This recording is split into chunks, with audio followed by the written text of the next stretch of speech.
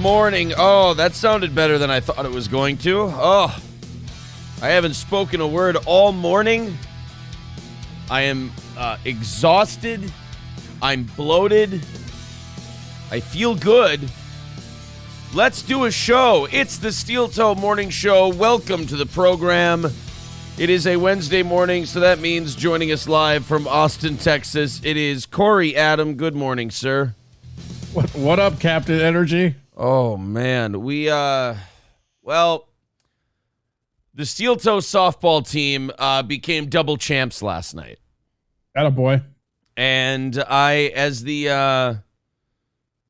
you want to start the show with a Dave call, or do you want me to ignore him this morning? He did buy why not? He bought a shirt. Wow. All right. Now So, I definitely let's hear what this Merc Pride Swell wants. Let's Let me sit back and eat my Egg McMuffin. To accept, press 1. there we To go. send a voice. Good morning, David. Yo, what's going on? Oh, how are you, buddy? I tell you what, I didn't get a lot of sleep last night, and I'm feeling a little sluggish. Your call might be exactly what I need to pick me up. Ladies and gentlemen, it is world-renowned Steel Toe Troll, Dave 25. He's taken many forms. He's like Gozar the Gozerian, but he is here now. Dave, what do you have for the First of all, thank you for buying a shirt. Yeah, no problem. Yeah. So what can we do for you, sir? How was it meeting Calco? How was it meeting Cowpote? Yeah. It's exactly how you thought it would Kind of, be. yeah, it wasn't, there were no surprises there. It was kind of exactly how we all probably had a collective image of what we thought it would be like. It's actually a lot like his video. Super awkward, hard to follow, and you wish it was over at least 2 hours earlier. Yeah, it took a little longer than, you probably would have preferred it to. But yes, it was lovely meeting Cowpote. Jeff was a very nice guy. That was an epic video. Corey taking his money. Yeah. It was great. Got to be honest with you, Dave. You're a lot more entertaining as a troll. I don't like this new Fan Dave. What's going on with Fan Dave? I don't know. I just decided to buy a shirt. It was $24.50. So I'm like, That is correct. That is the correct price with shipping for a that's Steel Toe t-shirt. I'm like, that's fair, Yeah. Well, I got to tell you one thing. I thought I was tired before you called. I was wrong.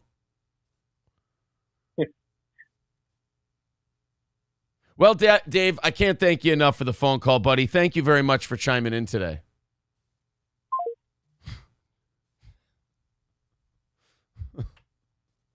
I'm not going to make it through. Jesus. Yeah, I'm not going to make it through today. No, we got you, bro. I got you. If we don't hit overtime today, we don't hit overtime. It's vacation week anyway. You're not going to hit them all. If we don't hit them today, I'm not going to sit here and be melancholy about not hitting our goal today, because that means no overtime, and that means I'm going to bed. But we're 390 away from the goal today. That's where we start. There's the PayPal link in the chat. Super chats and memberships count as well. Yes, Corey. Are you super, how hungover are you on a scale of 1 to 10? I don't think I'm hungover. I mean, I drove home last night, so I hope I'm not hungover. That doesn't mean anything. Look, what I'm saying is I'm hoping, the more hungover. Did you have 2 wine coolers? Don't lie to me. I had. See, this is gonna sound bad. Yeah. I had 4 Jack and Cokes. That's, you know what? Honestly, I would love to bust your balls. That's better than I thought you were going to say. So 4 Jack and Cokes in, God, what time did I leave? It was 12 something when I left. Got there at 10. So yeah, probably 2.5 hours. That's not good. So It's not your best work.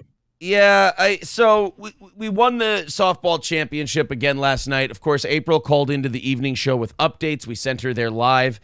Johnny hasn't been feeling very well the last couple of days. We were going to link up with him and set it up remotely to do a play-by-play of the 2 games, but Johnny went to the doctor and they got him on some medications, and as those medications kind of go through him, he hasn't been feeling well lately, so he didn't get back to us on the equipment. So I just assumed he wasn't feeling very well. So we just said, all right, we'll send April out there.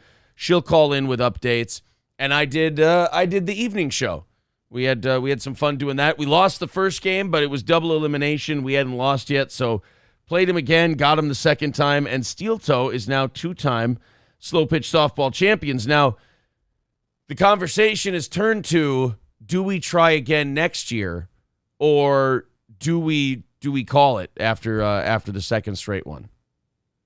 I mean, you got to go till you lose, right? That's kind of what I think. They can't take the 2 titles away from you. Plus back to back. Who cares? 3-peat. That sounds cool. 3-peat's pretty cool. That's a dynasty. Yeah.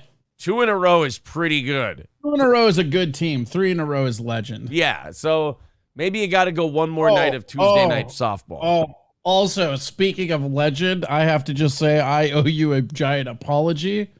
You were right, and I was wrong. And about 5 seconds after the fight was over, Fury came out of retirement. Yeah, I really thought he was done, man. I really did. And then, like, I don't know, immediately when he's like, yeah, you'll have to make a big check. I'm like, they're going to make that check. I've said since his first retirement, the only reason he's even announcing his quote unquote retirement is to hide the fact that he can't fight in the U.S. right now because of his connection to that Irish mob boss. He was rather adamant that the fight take place in Europe. He doesn't have a choice. It has to take place in England, or it has to take place. He said, bring it back to England. Yeah, he has to fight in Saudi Arabia or England because he can't fight here. His brother can't fight here. I thought Usyk was kind of a trap fight for Fury, but I really think after that fight, I think Fury's got him. I don't think Usyk has the tools to overcome all of the physical advantages that Tyson Fury has. I just don't think he can handle somebody that could also move side to side while keeping him on the end of that jab. That's just it. He's too big. He's too fast. I'll say this, dude. He was against Joshua. That dude was throwing away lead hands just to hit with that second hit. Yeah, he's very, very good. And the judges got it totally wrong. I mean, I didn't think it was that close at all. No, I had it. If I look here on my scorecard, I had it 9-3. I mean, Joshua had a really good round in the ninth. I think I had it 8-4. And I could see it 8-4. And that's what I was telling people. I was like, I had it 9-3. I could see it 8-4. And then I listened to Teddy Atlas's show came out yesterday, and Teddy Atlas literally said the same thing. And whenever someone like Teddy Atlas that I really respect says that, I go, ooh, nice. All right. I feel it makes you feel like, wait a minute, am I crazy? Did I get this? My score's a lot wider than other people. Then Teddy Atlas says the same thing, and you go, okay, I'm good. Teddy agrees with me. Yeah. I feel a lot better now. Teddy was like 9-3, and I was like, really? I thought it was 8-4. 9-3, 8-4, tomato. Sometimes those early rounds you can give either side. Not much happens. But yes. I thought the first four were pretty easy to score, though, because it was like Usyk doing Usyk things and then Joshua doing Joshua things. Yeah, well, Usyk is now the unified champion, and the ring stripped Fury of the title pretty quick, with all his no retirement talk. The ring said, yeah, we're not fucking around with you. And now, technically, Alexander Usyk is the linear champion. I mean, the Ring Magazine belt has been passed to Usyk as Tyson Fury is retired and unretired. Before he's had a fight, he's retired and unretired twice. So who knows what's going to happen. That wasn't even a year ago, right? That was 4 months ago. That was, right? Not earlier this spring? 3 or 4 months ago, that he fought Dillian White. So lots happening on the boxing front. And then on the MMA front, I did not buy the Usman-Edwards fight because, like a lot of people, I thought, well, he's beaten him once and he keeps kicking the shit out of people. It's going to be another title defense, and we'll see how he does against, the guy I always confuse for Makachev. The other guy, Chimaev, Kazmat Chimaev, yeah. And then of course with 4.9 rounds in, it looked like exactly that. Kamaru Usman is going to defend his title. Ho hum, beating the guy 4 rounds to 1. What are you gonna do? And then out of nowhere, a little dip to his right, and he walks right into a left foot of Leon Edwards, and all of a sudden, got ourselves another upset. Yeah, and that's a combo that Edwards lands on everybody. He shows them the little hand, and then when they move away from it, because he'll show them the right, and then they move away, and it's just head kick time. And it looked like such a boring, classic Usman affair, and then he got kicked in the head. That's the way it always goes in UFC. Goddamn head kick. What's really funny? You'll love this, right? I right before the fight, when I was placing my bets, I thought to myself, I was like, yeah, I don't know. I just don't like the odds of this. And like, Edwards has a kick. I even told a buddy of mine, like, Edwards has a kick that can shut people off. And the odds were so underdog status on Edwards that I actually pushed some money on Edwards and won. I really like Usman, and I think he's a really great fighter. But anytime something like this happens, it makes the fights more interesting because now there's new matchups. And now if Edwards has the belt, he's more beatable, I think, all around. And it makes it opens up new possibilities. Well, the cool thing is, like, to me, is that if Edwards could fight Covington, and I think Covington could beat Edwards. Yeah. And then you finally have a reason to watch Usman Covington 3, because even though that's already settled, that's still a fight I would watch forever. It's kind of like in boxing, like, who was that guy that Pacquiao fought 4 times? Was it Marquez? Yeah, Marquez. Yeah. It's like, that might be settled by the numbers, but I'll still watch these two guys fight. Whitaker Adesanya is the same way. Like, you'll watch those two fight every time, and it'll be close every time. Right. So we got Volkanovski and Holloway. Yeah, same thing. Big thank you going out to Dylan with $10 on PayPal, starting things off today. $380 away from our goal. Thank you guys very much. Of course, the PayPal link is up in the chat. Super chats and memberships count as well. So tomorrow is vacation. We've got an evening show tonight after today's show. After this morning's show, we got a morning show tomorrow, and then we head to the airport after that. And April and I take off for our anniversary. So I was a little, I'm kind of a little afraid. We got the kids all week, and so I'm a little tired from that. We're taking them places. We've been getting ready for the trip and everything else. And then last night, the team ends up winning the softball title. And as the sponsor of the team, you can't not go out with them when we win the championship. It's true. You have to be a bad owner if you didn't. Yeah, you have to go. You got to pick up the tab. You got to, be there until the last ones leave. And I think there were 3 guys from our team still left when I decided, all right, guys, it's 12:30. I got to fucking go. I still had to get our show ready for this morning. I still had to put the evening show on Patreon for the Patreon people. And then, of course, get whatever sleep I could. And I don't think it's really hangover this morning. I think what it is just I'm feeling that really heavy eyeball feeling. And that like imminent, like going on vacation feeling. Like every time you leave town, it's just such a fucking shit show of like to-do lists. You're just excited to sleep at some point. Yeah, a lot of the times you end up sleeping when you're on the vacation. Right, yeah. Well, I think I'll sneak maybe a nap in today, then maybe sneak a nap in tomorrow. I'm very, very excited. Sean says you also have to change the title. I did change the title. Oh, it says evening show, not morning show. How did I fuck that up? I don't think I can change that on the fly. Nope, we're doing an evening show right here, located pleasantly in the morning. It looks like we're doing an evening show today because I don't think once the stream starts, I don't believe I can change that. I'll go get my bra. Yeah. Oh, boy. I tell you what, guys, I can look real quick. Someone says, fuck it, we'll do it live. Content, live. It looks like I can't change that. Looks like I'm going to have to change it after the fact. Oh, well, what do you do? Also, you posted another April nude as the thumbnail. You can't get me to fall for that. Alan Cara says, happy evening show. I might be behind in the chat. Yeah, everybody's way behind in the chat. That's really going to bug me. I'll forget about it, but it'll take me about a half hour to forget that it says evening show. I can't see it anywhere on my screen, so that's incredibly helpful. Some of these Spurs are going to file in late today and be like, "Oh, it's the evening show, huh?" So you'll get painfully reminded of it throughout this broadcast. I'm pretty sure. That's true. Every time I forget about it, and every time I'm like, "Okay, we're good. We're fine here." Someone will go, "But it's not the evening." Thank you. I was up until I think that needs a creepy Jake laugh. There you go. God. I think I was up till what? I was up till 1:30 putting this together for you guys. I would appreciate just a small break in the title if you could give me that. Roachbait points out there are multiple time zones. So, I mean, if we're talking Australia, shout it's out the to evening all show. our listeners in the islands of Tonga. Yes, thank you. If you're in American Samoa, happy evening show. I've got this right. Fauci's Pangolin says, I smell dynasty. We'll see. We'll see.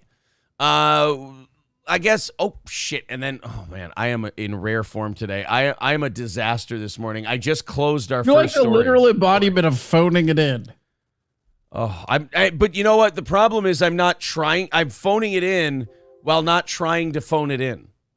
Like this, Somebody from Iraq listening in. Bumbaclo says I'm listening from Iraq. No, he's not. He's just trying to tell us it's still the evening show to him, damn it. Oh, So, I got it. Zeke Kyle says, good morning, evening show, huh? Yeah, I don't think I'm going to. I'm telling you, that's gonna happen. I don't think I'm going to not notice And actually, this. I probably shouldn't have even said anything because now the Spurks that are in the chat right now are gonna do it. No, it's okay. I saw it in the chat anyway, and I didn't know what they meant. Al says, want to just start over? We just pretend nothing happened? Yeah. Cut the feed, reset it, just go live. I mean, kind of. It started with that Dave phone call, and then... Yeah, I mean, all we'd really lose is 15 minutes, 5 of which was Dave on the phone. Yeah, good old JR points out, phoning it in is still way better than Johnny Rock trying. I have to say, I really, really enjoyed, in a perverse way, listening to the Johnny Rock show yesterday. I woke up a little bit late right after you were listening to it, but I didn't get a chance to go back. Like, how bad was it? Was it as bad? Like, was it as bad, worse, or the same as that first show we listened to? Worse. Really? So it's getting worse. It's really bad. Well, we got the numbers from our source, and we were doing 17 shares, men 18 to 34 when we left. 101's morning show is now doing 0.0 men 18 to 34. You know what's fucked up? Like, Gary probably still thinks he made the right decision. 100%. He thinks he made the right decision. I know Gary. Gary is the most delusional bastard I've ever met in my life. He thought he had something more than you? Yeah, no, yeah, at 100%. He is delusional enough to believe that he had anything to do with our show's radio success. Dude, this Johnny Rock guy, he bought him billboards. He promoted the shit out of them. He sent stuff to local newspapers. Kind of annoying watching him do all the shit he wouldn't fucking do for us. Right, and we drew numbers, whereas Johnny Rock has not only not drawn numbers, he's ran off the giant audience that that we gave them. So, I mean, it's almost more impressive than just not getting numbers to inherit a big audience and lose literally all of it. I mean, you're talking about men 18 to 34. He had a 17 share. He lost all of it. It's actually kind of remarkable in a weird. I'm not sure it's ever been done. I'm just pretty impressed. Yeah. I mean, he did a really good job of that. Like, because of the moment you left, he's like, what? We have to get any fucking dead remnants of fucking Tom Bernard. Yeah, Tom Bernard. And he did. He did get the dead. Well, at least he was right about that. He did get the dead remnants. So Adam Price says it's like Piers Morgan replacing Larry King. No, because Piers Morgan had some semblance of numbers. Like, Piers Morgan was just a step down from Larry King. We're talking about completely eliminating everything. That's hard to do. The morning show is currently in 12th place overall with a 2 share. 12 plus. So it's from 1st to 12th. That is what did you get a chance from your source to look at all the numbers? Like, did they have any category that they weren't a 0 at? Well, men, I think 35 to 54, they did a 5, which again is not very good, but it wasn't a 2 or a 0.0. So for whatever that's worth.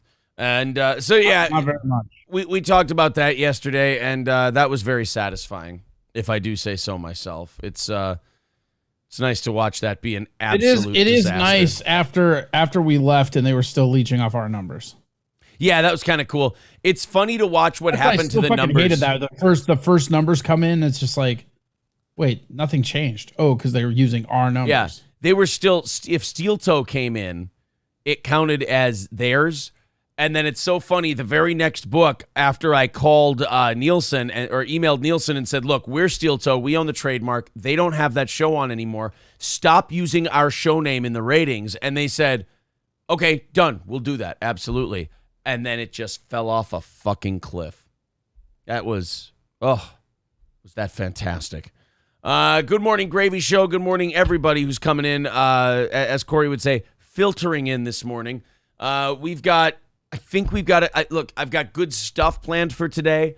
I can't say I'm promising you a good show. It's I've started off as a personal train wreck. You see the title of the episode. Yeah, you hear me trying to talk through tiredness. We got Dave, though. We have Dave phone calls. I had a worst case scenario, we could lean on Dave calls. I never thought that I would hate anything more than Troll Dave, but Fan Dave is remarkably boring. Fan Dave is awful, I will say. Rusty Grammer says, I think majority of the audience followed to Twitch, and a few that stuck with radio changed the channel because a few other stations' numbers went up slightly. That is true. That is exactly what happened. So let's, you know what? Let me get the blood pumping. I was out all night celebrating a softball championship. I can feel my energy levels waning a little bit. Let's talk about some things. First of all, yes, absolutely. One more for the road. A week from Friday, we have a live appearance, a live event at Raleigh's Rednecks and Longnecks. Let's not embarrass ourselves.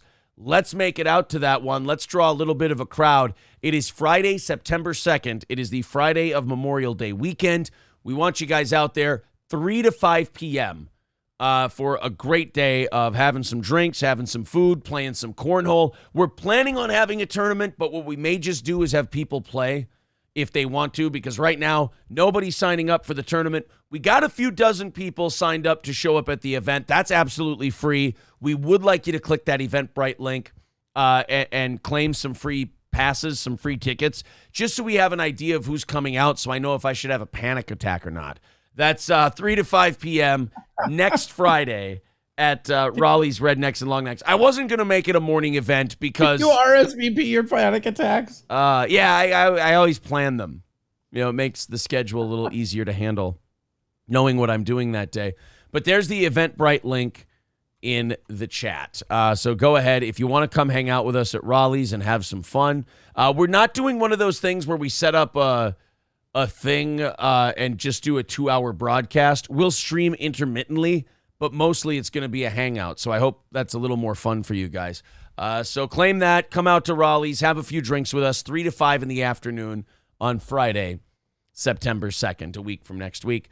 Or a week from this Friday. Excuse me. Adam says they came back and won the softball game last night. They were losing when I watched. Well, there you go. I mean, came back and won it 2 in a row. I let our manager, our longtime manager, have the plaque. So I still have the 2021 championship plaque. I let him keep the other one. Doesn't Aaron panic the day before anyway? That, you know what? That's true, Orange Boy. It doesn't matter if there's 50, 75, 100, or 25 people there. At the Raleigh's thing. I'm probably going to panic about it no matter what. That's a good point. And that really helps the panic, actually. You letting me know that the panic is coming no matter what is actually going to help with the planning of the panic is imminent. Imminent. It's also, imminent. it's impotent and imminent. Impotent and imminent. At the same time. Your fucking garbage is rubbing off on me now. You're like, Dragon, I had high energy at the top, and you've just brought it. Now I'm like meeting you halfway, and I'm just like, ugh. I'm doing what I can. We got some really good stuff today. I got Nancy Pelosi's husband's DUI arrest video, so I'm back. Now that's going to be a lot of fun. I got some Fauci stuff. I got the hot dog beer guy. Apparently, this guy has become a national argument. This is the new blue dress, gold dress thing. Are hot dog straws super, super cool, or are hot dog straws super, super gay? We'll get into all of that. Did you just say hot dog straws? Hot dog straws. Everybody yesterday was posting about this and asking, this is cool, right? Or some people were even saying this guy needs to be killed. We'll get the whole range of opinions out there today. MN Concrete Guy says, are you going to do some Molly in Vegas? I highly recommend it. No, but I did something yesterday, finally pulled the trigger on something that I'm very excited for. Friday night, I am going to Penn and Teller. Nice. Yes, I'm very excited. I hear that the Rio is a complete rundown piece of shit, but I'm excited to go. It was when I lived there, and I've heard it hasn't changed a fucking ounce. Yeah, so I'm excited to see Penn and Teller live. I hear they do a meet and greet after, so I'm excited to perhaps meet Penn Jillette. The only part that sucks about that is you got to pretend to be excited to meet Teller too. Like, you can't just be like, oh, Penn, you're the fucking greatest. I love you, Penn. Penn's great. You got to go, oh, yeah, Teller, you're awesome too. Teller's pretty sweet, though. He is. I'm just like, if Penn was like, oh, I'm not going to be able to make the meet and greet. I'm feeling very sick and I'm contagious. I don't want to get anybody sick. I would look at April and go, we can leave if you want to. We don't have to hit the meet. What the hell is fucking Teller going to do at a meet and greet? Just silently wave at you? Like, it's not set up for that. All right, let's set the predictions right now. Since they're not performing, does Teller talk at the meet and greet? No. You don't think Teller talks at the meet and greet? No, he doesn't break character. I have a feeling we're going to get a shoot. I mean, that'd be cool. I don't think he's going to be working. I think he's going to say, hello, how are you? Have you ever heard Teller talk? Yes. He has a really creepy professor voice. It's very strange. Yeah, the first time I heard him talk, I'm like, oh, that's why he doesn't talk. Yeah. I mean, he starts talking, he was like, hello, and magic is a wonderful thing, as it's There's very magic everywhere within our universe. You just have to unlock. He almost does. He almost sounds like a theoretical physicist when he starts talking. It's like, all right, cool. No, that's good. Let the big fat one talk. Which, by the way, I apologize. Penn Jillette, no longer a fat guy, which is very weird to see. So anyway, going to Penn and Teller. He looks Friday like that weird old fat guy too, where it's just like you feel like underneath his fucking blouse is just a pile of skin. Yeah, right. Thank you very much to Matthew. He throws in $10 on PayPal, and oh God, Corey, you know what? I'm not fucking with you. I had forgotten about it. I was ready to move on. I got hot dog straw coming up. Matthew leaves $10 and in the comments says, "Good evening, boys." I'm telling you, dude, they're going to filter in all day. You're going to see people cracking wise about that Good Evening show. Oh, boy. Well, it puts us at 370 for the morning. Thank you very much for jumping in and chipping in a few bucks, you guys. We'll see if we hit that goal today. Your energy is so low, I have to stand up. Oh, by the way, I said this last night, and I'm sticking by it tonight. If we don't hit the goal today, it is not rolling over to tomorrow. It's vacation week. We're taking that real easy. If you guys feel like chipping in, great. The links are posted to the top of the page. Otherwise, super chats and memberships count. Oh, yes. Remember to hit the like button. Subscribe to the channel. We crossed over 4,400 yesterday. Yeah, that's pretty good. That's got to really piss off all those trolls. They've got to be pretty unhappy about it. Although they've kept quiet. I think we've annoyed them to the point where they're like, it's not worth it anymore. We're out of here. Except for that one weird asshole guy. I think his dad left him, though, when he was a kid, because he hasn't spoken to me after I said that to him. Like, really? After I said, like, dude, you're exuding a lot of my dad left me early energy. I said, be honest with us. What age did he leave you? And he hasn't said anything since then. I think that might have... I think I might have struck a nerve. Might have fucking hammered the nail there a little too hard. Look, some people... They just give off a certain vibe where they're like, if you tell me I'm wrong about this, I know you're a liar. Like, this would explain, like, there's one thing that finally it clicks in your head and you go, oh, that would explain everything about this person. And dad leaving explains it all. It makes too much sense. All right, let's get into hot dog beer straw. This is the item that has caused the internet to either demand a man's death or think that a guy's got a really cool idea. You know, it's kind of the difference between regular internet and Reddit. Regular internet would go, oh, that's kind of cool, leave the guy alone, whatever. Whereas Reddit, if they don't like it, fucking kill that guy. And that's kind of the split we're at with hot dogs, beer, and a baseball game. A Yankee fan decided to take a straw and drive it through the center of a hot dog the long way. Some would say the hot dog way. And then stick the hot... the long way. We're going to do it the other way. Well, he stuck it through the long way, hollowed out the hot dog, stuck it in his beer, and started drinking the beer with the hot dog straw. I mean, I guess I just have a couple questions. Okay, go ahead, and then we'll watch him do it. What kind of beer? I'm going to guess it's got to be a domestic light. So then I don't really care, right?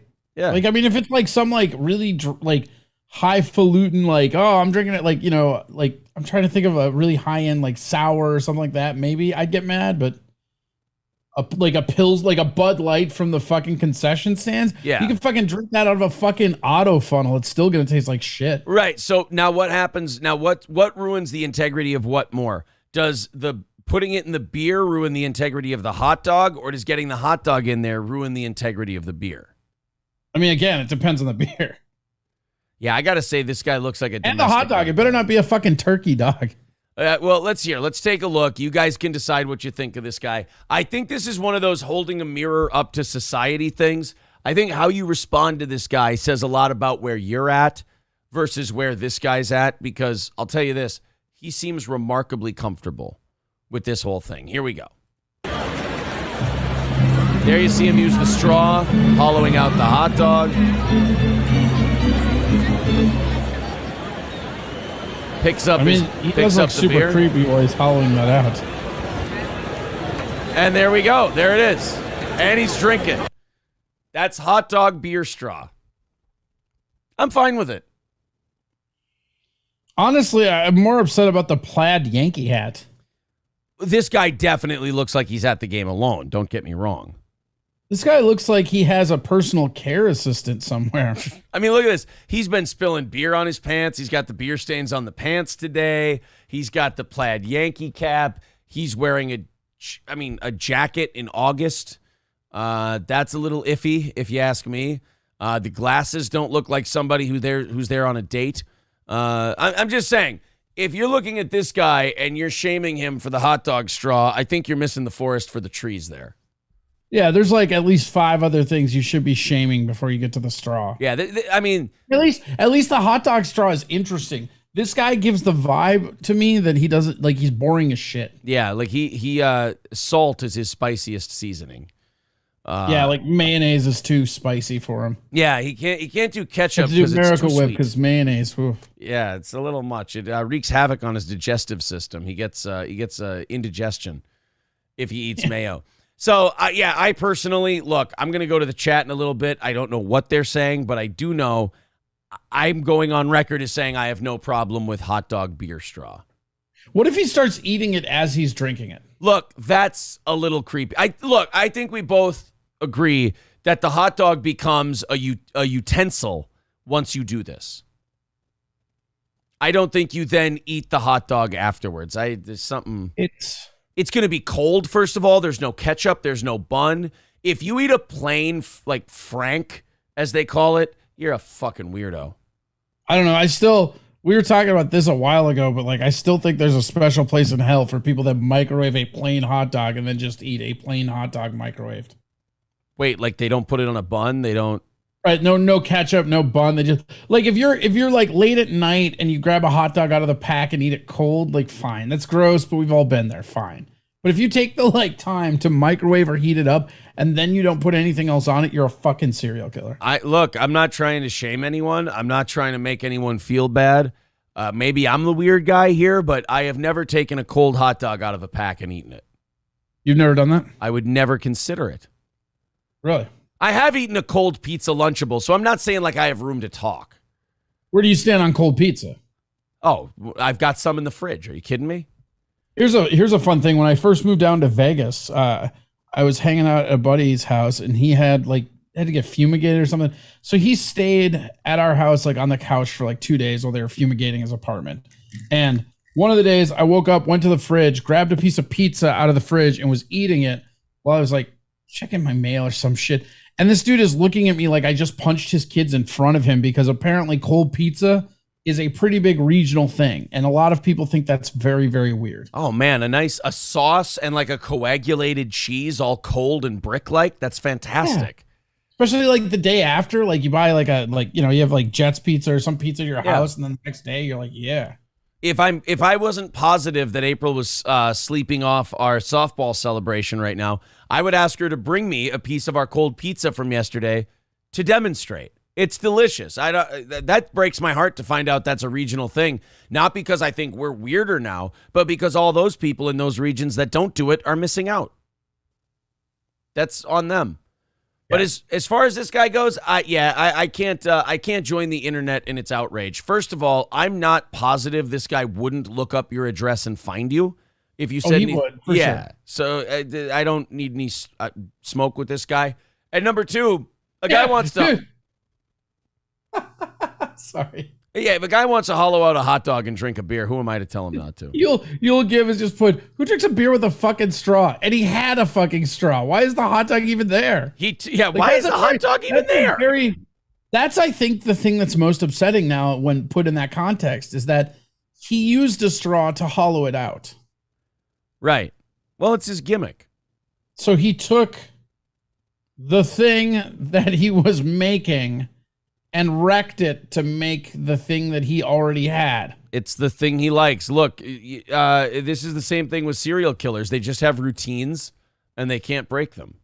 I just Not funny, haha, funny, queer. The more I think about it, the more I hate this guy. So you're turning on him. You're starting to hate him. I don't care that he did that. Like, I'm more upset that he had the straw with, like, why is the red bat even there? Yeah, I get it. Like it's remarkably unnecessary. I agree with anyone who says that, but I don't have a problem with him doing it. Plus, it's a baseball game. Baseball games are full of fucking weirdos with weird like superstitions and shit like that. So this to me at a baseball game, this is forgivable. That's true. It could be like he did it once drunk as a joke and then they won the game, so now he's doing it as a superstition. Toastmaster says plain hot dogs are great. Cold pizza needs to be heated up first. Well, then it's not cold pizza. It's not cold then. If you warmed up pizza. Heat it up. Ron Jenko says Lunchable pizza is meant to be eaten cold. You shut the fuck up. Lunchable pizza gets microwaved so you can melt some of the cheese and you can have a mushy, greasy, weird slop disc at your lunch. God, you guys don't know how to be kids. Slop disc was your nickname in college. Yes. Mr. Monkeypox says maybe his gaydar was broken and he has to send out the gay vibes. That's okay. Well, I mean, look, there's a lot of reasons why you would. Well, I will say this though. You know what this reminds me of? And I'll probably get a lot of flack for this. Reminds me of people that throw olives in shitty beer too. Like maybe there's some added flavor that hot dog gives him that he like. You know what? I'm back on board with this guy. You're really flip-flopping on this guy big time. Well, it's a tough, I mean, you got an issue that's real close to my heart, beer and hot dogs. I'm trying hard to give this guy the benefit of the doubt, but as a Twins fan, he's a Yankee fan, so fuck him, I mean, it is a unique thing. You're allowed to go back and forth. You just got introduced to hot dog straw. Yeah, so. I just found out about this. I'm kind of putting you on the spot and making you develop feelings on this right away. I mean, I guess there's. But I don't know. I feel like I've always felt like people that put olives in light beer are fucking stupid. But if there's a flavor additive that does, I'm sure fucking hot dog, saltwater, straw taste adds something to the beer. At least you'll taste something from their fucking, $20 beer. Yeah, well, it's Yankee Stadium. Yeah, $20 that's the funny part. That hot dog and that beer, that's probably $30 he's fucking drinking through right there. $30. Yeah, you know what? If you're gonna pay that much for them, might as well put them together and make them a meal deal. Sure. He goes up there. He's like, I want a beer and a hot dog. That'll be $30. Oh, no, sir. I think you'll find that I'm using the hot dog as a straw. I believe that's just a utensil. The prick could have used a foot long too, right? Yeah, I mean, that there wasn't much of the hot dog sticking out of the beer. That's Fauci's Pangolin says, I wrap my forks in bacon. Come at me. No, I'm not coming at you. You're a lunatic. Why would I start shit with you?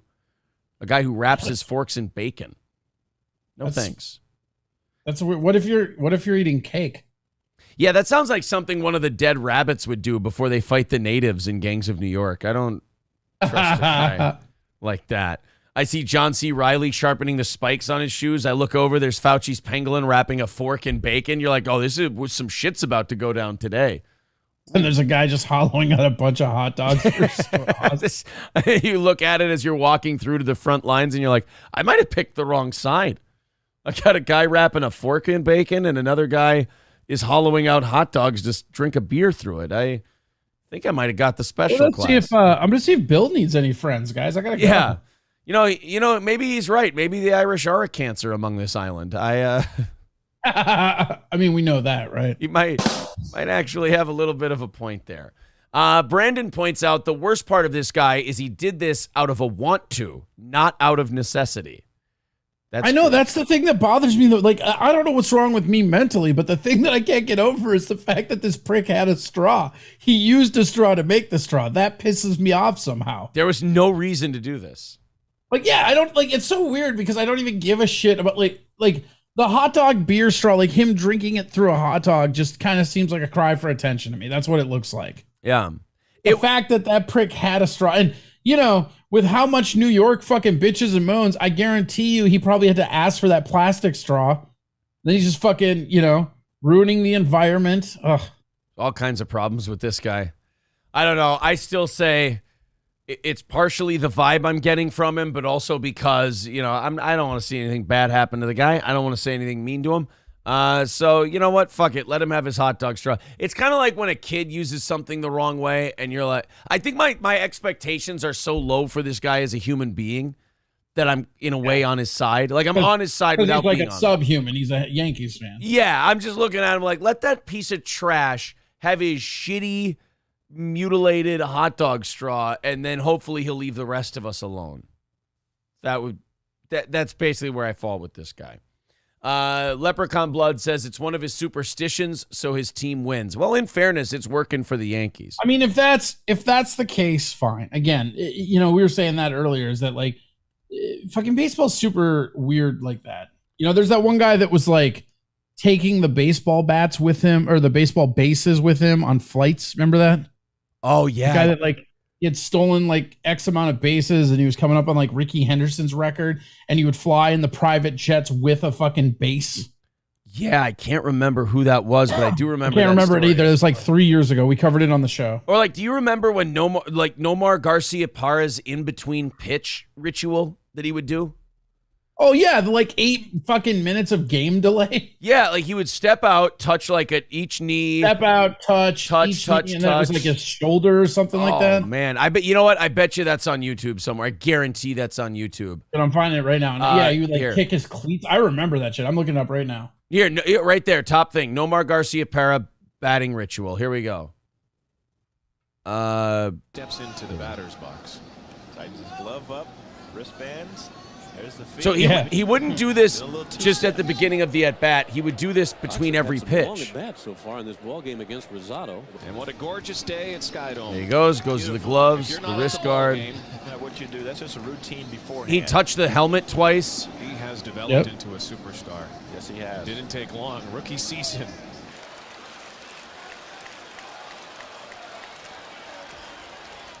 It's you just... You know what would be the real asshole move? Like, I just wish people on YouTube had more inventive senses of humor. Because the real funny part would be to make this and then have the actual first pitch, just a swing and a whiff. Yeah, right? That happened like a lot. 7 of these and then just whiff. The first was by Nomar.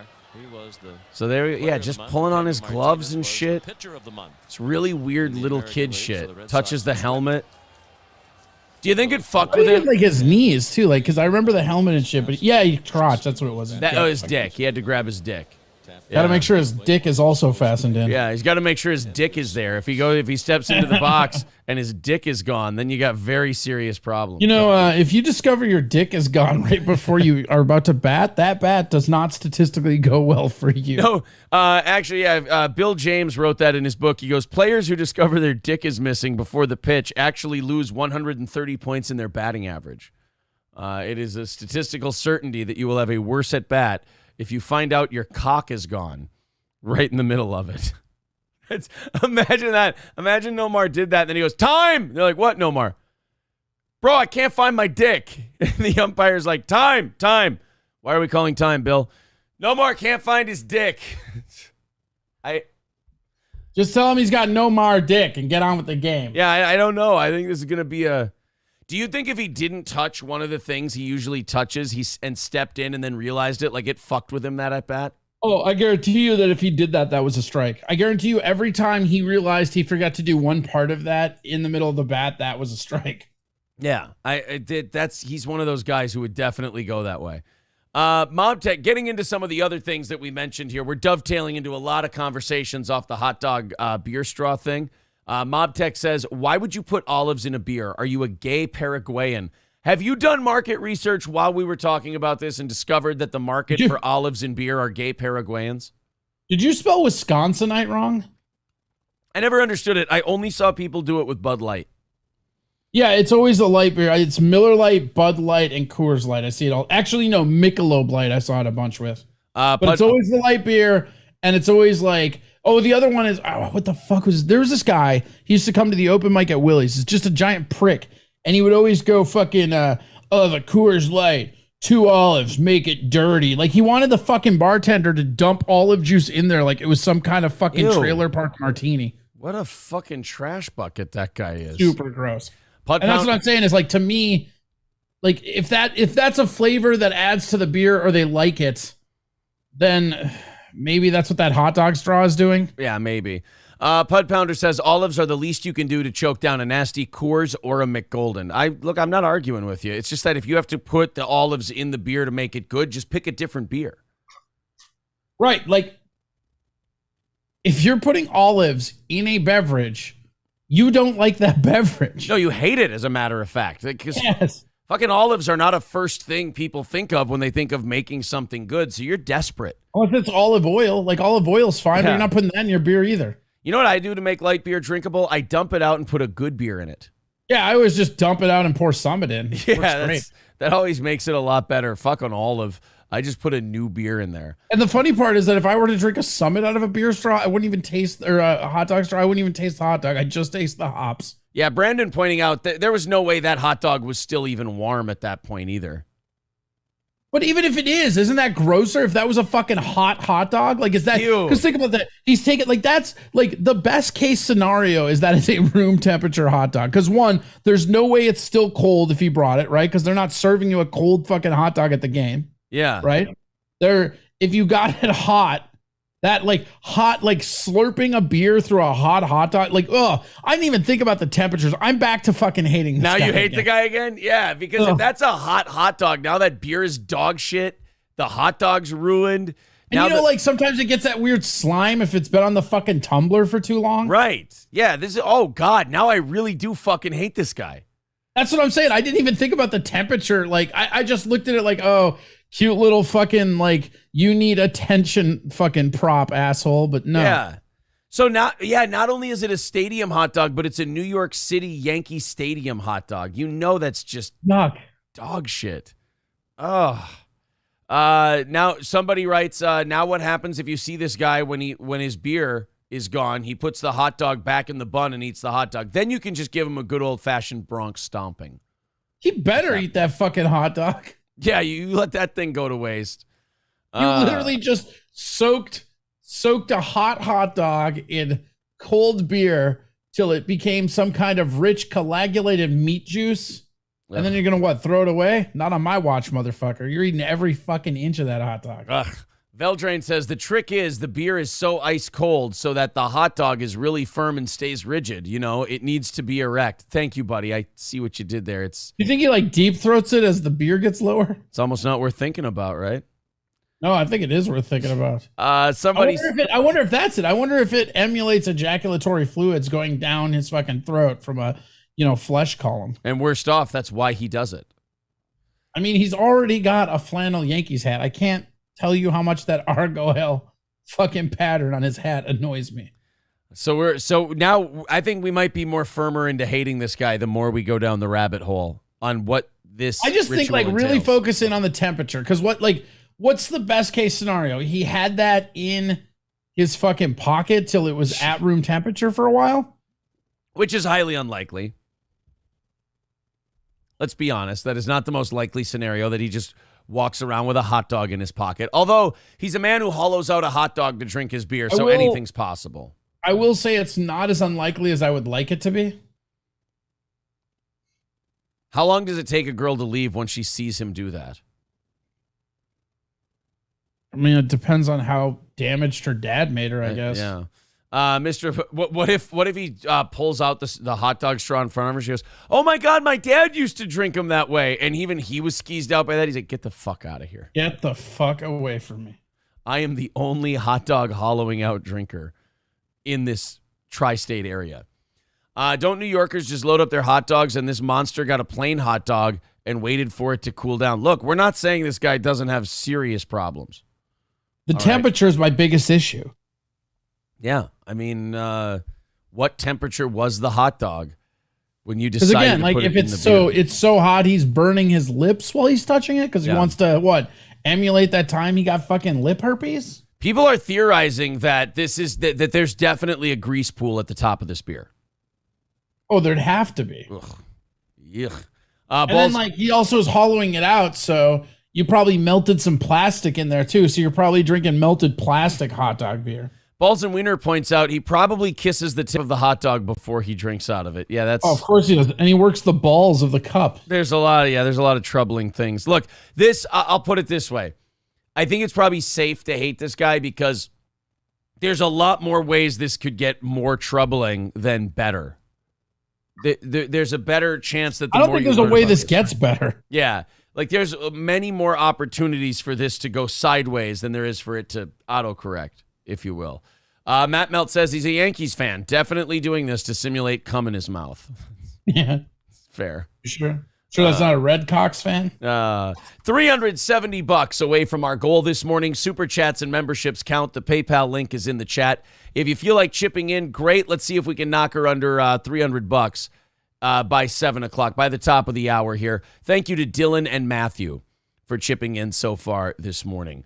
All right, let's do a Taco Bell story. Then I believe a little bit later on this morning, we've got Nancy Pelosi's husband and his drunk driving arrest caught on video. I cannot wait. It's now been released. But first, we have to go to Chicago, where the Taco...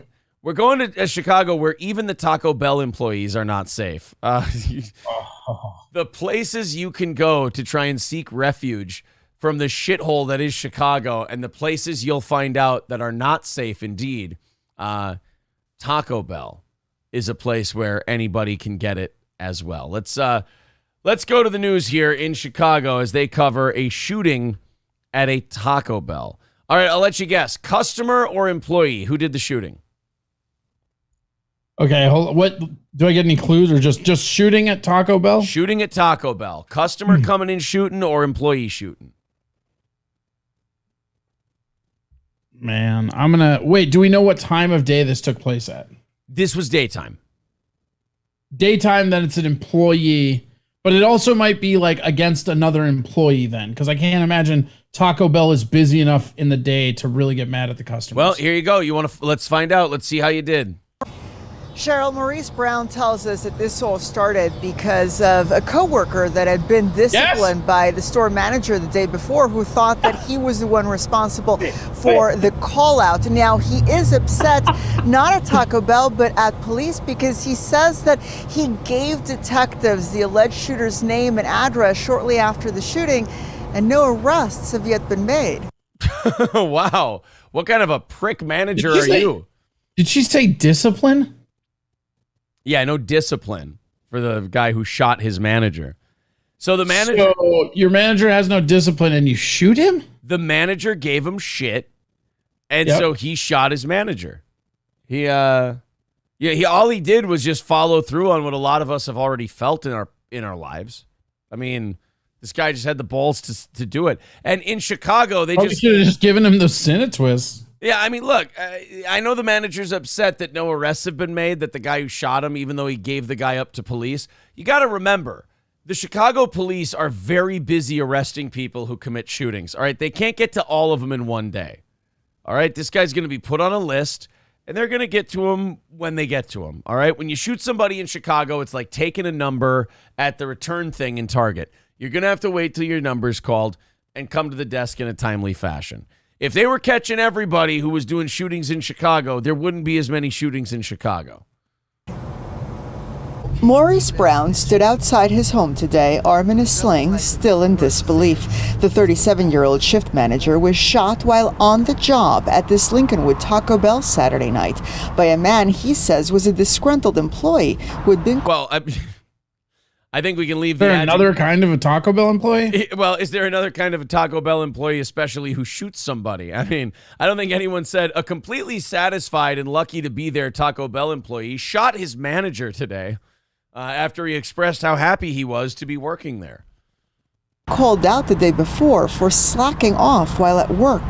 The moment I addressed the issue and said, if you don't feel like working, you can clock out.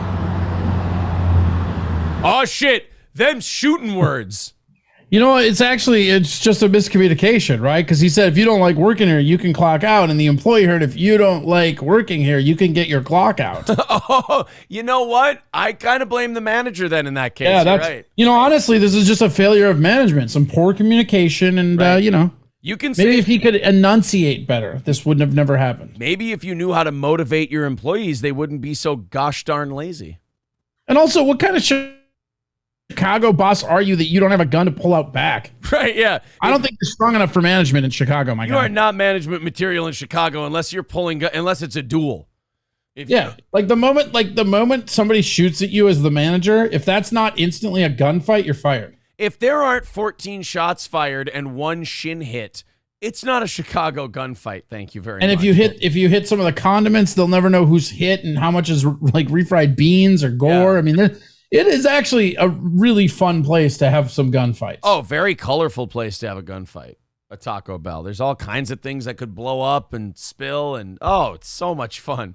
Yeah, I think you're right. Clock out, Glock out. That would definitely explain this. I mean, if it's not that, then this Taco Bell employee is just really mentally unstable and unreasonable, and that's simply I feel like that's not the case. No, I think this was definitely clock out, Glock out.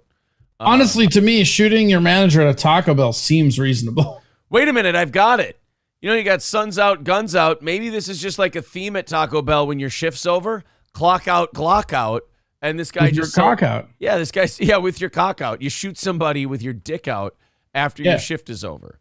If your dick is out when you shoot them, they can't press charges. Yeah. I'm not a lawyer, but that's true. I think we can agree, though, if he shot the guy before the act of clocking out, that's unprofessional.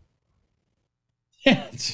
I'll call. That'd be so funny if he just walks over to the terminal. Yeah, all right, Maurice, I'll get out of here. Just like clocks out and then just turns around and shoots him. Puts $1 on the counter. Now I'm a customer, motherfucker, and I'm always right.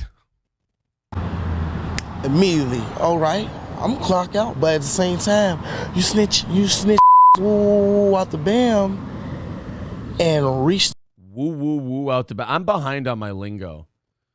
Did he just say woo, woo, woo out the bam? Come on, dude, get hip. Who is he, Zack Ryder? Woo, woo, woo, you know it, is what he said. Oh, my God, Zack Ryder shot this guy. Taco Bell, Zack Ryder. Oh, no, the internet champion has gone berserk. Out the bam and reached in his bag, and I seen the gun. Brown says You hear that? He's seen a gun. Did he seen it? He's seen it. Did you want to ask him a question? trying to remove himself from the situation by walking towards the back door of the restaurant.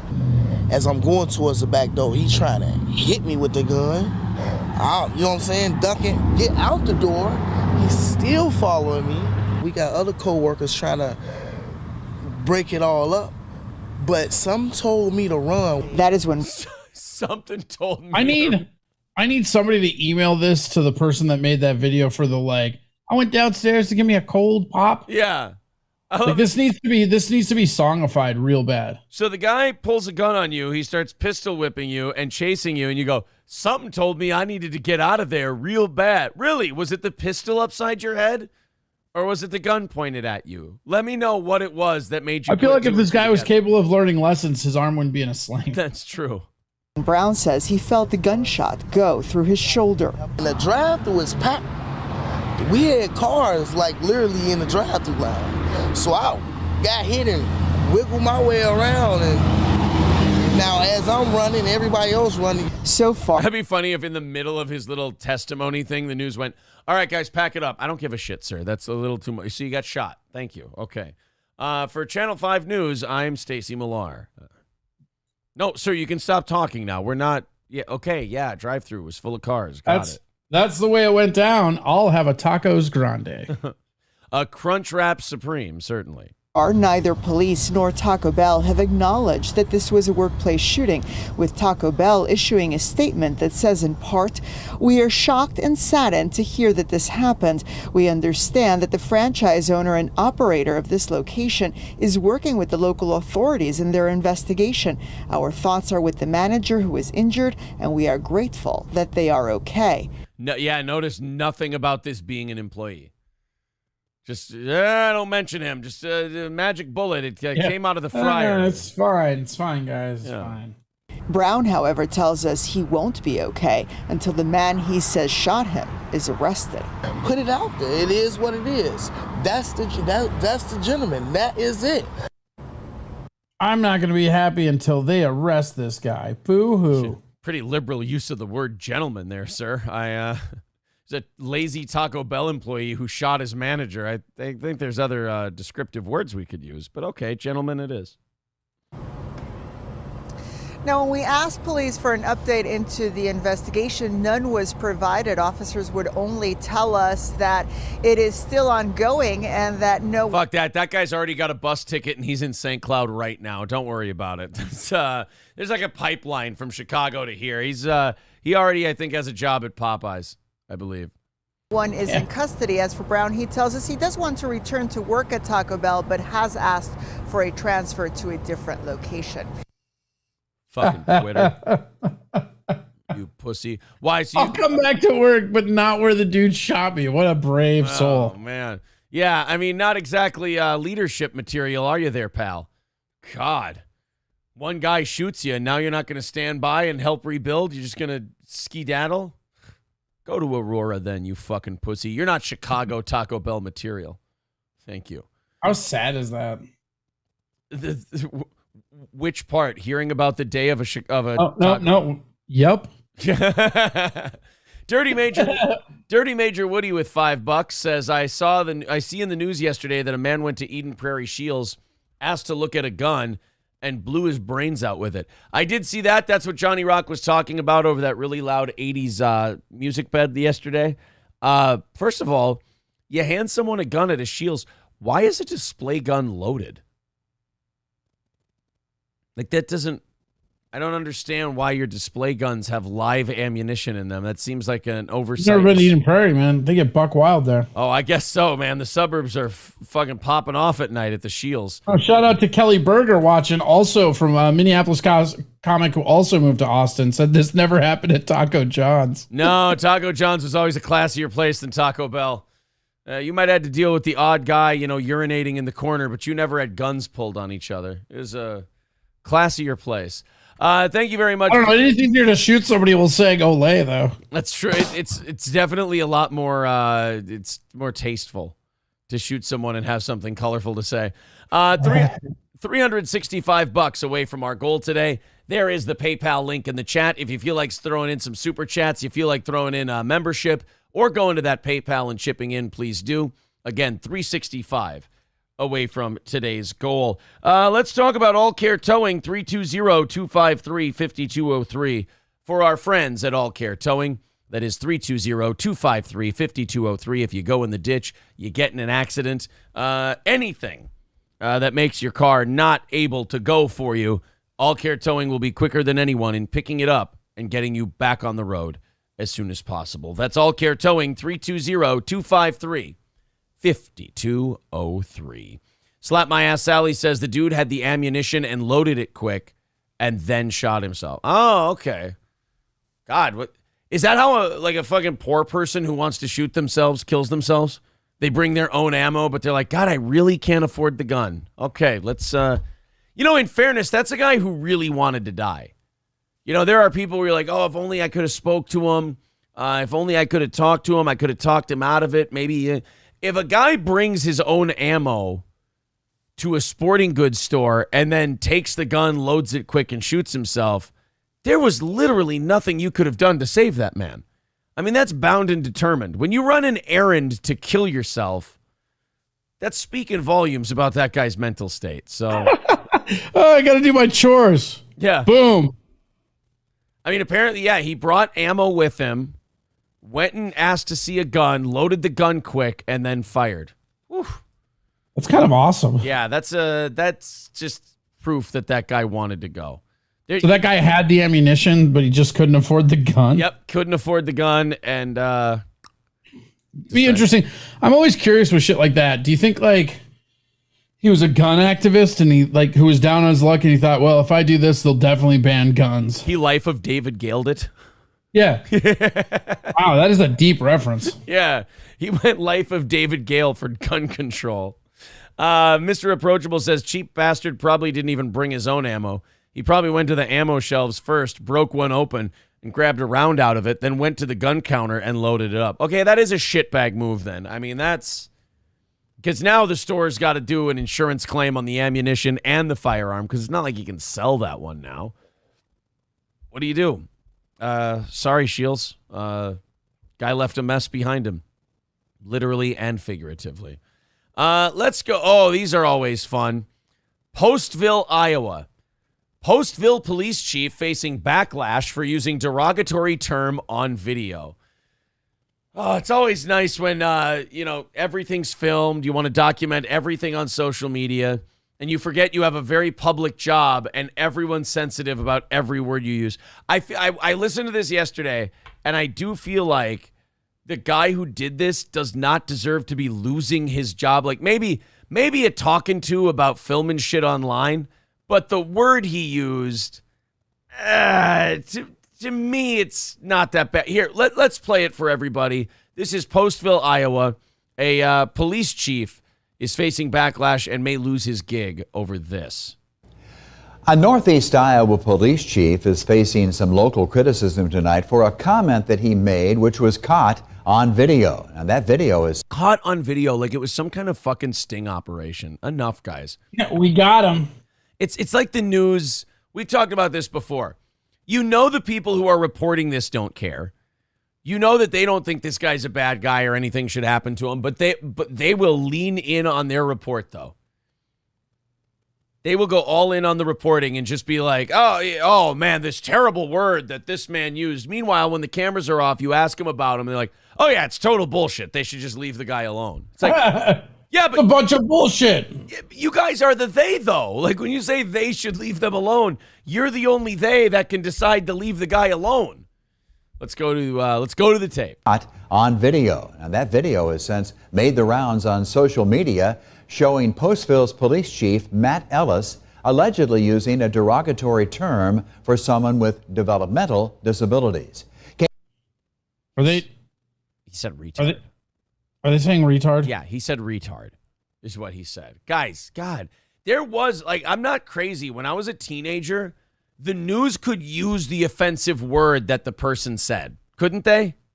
Yeah. Like the news would As say, long as it's in context, they were always allowed to say it. right, the news would always say, like, the man called someone, and we're quoting, a retarded ape. And you're like, all right, well, that's, I mean, it also kind of helps punch the point home of how offensive it is if you use the fucking word. There's nothing softer than like R word, N word, shit like that. And like Louis C.K. said in that bit he did, when a news person says N word, that's just them getting away with saying the N word.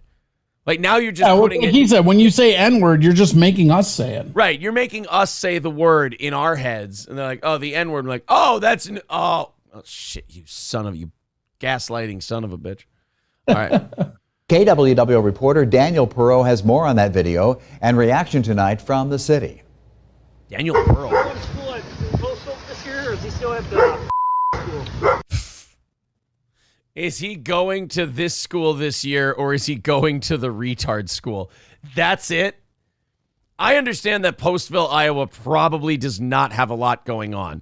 The other top story was probably a dog shitting in someone's yard and people had terse words about it. But come on. Your police chief asked if they're going to Postville or the retard school. It's not worth bringing up, guys. Postville Police Chief Matt Ellis using a derogatory term to refer to the town's alternative school. He's someone that kids are supposed to look up to. He was in uniform when he said it. It was not right. The comment comes as he's backing down the driveway. It's only a small snapshot of a much longer interaction that the city of Postville says was contentious. Oh, and I'm sure you're going to play that whole exchange, right? Like, you being the news and wanting to inform people, I'm sure that you're going to play the whole thing and give us the entire context of the conversation and not just play the part where he called it the retard school. What's that? You're not going to. Oh, okay. You're not going to. Wait, is that the retard right there? I'm confused. Yeah, which one now? That would be funny if the news goes, now, just so we know for the story, which one of you is the retard or goes to the retard school?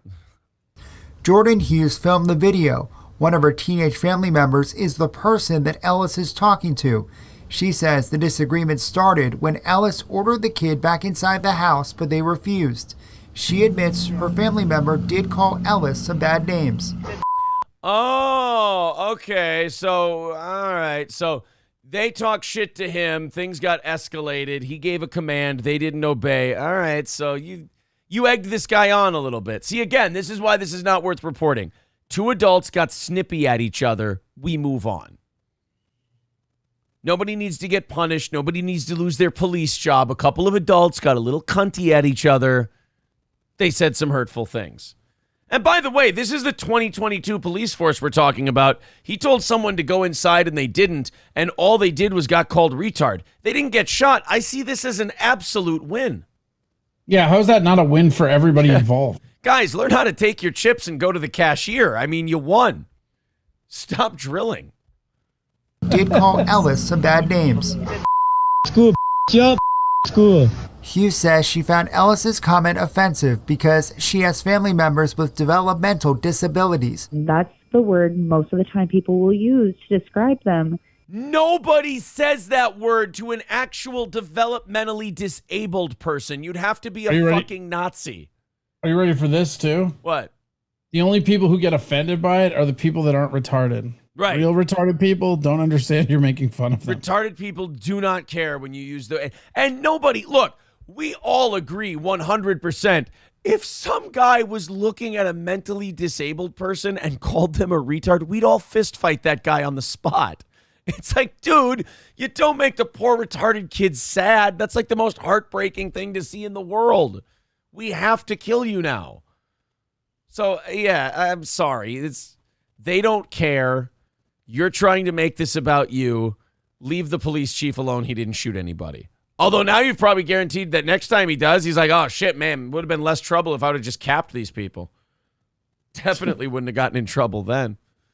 Should have made him work at the Taco Bell. Yeah, exactly. Be rude. And she herself graduated from the alternative school in Postville. Oh, cool. So you did math. She's also retarded. All the kids that go there, some of them work 40 plus hours, 3 different jobs, living on their own because their parents don't take care of them. Or in my situation, I wasn't getting the help I needed at school. In a statement, No. You got detention too many I times. hope you needed to pronounce the word all. Yeah, nobody, we all know those schools. Every school district had the ALC school. Nobody went there because they weren't getting the help they needed. Everyone went there because they couldn't stop getting suspended. They kept not showing up for school, and this was like their last chance. It was like a minimum security jail that you would go to school at before they flunked you out of the system. And with the amount of people they pass now, to be able to get kicked out of fucking school, you've got to be the dumbest human being alive. Yeah, probably, right? I mean, maybe even dumber than that. Yeah, right. It's a KWW. I mean, there's people that are hitting their teachers and still graduating. Yeah, there's kids beating the shit out of like teachers and paraprofessionals, and they're back at school the next day. So the shit you have to do to get kicked out of the asshole's last chance school, wow, you really don't care. Well, Postville Mayor Dennis Koenig said hurtful comments can be made in moments of conflict or frustration that are often regretted after emotions cool. Thank you. Oh, yeah? That's such a weird revolution. I've never heard that before. Is that true? But the mayor's being the only level-headed one here. The media wants their clicks. That lady wants her attention because she's a white lady, so she'll use anybody. The mayor's like, family. Can I go back to doing my job, you assholes? First of all, it's Postville, Iowa. What's his job? Yeah. What is he doing? He's like, guys, I got a city council meeting to get ready for. I got 4 people making public statements on a new garbage contract we're signing. You don't think this is a stressful day for me? I don't need this shit. All right. Adding comments made in these moments don't reflect the city, and the city will continue to work with its staff to build bridges to all members of the community. Nobody who's mentally retarded was harmed by this. You don't need to build bridges with anyone except needy white ladies who have a cousin with Down syndrome.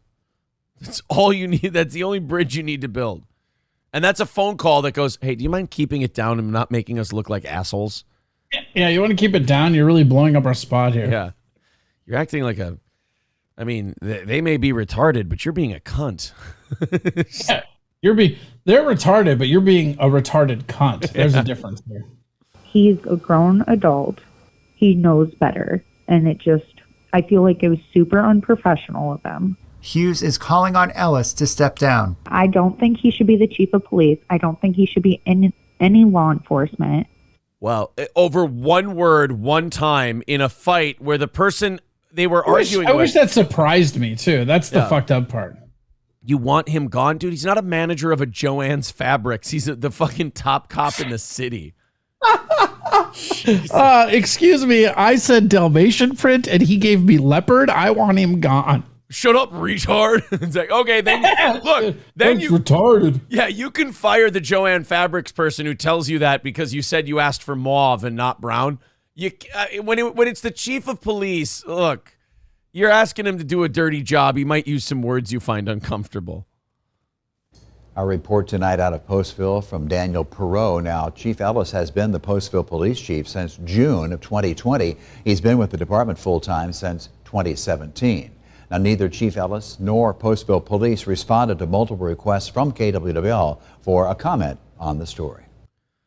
Well, you wouldn't have liked the language they used anyway, because I'm sure they have some choice words about this whole thing being a news story at this point. Trust me. They probably don't. Yeah, I think he'll be fine. That's one of those small towns where like that happens and, you know, tempers flare for a little bit and the news covers it, but secretly everybody in that town is like, yeah, I like the police chief. I don't want anybody new.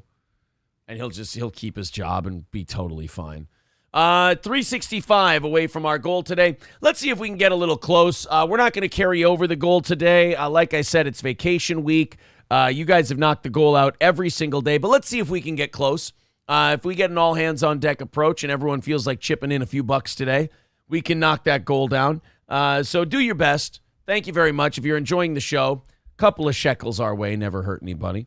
Let's get back to her slapping titties. Those tits were so fucking gross. I didn't want to talk about it, but those were so disgusting. Those low hanger, shitty bike handlebar tits. Get her the fuck out of here, man. Done with her. We're gonna go back to Chicago for this next one. I found a video yesterday that the first commenter, I think, nails it when they say, much better than anything on Netflix. Comedy gold, 10 out of 10. The Center for Political Innovation held their big, I guess you could call it a convention. What is that? I'm out of the loop. What the fuck is that? The Center for Political Innovation is something that I hadn't heard about until yesterday. They are like not a civil rights group, like a social justice group.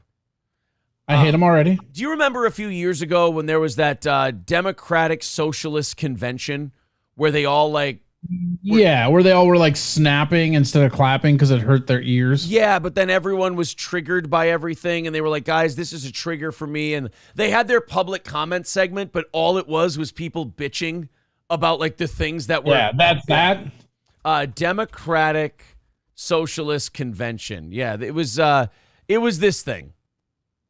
Chapter pronoun. Point of personal privilege. Yes. Yeah, that's right. Yep. Please do not use gendered language to address everyone. This is my favorite, actually. I remember that this is my favorite because that lady right there, you could watch her just be like, are you fucking kidding me? And she just has to be like, you're right, I'm sorry. Yeah, there's more of this. There was something about like, what was the, like, they couldn't raise their hands. There was something for like, people that were triggered by sound that they couldn't applaud or something like that. I remember watching that I think we watched it on the show.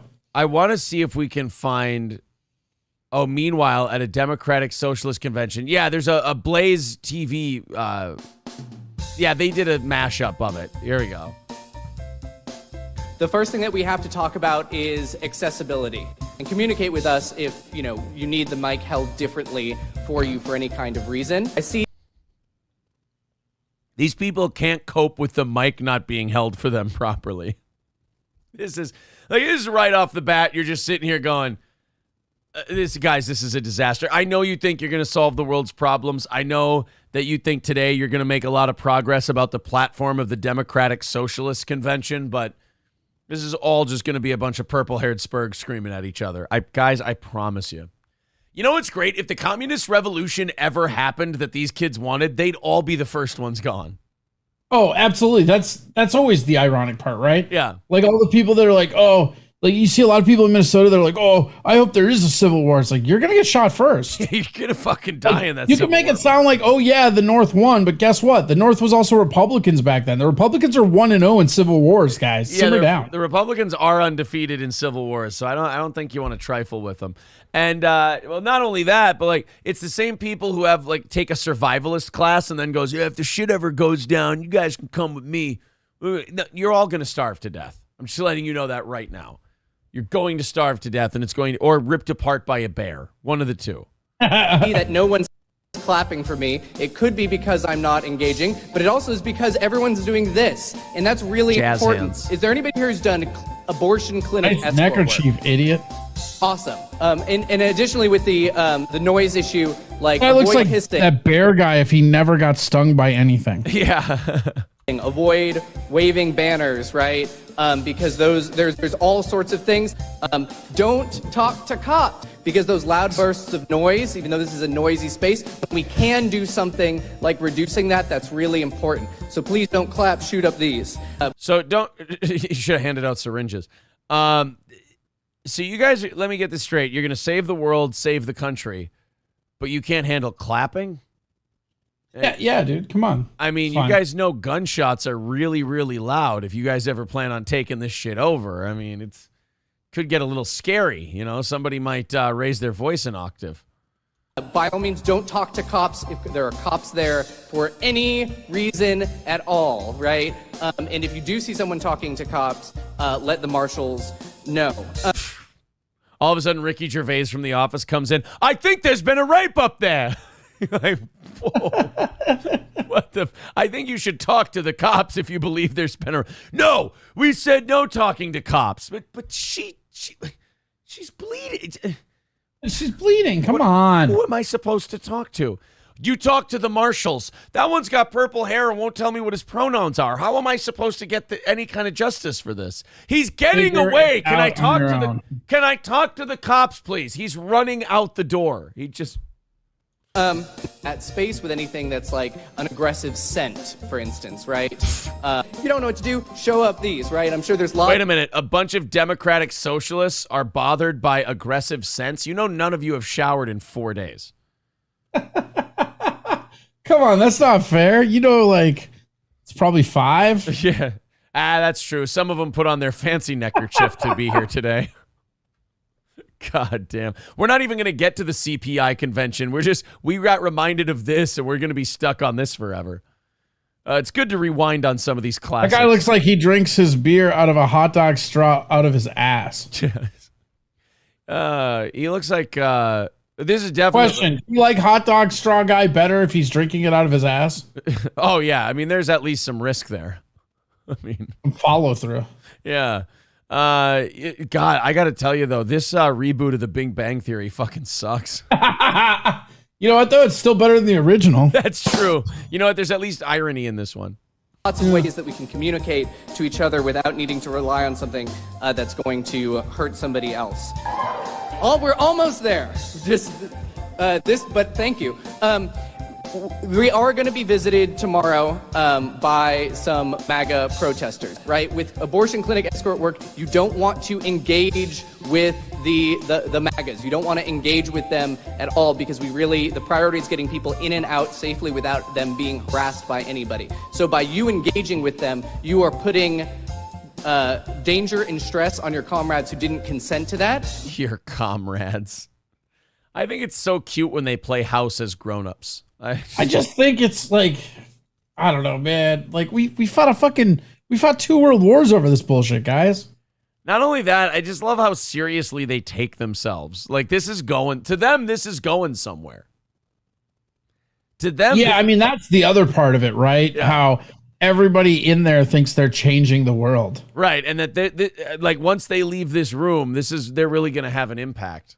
We are safe and we are strong because there's power in collective work, and that's exactly what we're doing here. Quick point of privilege. Quick point of personal privilege. Yes. Guys, first of all, James Jackson, Sacramento, he, him. That never gets old for me, by the way. Corey Adam from Austin, Texas, he, him. Point of privilege. Suck my dick. Chatter to a minimum. I'm one of the people who's very, very prone to sensory overload. There's a lot of whispering and chatter going on. It's making it very difficult for me to focus. Yeah, so now the guy in the red hair that's standing up here. Literally, a dude is complaining because there's too much chattering going on in a fucking convention. Right. So this autistic fuck can't handle people whispering or he loses his shit.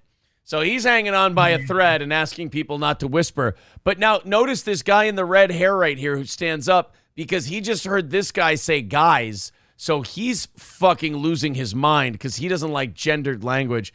Why does this get funnier every time we watch it? Because now you can see the things coming so you can watch them get upset in real time and watch how long they have to hold in their rage that is bursting at the seams.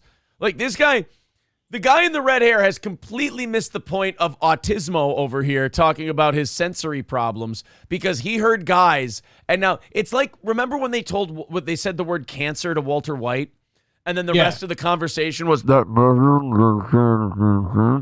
This guy heard guys and the rest of the conversation was just because he's just waiting to go scream at everybody. Focus, please. Can we we're all fresh and ready to go, but can we please just keep the chatter to a minimum? It's affecting my ability to focus. Thank you. Thank you, comrade. Okay, is there a speaker against name, chapter, pronoun? Point of personal privilege. Yes. Please do not use gendered language to address everyone. It's that breath at the end where he's so fucking angry. He's like, I gotta play. It's like, how out of breath do you have to be? Right. Be that big not of a dick. Use gendered language to address everyone. It's that last little that gets me every time. You're right. This is the woman who got up there all gung ho, ready to tell everyone about the Democratic Socialist. You can see her. You can see her like in her head. You can watch her go. Yeah, I'm a Republican now. Yeah, well, I was just gonna say, is it too late for her to go? Can I just be a regular like gay Democrat or something? Because she's hardcore conservative now. Yeah, she's watching. She's like Fox News is right. These people do need to pay. She's watching Tucker in between speakers. Aren't we all? Yeah. Okay. And generally, try to be chill. Right. Take a deep breath. I believe that's a Stalin quote. Oh. In general, just be chill. And feel better before you say anything. Thank you all so much for coming together. That's AOC. And gathering That's a today cheap because shot. this is what organizing looks like. That's right. This is what building power looks like. This is what changing the country looks like. You know, I gotta say, it doesn't even sound like her. Yeah, the Blaze and people like them, like they get a little too hung up. Like they kind of show their obsession with people sometimes. This was not AOC speaking at that event. They just threw in an AOC speech in there because like that's what you're supposed to do. That's a little... I don't know, man. People always hate on AOC. Like I don't agree with her politically, but she resonates with the people she's representing. Yeah, I mean, if you're talking about representatives like representing the people in their district, she 100% does that for sure. Zio Gold points out, no, he says autistic people make fun of these fruitcakes. Yeah. Mob Tech says that was the voice of a guy who loves Magic the Gathering. I think you're probably... I love Magic the Gathering. I don't sound like that. So now that Corey, okay, sorry, people who love Magic the Gathering who didn't hit children at an event. Okay, good. Yeah, there you go. I said to be... I never hit that kid. I just fucking talk shit to his dad. That's true. Yeah, you just talk But shit to the guy I hit. Okay, look, asshole. I don't like. You know what? I'm sick of you spreading slanderous lies. I'll have you know, I have never struck someone at a Magic the Gathering tournament. I did make a child cry and yell at his dad, but I did hit a guy dressed up as Doctor Who at a sci-fi convention. So I feel like you're really misconflating those two things. You know what? I want to apologize. And honest to God, after hearing that, before I catch a libel case, I want to apologize to you publicly. That's right. That's goddamn right. All right. You punched a Weird guy. thing about Doctor Who is you punch him in the face and all he can do is go back to the TARDIS and call the cops. It's just weird. In that many seasons of that shitty show, they never tried punching him in the face. Which makes Works him really well. Which, by the way, when he talks to the cops, makes him a terrible democratic socialist in that moment. Well, the best part is he can't report the crime, right? Because they're like, "What's your name?" And he's like, "I'm Doctor Who." And they're like, "Fuck you, dude." Roger Daughtry? No, not the Who. I'm Doctor, and it starts Pete all Townsend? Yeah, it starts a whole "Who's on first" kind of thing. Oh my God, I love Teenage Wasteland. No. I'm not the Who. I'm Doctor. Okay, so you're saying your name is Tommy. No, I'm Doctor Who. Oh, the basketball player. No, that's Dr. J. Wait, who? Fauci? No, different doctor. I am Doctor Who. Exactly, sir. That's what we're trying to ascertain. No. That's who I am, Doctor Who. Right, exactly. That's, sir, we have to write down the second part. Doctor Who. You know what's weird is I'm trying to riff on this bit, but I literally only know 3 fucking The Who songs. Once we got out of like, I don't know, I think I only know 2 actually. Like once we get out of Teenage Wasteland and Tommy, I'm out. So I only know Tommy because it was a pinball machine. So your name is Doctor Who. Exactly. No, your name after Doctor Who. You, Doctor Who. That's what we're asking you. Why won't you just tell us your fucking name? Your wounds are already, they're scabbing over. You know my name and you know my generation. See, now I'm just looking at him. Oh, you know what? I got to say, I think I saw you guys at Wembley Stadium. No, I'm not. Did they give you their pronouns? I'm pretty sure it's a boy. Huh? It's a boy? That's a Who song. You're going way now you're too deep in the Who. I've got all these fucking dude, there are so many The Who songs. I seriously. Oh, Pinball Wizard. I didn't know that one. So wait. Is there a band that's more known but less known about their music? Because like I know who The Who is. I've always known who The Who is. I don't really know any of their music. Yeah, I Teenage Wasteland. Right. Don't look, Tommy. My Generation. What's the CSI song? I don't know that one. Dude. Wait, how is that again? No, I don't want to do that. You know what? I was way too innocent in thinking it was okay for me to do that. How'd it go? No, I just had the song, and now you made fun of me, and I forgot the name of the song. It's Won't Get Fooled Again. That's the name of the song. Okay. Thank you very much to Shady J. He says, hello, Comrade Aaron. Just got paid today, so I'm contributing some money. Thanks for the laughs this morning. Well, thank you, Shady J. We are $360 away from our goal today, so if you feel like chipping in, there's the PayPal link in the chat. Memberships and Super Chats count as well. Dr. What? No, he's a dentist. Sorry. Doctor Who. Right, exactly. That's what we're asking you. Who is? Who's asking? Who are these people? The doctor. The witch doctor? Yeah, there's your new bit. He says, ooh-ee, ooh-ah-ah, ching-chang, walla-walla, bing-bang. No, that's the witch doctor. Oh, yeah, witch doctor, right? Not Doctor Who, but Dr. Witch. I feel like, Doctor Who's on first. That would be a hell of a bit. There you go. Nailed it. Toastmaster says, you know a lot more than you think. You just can't remember the titles. Yeah, that's a big part of it. Guess Who? No, that's who we were before. You know what? Never mind. All right. You're not gonna win. So the Democratic Socialist Convention, that video was only 3 minutes long. I now have the Center for Political Innovation opening ceremony, solidarity with Uhuru and Tara Reid. Ladies and gentlemen, I give you something that could be as bad. Uhuru? Isn't that the Proud Boys song? No, Uhuru is like the Proud Boys co-opted that from this guy named Ghazi Kodo, who's like a black nationalist. And he uses like... I thought that Uhuru was that like... What was that fuck? Uhuru? Oh, the really gay Proud Boys song? Yeah, they stole that. That's what I'm saying. They stole that from like the Black Solidarity movement. So... go figure, these fucking idiots, right? I mean, it's hard to keep track of the dumb ones. Let's watch the Center for Political Innovation and see. I'm always up for learning how we're going to drastically change this country. Let's hear their ideas out.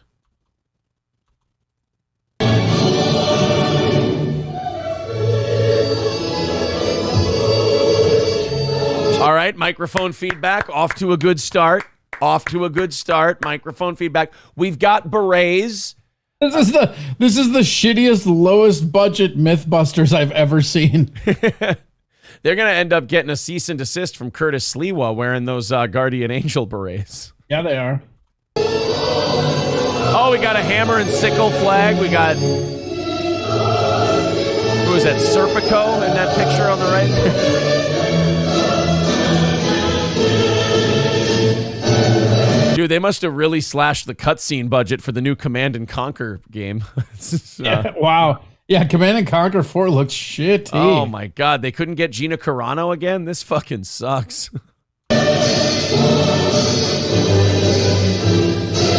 Tim Curry didn't even want to be involved in this piece of shit. That's way funnier than it should be. No, thank you, guys. I was very excited to be in Command and Conquer Red Alert 3, but 4 looks a little too gay for me. I'm going to call Macaulay Culkin and see if he'll make another... I feel like I've gotten all I could out of the character Kane.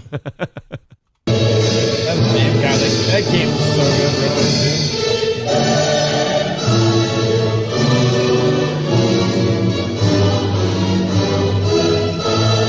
It's just fucking awkward. What is happening here? I hope that they're celebrating the freedom of communism. I don't understand this. Yeah, they're trying to celebrate the. This is like if the movie Aaron Brockovich was actually a snuff film. That's what this feels like. Yeah, like you can celebrate your communism. That's great. Maybe don't pick the worst example of your ideology, maybe ever.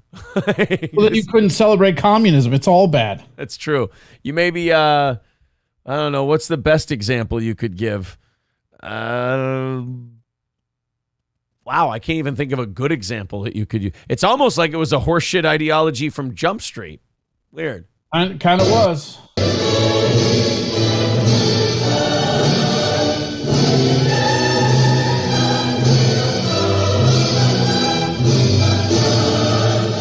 Oh, I think we're bringing it in for a landing. Oh, there we go. Oh, they're holding hands in solidarity. There we go. Oh, yeah, the revolution is here. Oh, God, it's here. Oh, yeah. We got him. The doughy Uber driver and the fucking holiday gas station attendants are really going to change the world. Oh, my God, the song won't end. They go up to 3 guys in glasses and go, all right, you guys start any shit at this thing, then we're going to have problems. I'm trying to listen to the fucking song. It's the Hanson brothers. Oh, wait. Oh, they got more flags. Oh, look at that. We got a communist Chinese flag. We've got a Z flag.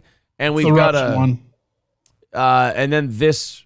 Oh, that's the Russian. I thought that was the Chinese flag. The Z. The Chinese flag is the stars. Yeah, the one on the left. Then the one on the right, I think I saw Jerry Prohaska bring that into the. That's been a big thing with the Z, and then I don't know what the other one is. Yeah, I think Rakic brought this in during his last fight. I think. Poland? I don't fucking know. It's not Poland. No. Whenever I don't know something, I'm just like, it's Poland? You go slow. Nobody will ever call you if you think it's Poland. Holy shit! Can we get to?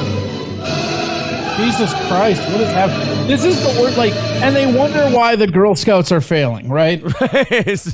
God, can you guys get to the part where you sell cookies? Yeah, like how many, I get it, we all have to share the cookies, but how many shared cookies are we looking at here? It would be funny if, like, the music stops and all the pageantry's over and they go, all right, remember, guys, now if you buy your makeup kit from us, we get a 10% kickback. But when you get 3 people to join under yours, you get the 10%. It's like, wait a minute. Look, the first thing I want you to know is this is not a pyramid scheme. Do you want some Meluka?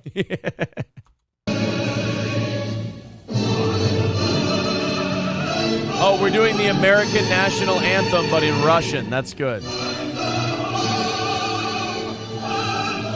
Oh, now they got it in English.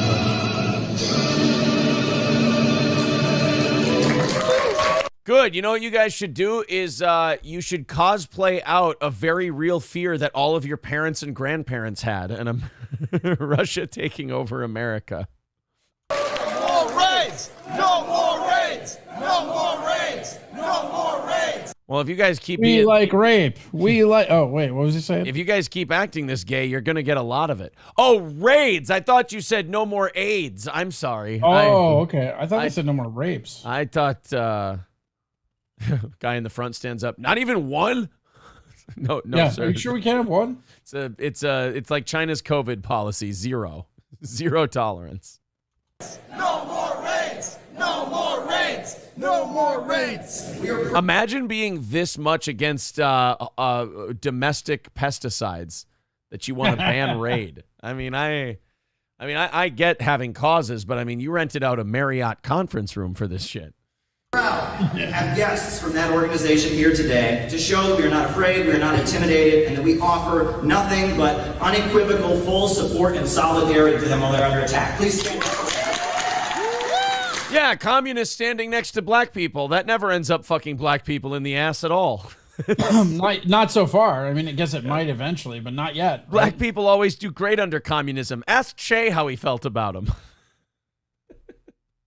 Not too soon, dude. Too soon. Sorry, I apologize. Very hurtful. Oh, there's the fists in the air, yeah. Black revolutionaries and civil rights activists as agents Look at of how Russia, scared that guy looks at dirtiest him. tricks I know. of the U.S. deep state. This guy looks like an alternate dimension. This is just going to be for us. Nobody else is going to get this. This guy looks like an alternate dimension. Chris Maddock went to actual college. But then really fucked up his classes and ended up at the Center for Political Also, it's nice to see Gregory Dick alive and well. Martin Luther King Jr. is Soviet agent. They called the nation. Yeah, but Michonne from The Walking Dead looks fucking terrible. Looks like dog shit. Oh. Islam foreign agents. We are here today to say that black people have the right to organize, fight for their rights, however they choose. Wow, bold take, Whitey. Wow. Yeah, what a just fucking bold move. Guys, don't worry. The white guy with the Communist Party said it's okay for you guys to organize and protest. Oh, by the way, guys, you know what they love in communist countries? Protests. Oh, they always let those things go. Those are big time on protesting when the communist takeover happens. Especially if you're really unhappy with the government. They want you out there protesting. And that the U.S. government has no right to call them Russian agents or repress them in any way. The FBI... All right, man. They have no right to do that, man. Who the fuck is calling black people Russian agents? I don't know. Idiots. Oh. Raids must now stop. Must stop immediately now. Stop raids. Oh, they put it in text on the screen. Stop the ride. Thank you. Thank you for having me. My name is Columbayi Antoinette. And how I always... Whatever, Heidi.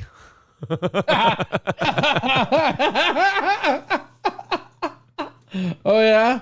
What's going on, Brittany? Yeah, okay, Michelle. You're Umbakwe Ubanagov. We got it. All right. You and your friend Mercedes sit the fuck down, all right? Fucking pipe down. Calm down, all right? Or any speech that I ever do is with a chant. So I want to teach you, or maybe you already know it. You ready to learn a chant? Because this is just a meditation of my heart, even coming here, and why it would never be any kind of retreat. All right, so I'll be starting this speech with a chant. Y'all ready? Repeat after me. Stop. Stop. Drop. Drop. Shut them down, open up shop. Shut them down, open up shop. Thank you all very much. I'm voting for him. Yeah. All right, we're going to start this speech with a chant. Y'all ready? Repeat after me. Whoop, Whoop. There it is. There it is. All right. We will never surrender. We will never compromise. We will continue to move forward and build. Fist up! Fight back! Fist up! Fight back! Look at the white guy. Look at the white guy chant with him. Oh, he's getting all kinds of fired up. Oh my God. Back! Fist up! Fight back! Fist up! Fight back! This is what fight. You really are. You're literally dressed like the guy they're fighting back against. You fucking dork. What a fucking nerd. Oh, please take that guy's wallet. Please punch him and rob him. I don't care if it reinforces bad stereotypes. Sometimes they're needed. What that look like. We have here, A giant fat lady. before you go down, please down, I want to present to you the snack. International Solidarity and Truth Award. This is the Center for Political Innovations Award. We are giving to Tara Reid for actions in defense of international truth and solidarity. Wait, Tara Reid, is that the chick that accused Biden of rape? God, is it? I think that's the... Yeah, I think it is. And what happened to her? Because she looks like she ate two of her. I got to be honest, these communists are really pulling out all the stops. So they're referencing the deep state. They're allying with the Black Lives Matter Uhuru people, and they're giving the Biden rape accuser an award. Wow. Really hard to nail these people down politically, isn't it? Yeah, pretty bold moves, guys. They're all over the place. In the pursuit of peace and justice.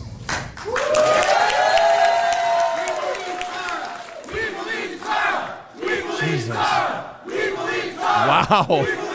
She's gonna eat that. Don't get it. Look at these people. Oh God, can we have them in the fuck? Can we have them and the Proud Boys battle it out for gayest political group in the country? I feel like they'd win, no contest. I don't know. Even with the Proud Boys song. Yeah. Tara! We believe Tara! We believe Tara! We believe Tara! We believe Tara! We believe This is so gay. This is so awkward. We love you, Tara! Thank you very much. Wow, All-Star Trophy in Design in St. Cloud, Minnesota, huh? Thank you. Why does it say Cornhole Champion 2017? I don't understand. I think you guys got me the wrong trophy. Well, I'm sorry. We have a budget, and we blew it all on the backdrop and the fancy introduction, so. And my suit. In my suit. Thank you so much. I feel warmth and connection with community, and it reminds me of when I was a child with my mom with the Progressive Labor Party and the Committee Against Racism. I love the unity, and I am with you. I wanted to dedicate this to the Uhuru movement. I want to dedicate this to them. That guy, I love this. The black guy is on his phone. He does not give a fuck about any of this. I want to check out that lady's fist earrings. Oh God, those got to be pulling you down. I love how she's like, I want to thank the Uhuru movement and their beautiful. Oh my God! blackness. Check out this social studies teacher, the librarian, 2 rows back. Is that boy. even less pussy Harry Potter? Oh my God, that guy. Yeah, that guy and look has at his, like his clap. Holy shit! It looks like a in the movies when a woman does bad makeup and puts on a fake beard and dresses like a dude. Like, it's the worst Kristen Wiig movie I've ever seen.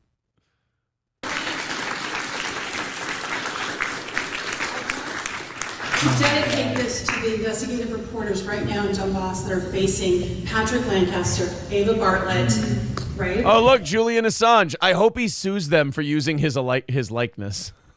It's like, I can't be associated with you. I'm sure he did everything he did in the name of fucking communism too. Yeah. Right, Julian Assange exposed all those secrets because he really likes totalitarian people who lost their government. life because of deep state secrets loves authoritarianism. They love it. Exactly. We're putting your lives and your livelihoods on the line to tell the truth. So while I'm here safe in this building with you, right now they're running from bombs and trying to get us the truth, and we've got to keep lifting them up. So thank you and solidarity. All right, there you go. The CPI opening ceremony The Center for Political Innovation. Boy, they're innovating all over the goddamn place, aren't they?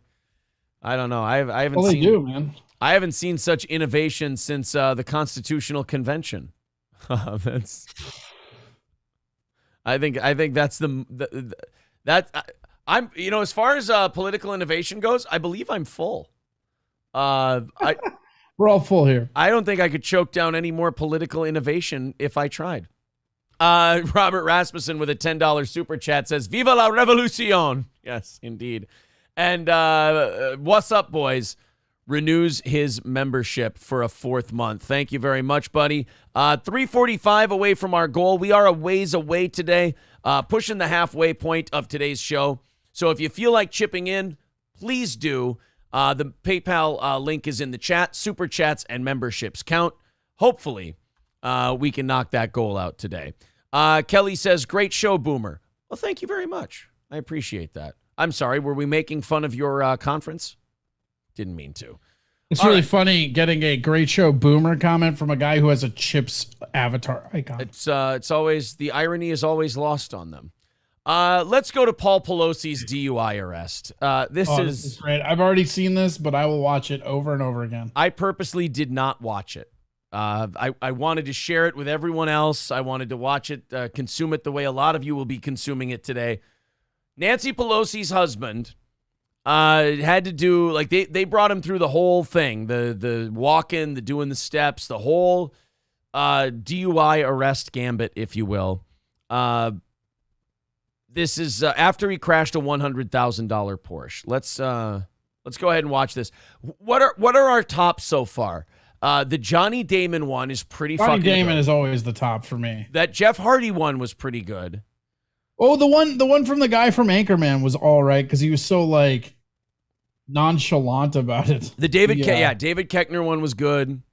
I think the Johnny Damon one is by far my favorite. Johnny Damon is that's probably the best one. Oh, we need to have a tournament bracket for DUI videos. The Gonzaga coach had a really good cunty confrontational DUI arrest where he wouldn't. There's that one guy that had one that came off while he was getting his DUI on a lawnmower. It was pretty dope. Oh yeah, I remember that guy. But like it was the camera got him, and it was like he was on it. He had already had 2 DUIs, and he was on a lawnmower. We turned Kelly. Thanks for the $2, buddy. Appreciate it. How dare you call us a boomer? You know what it was? It was your guilt that caused you to give us that $2. I appreciate it. So here, you know what? I don't think we've watched Marshawn Lynch's arrest video yet. Oh yeah, we have not. From like a month ago. I had it in the prep sheets one day, and I just kind of glossed over it. We could do that one. So, all right, Paul Pelosi, Marshawn Lynch. We got to see if they belong up there with, and then we can always revisit the Johnny Damon one at the end. Because it's always, we're doing kind of a revisit sort of a day anyway. We could bring that one back up. But here's Nancy Pelosi's husband crashing a $100,000 Porsche and then getting the drunk test. So you could try both feet out if you want. Okay, there you stand. I'll let you start. You can try the test with both feet. I'll give you like a pre-trial run, for lack of a better term. You could try it with both feet, see which one you feel more comfortable with, and then once you're ready, just let me know. Oh, we're swaying already. He's bracing himself on the car. Oh! I really don't want you to fall over and hurt yourself. That's the last. I really don't. All he keeps saying to himself is like, "Was I insider trading?" Yeah. Is this about the Nvidia thing? Because it's totally legal. It's my cunt wife who gives me all the tips. I do. You do have to be careful, I guess, if you're doing a drunk stop on like an 80-year-old man, because if he falls, like, seriously hurt himself. Are the cops liable for that? Like, if you have a DUI. I'll tell you what, a guy in that suit, he's going to try and hold you liable. He's going to sue you. Oh, for sure he's going to try to sue you. Yeah, so it's probably something they don't want to fuck around with. So the whole purpose of the test is grabbing onto a patrol car.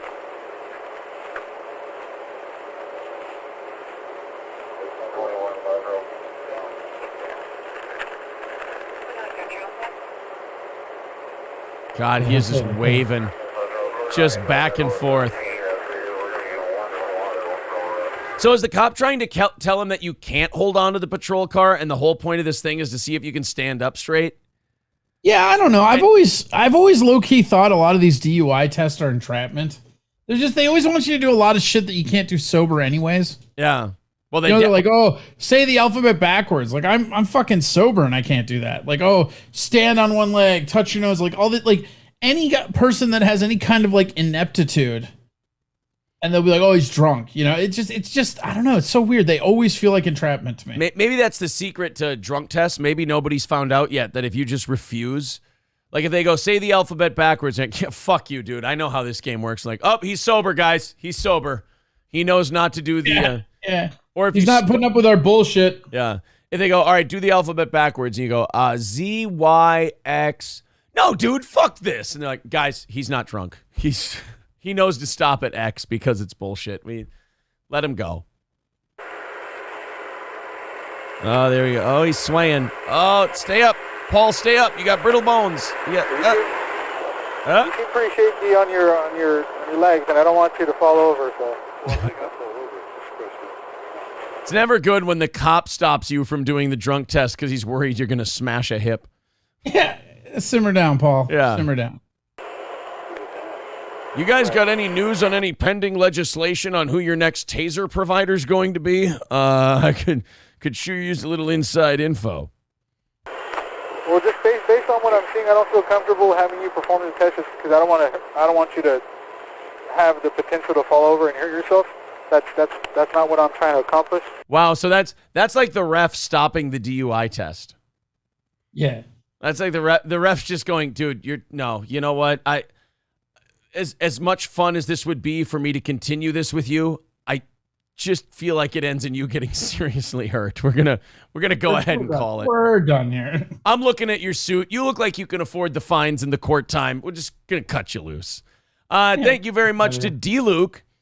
He says, oh, look at this. D. Luke grifting for us. He says, it's my birthday.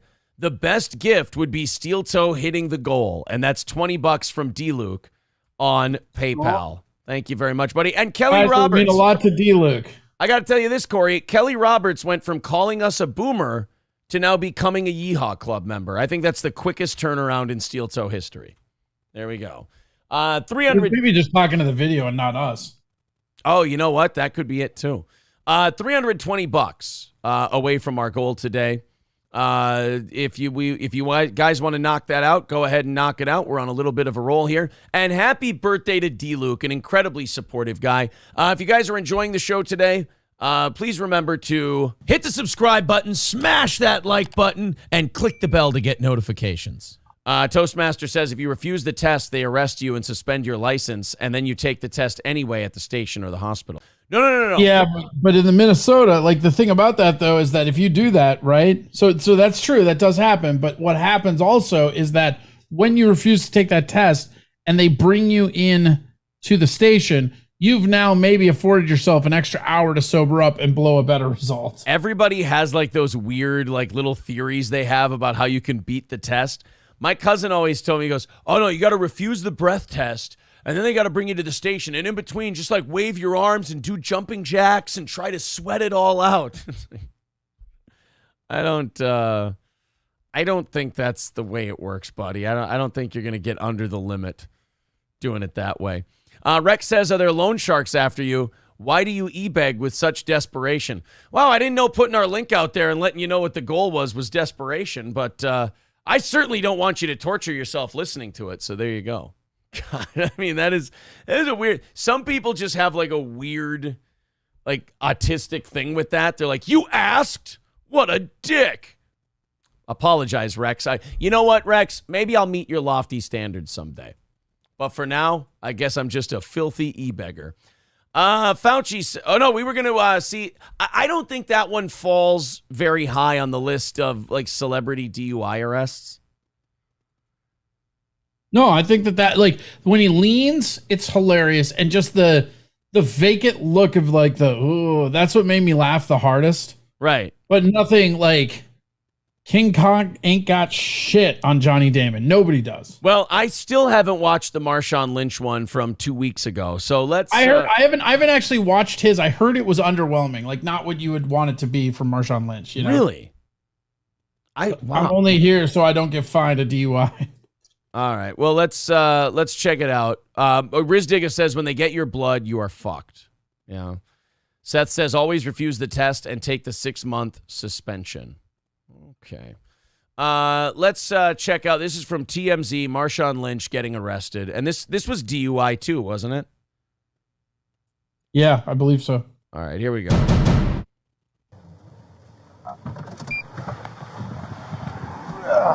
Oh wow. Okay, so the first 3 seconds, I got to go back. I got to freeze frame this. There's a bottle in his door. Yeah, hold on. Right. Oh look. Oh no, that says hand sanitizer on it. Yeah, that's what you do. That doesn't mean he wasn't drinking it still. That's the move. Yeah, you put your vodka in a hand sanitizer. What is that? Is that hand sanitizer? Yeah, it's made by Tito's. Tito's hand sanitizer, don't you know? Oh, that's the cop. Okay, that makes more sense that it was hand sanitizer then. Yeah, why would Marshawn Lynch be wearing a body cam? Oh, come on, dude. Marshawn Lynch ain't getting out of his car for no fat lady cop. Was he arrested in Vegas, or is that... I don't know where that is. He said he doesn't drink and he doesn't do drugs. It's not Seattle, right? Maybe it is. A car like that. That's pretty good. Oh my! Somewhere where they let women work. Look at that! Oh, look at that tire. His fucking wheels on the rim. That's a dope ass car. It is a really nice car, but he was riding on a rim when they arrested him. Holy shit! Is that the Batmobile? Yeah, I think it is. Until the fucking rim came off. The cop just said the fucking rim came off. That's pretty good. He drove it till the fucking rim came off.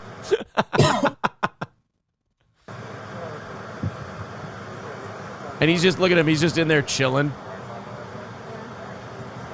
He's taking a nap. I think hand up, just relaxing, no big deal. I think Marshawn Lynch is asleep while they're all... I mean, if you're Marshawn Lynch, sure, right? Yeah. Like, what's going to happen? They're not going to take away your fucking Super Bowl ring. Right. I mean, honestly, like, I know we're supposed to feel a certain kind of way about this shit, but, like, what good is being just ridiculously rich and retired if you can't do just irresponsible shit like this? So what's going to happen? He won't be allowed to go to Canada? Big fucking whoop. Right. Like, what's the point of being rich if you can't break the rules you're allowed to break?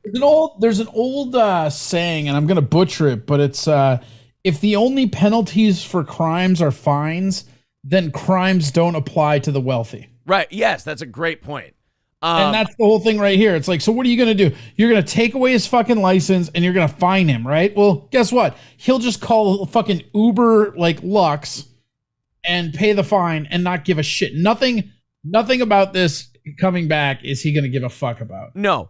You know, the DUI thing, like most of us, let's be honest, most of us don't drive drunk because we're afraid of the monetary penalty. It's not safety or anything else.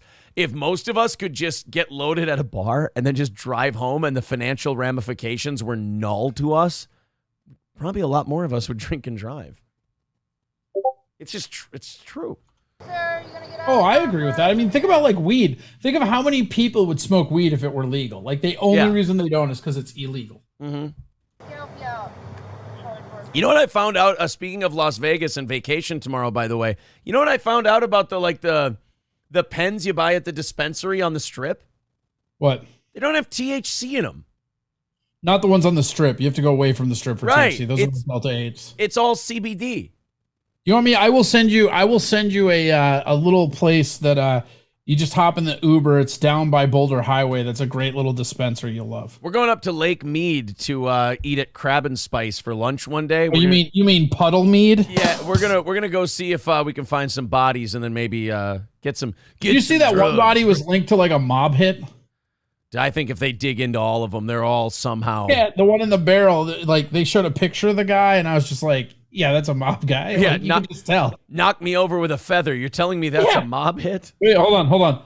All right, let's see if they wake up old Marshawn Lynch here. Yeah, the only people who seem stressed out about this are the cops. They're just staring at him.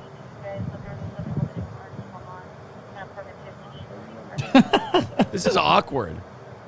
Well, yeah, what do you have no authority. What are you going to do? He doesn't give a shit. He's wearing a watch that's more than these people will make in 2 years. Yeah. All right, let's hear what he's saying.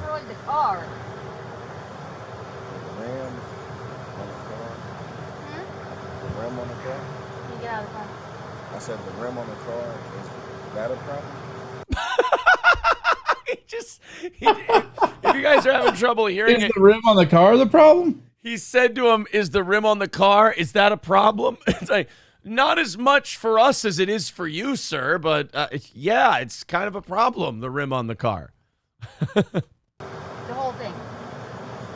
The whole car is a problem. All of it. All of it.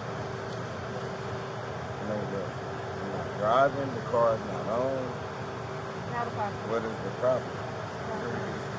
I'm just asking, what is the problem? I mean, I'm actually starting to take Marshawn Lynch's side. He's not driving, the car's not on. What is the problem here, folks? He kind of gave us a name, but I can't find it. I said, so what is the problem? If the car's not on, the car's not going. Yeah, not now. I think it was 4.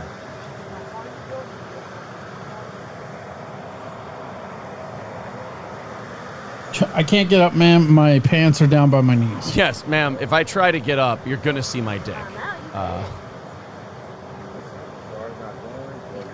Okay. So here's the thing, okay? I'm not going nowhere. Right now, if you don't get out of the vehicle, you're going to be charged with obstructing an investigation. Don't That is care. a criminal offense, and you will go to jail. What kind of obstruction? Obstructing. What kind of obstruction? Yeah, we're not going to There's not different kinds. There's only one kind. explain it to me.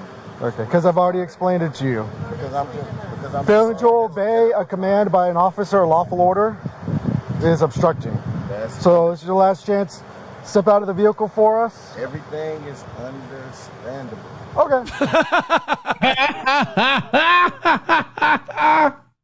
Guys, he's trying to Dude, my reason. buddy lied. This is great. My buddy was like, yeah, it's pretty underwhelming. Like, what is underwhelming about this? This is great. Guys, everything is understandable.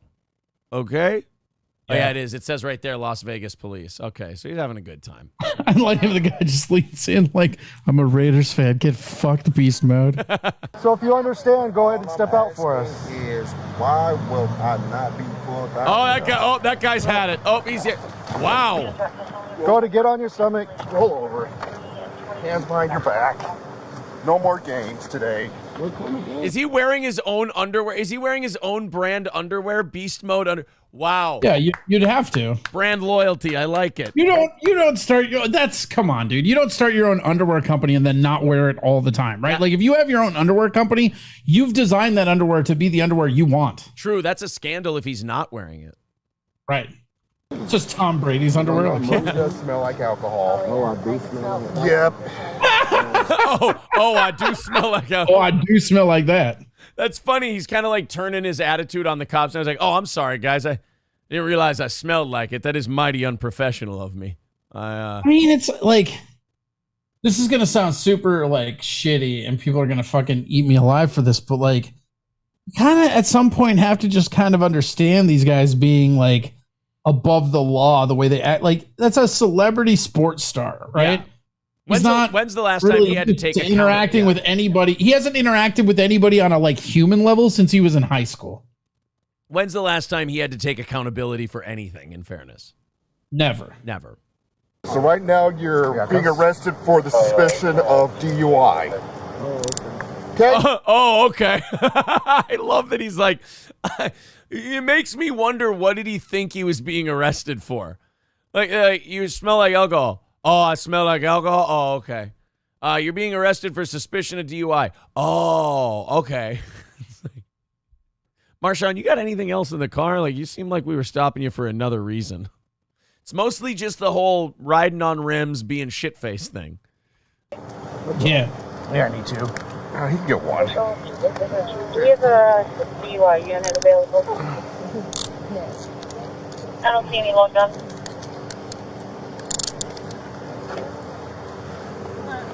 Get him onto his side. Yeah, hold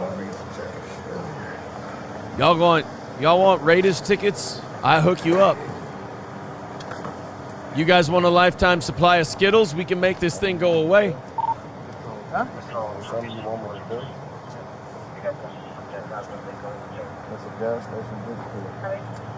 Did he just say that? Wait a minute, go back. They found something in his pocket. They asked him what they were, and I swear to God, he just said, those are gas station dick pills. Hold on.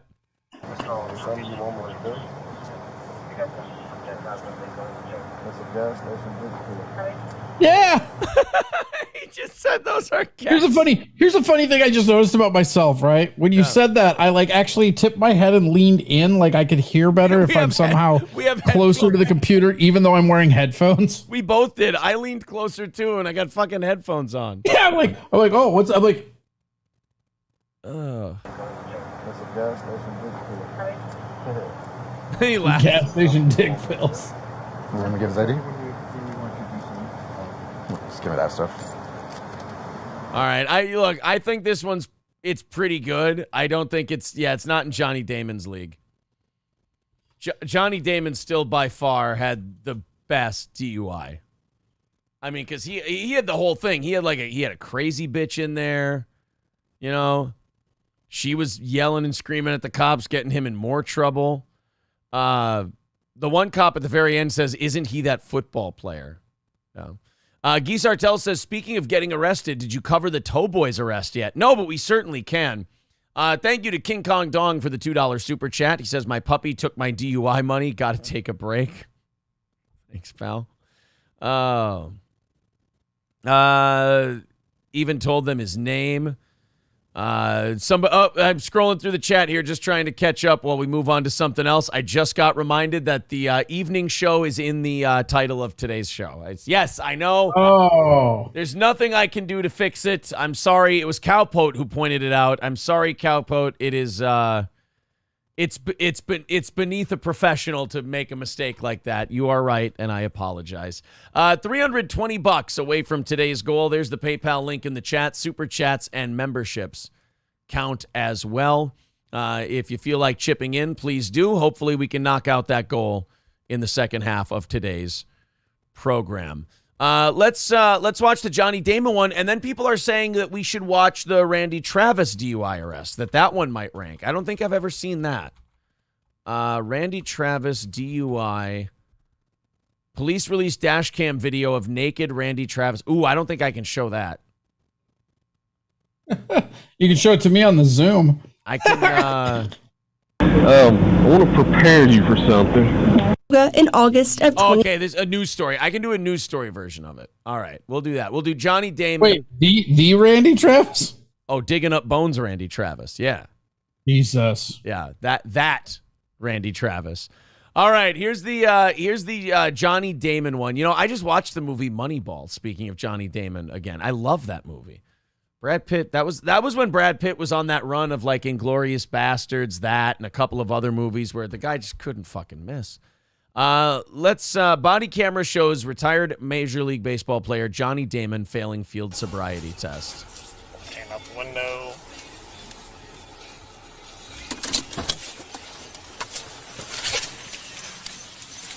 All right, so here they go. They pulled him over. Apparently, the story behind this is they were following him for a long time, and the motherfucker would not pull over. And finally, I think he pulled over into his either his like apartment complex or real close to his house. It was a long time he was driving. Hey, shut your door! Shut your door! Shut your door! Okay. Shut the door! Okay. I love that. This will always be my favorite DUI video. Because Johnny Damon, like, he's like sassing him, but he's like being super nice and cooperative about it. Like the officer, like in that last video, like they're all kind of like, what's going on? The officer in this one comes off like kind of a prick. Yeah, it's a drunk guy trying his drunken best to help, but he's just not. He's just really not. And this guy's all like, I'm going to fucking finally make my career. Hey, shut your door! Shut your door! Shut your door. Okay. Shut the door. What the fuck? Signal 44. There's like 8 parts of this that are always my favorite, and that, okay, what the fuck? It's one of my instant favorites. Hey, back in the car. And then the woman gets out. Get back in the car. All right. Turn the car off. Turn the car off. Step it up, please. All right. Turn the car off. Sit back here. Dude, he's staring at the cop like a little kid. Step back here with the keys off. Yeah, he's staring at the cop like a little kid who just got caught doing something. Like, he's trying to look innocent, but it's just like, bro, nobody stares at a guy like that. What are you doing? Going home. Okay, stand right here. Okay. Any weapons in the car? No. Okay. Keep your hand out of your pocket. Okay. Lean against your car. Okay. Okay. What's going on here? Why is she getting out? Because we saw you following us. And Yeah. Like, okay. It's a traffic stop. You don't get out of the car in a traffic stop. What traffic stop? He's the man. What traffic stop? What, is there a traffic stop where? I didn't know baseball players got CTE. That's amazing. Do you see the police They lights? They do if they're getting hit in the head as much as Johnny Damon did. Yeah. Yeah. It just happened right Yeah. there. It's called a traffic stop. Okay. It just happened right there. Driver's had a passenger dumped out on me. She's back. Honestly, this reminds me of like trying to get the 3-year-old to realize what she did wrong. It's like, you ever like, I'll talk to her, she'll do something, or April will talk to her and she'll do something mean to like her siblings or whatever. You'll, hey, we don't do that. You're not going to do that ever again. Or you'll say something like, you're not going to do that ever again. Yes, I am. It's like, no, that's not the right answer. Like, you're mad at her and you're trying to teach her, but at the same time, she's not understanding you. So you're also trying to help her get the question right. What about the traffic stop? What traffic stop? What about it? Yeah. Well, the lights and everything. Yeah, that just happened over there. Yeah, I made a lot of money under those big lights. This happened right Yeah. there. It's called a traffic stop. Okay. It just happened right there. Driver's had Did a you call passenger me a dumped out. doctor? My dick is looking She's like back Kurt right now. Schilling's sock. White male out of the vehicle. Could you do me a favor and tell me that I was better than Jason Giambi? I can't do that, champ. One time I slapped Manny Ramirez. I gotta be honest with you guys. Giambi never won a batting title, did he? Exactly. How many gold gloves does he have? You're stupid. Yeah, I'm going to go on a limb right here and say that defensively, Giambi's not even the best first baseman I ever played with. That would be Doug Minkiewicz. Thank you, Johnny. Well, he could handle his cocaine better. Yeah. First, I'm going to have a backup officer come. So. Okay. How much have you had to drink tonight? A little bit. Just a little? That's the best answer to that question ever. How much have you had little to... bit. Well, it's a scientific amount. It's known as a little, tiny bit. Probably, like this much, I think. The bottle was here, and then when I left, the bottle was here. So, like, that much alcohol. A little bit? Yeah. All right. So, a couple reasons I'm stopping you. One, while I've been behind you, you've left your lane multiple times. Just stay there. Okay, while I've been behind you, you've left your lane multiple times, and you actually struck the curb at one point on Main Street. And then the stop that sign curb back was there. talking shit about the Red Sox. Yeah. That Curb is a Yankees fan that drinks its beer out of a hot dog straw. So fuck him anyway. Fuck him. You stopped all the way past the stop bar, the white line on the ground, you have to stop behind it. Hey, shut your door.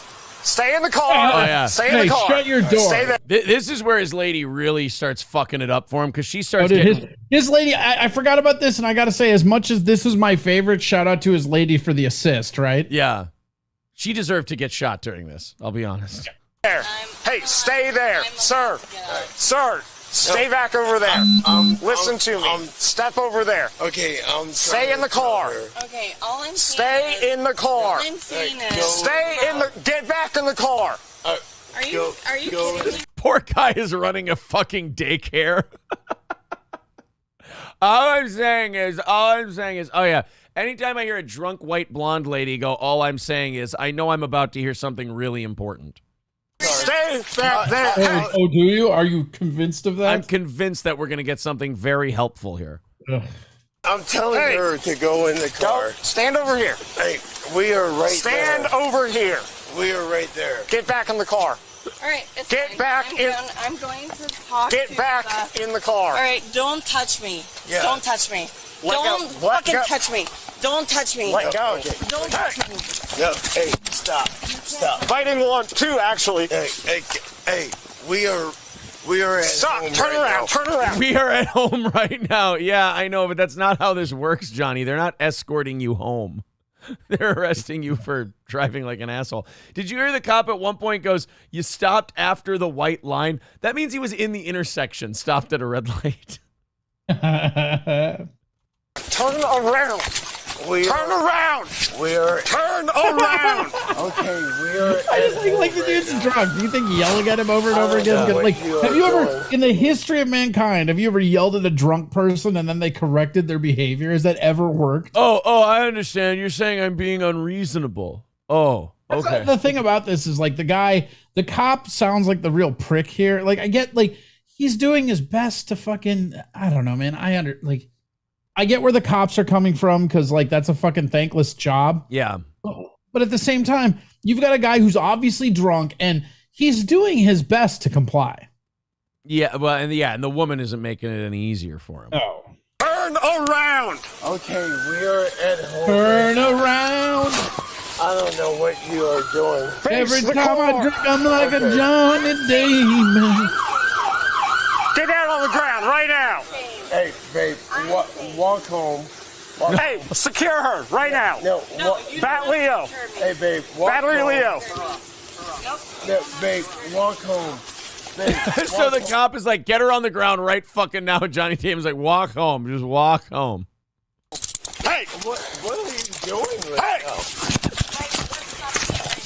What are you doing right now? You're getting arrested, Johnny. Face the car. Hey, I'm not. Face the car. I am not doing anything. Stop trying to. I'm not doing anything. It's got to be extra hard for these athletes, too, because, like, they know they could just beat this dude's ass. Well, he already knocked his body cam off him. So there's that part. Pull away from me. I'm not. Yeah, you are. You keep walking away. Hey, Keep hands behind your back. believe me, I am Blue Lives Matter. I forgot about that part. Believe me, I am Blue Lives Matter, man. That's Yeah, I got you, buddy. Blue Lives, man. so we're cool then, right? Because I have a bumper sticker. No, this is Blue Lives bullshit. Matter. Like, look at her license. Hey, what are you doing right now? Yeah, exactly. Seriously, what are you doing right now? You guys, what's going on? No, seriously, what are you doing right now? No, look at me. Right, no, I get you. Yeah. Wow, what are you doing? No, I get you. Guys, we are all for cops. Look at our license plate. Step over here. Look at our license plate. Step over here. We have Blue Lives Matter. Oh God. Yeah, the Johnny Damon one's probably my favorite. It's still my favorite. It's so good, and it plays just as good as you want it to. It's so good. They're both so wonderful. Like, they both play their parts perfectly. Hey, putting up a poll. Why are we taking down people's messages? Cut the bullshit. You're losing. God, I got to start taking people's mods away. What happened? People fat finger their mod shit, and it just, I don't know. It's like he's deleted 2 of Dirty Major Woody's comments. He's done nothing wrong. Chopstock with a $10 super chat. Thank you, buddy. And Dirty Major Woody with a $5 super chat. Shout out to Chopstock spreading the steel toe to everybody at his fucking welding workstation. Yes, thank you very much, Chops. I appreciate that. Kelly Roberts says this is better than an episode of Reno 911. 310 away from our goal today. There you go, you guys. 310 away. There's the PayPal link in the chat, and also the super chats and memberships count towards that goal. If we do hit the goal, we do an extra half hour of show if you're new here. And also, don't forget, hit the subscribe button, smash that like button, and click the bell to get notifications. Helps with all the algorithms and shit, if you will. So about $300 away from that goal today, about an hour and a half left in today's show. One more for the road with a $6 super chat. Says, mods, minimize your window if you tend to fat finger. That's probably a good idea. 305 away from today's goal. Appreciate that very, very much. All right, there we go. Replacing the pinned messages. So, yeah, Johnny Damon's still number one. We have to get to Randy Travis's, and then we can move on from the celebrity DUI stuff and get into some other things, including Dr. Fauci, who's retiring now in December, just a month before the Republicans may take over the House and Senate. That's weird. We've got a story coming up with him. He says that the lockdowns didn't cause irreparable harm to anyone and that he's just the victim of character assassination. Yeah, that makes sense. Look, man, you can't say the guy doesn't have big balls. But first, the Randy Travis. I've heard about his DUI where he was found naked in the street. I've never actually seen any video. This is the Randy Travis 2012 DUI. I want to prepare you for something. Oh, my God. Oh, no. Oh, that's not good. Randy Travis. Show some respect. That's a country legend. That is an icon and a Grand Ole Opry member, you son of a bitch. Sitting on the back of the fire truck. Not bad shape for a 62. I think he was 62 at the time. That guy must have really hated Forever and Ever. Amen. Just want to let you know, digging up bones was fucking overrated, and you'll never be George Strait. How about I put you on 3 wooden crosses, Randy? Tell you right now that just between me and you, this arrest is going to be deeper than the holler. And I told you so. Randy Travis. Oh, no. We got to get you off the road before you kill us all. His voice is still silky smooth. Oh, Randy Travis. Yeah. I'm Randy Travis. Like, well, goddamn, man, you're free to go. I mean, I can't believe you can keep that voice as drunk as you are. How do you do that, Randy? Lots of practice. Randy Travis. Oh, no. Randy Travis was arrested for DUI after he crashed his Trans Am near... You might remember me as the voice of the character Travis Randall on the Nickelodeon cartoon Hey Arnold. Oh, my God, that is you.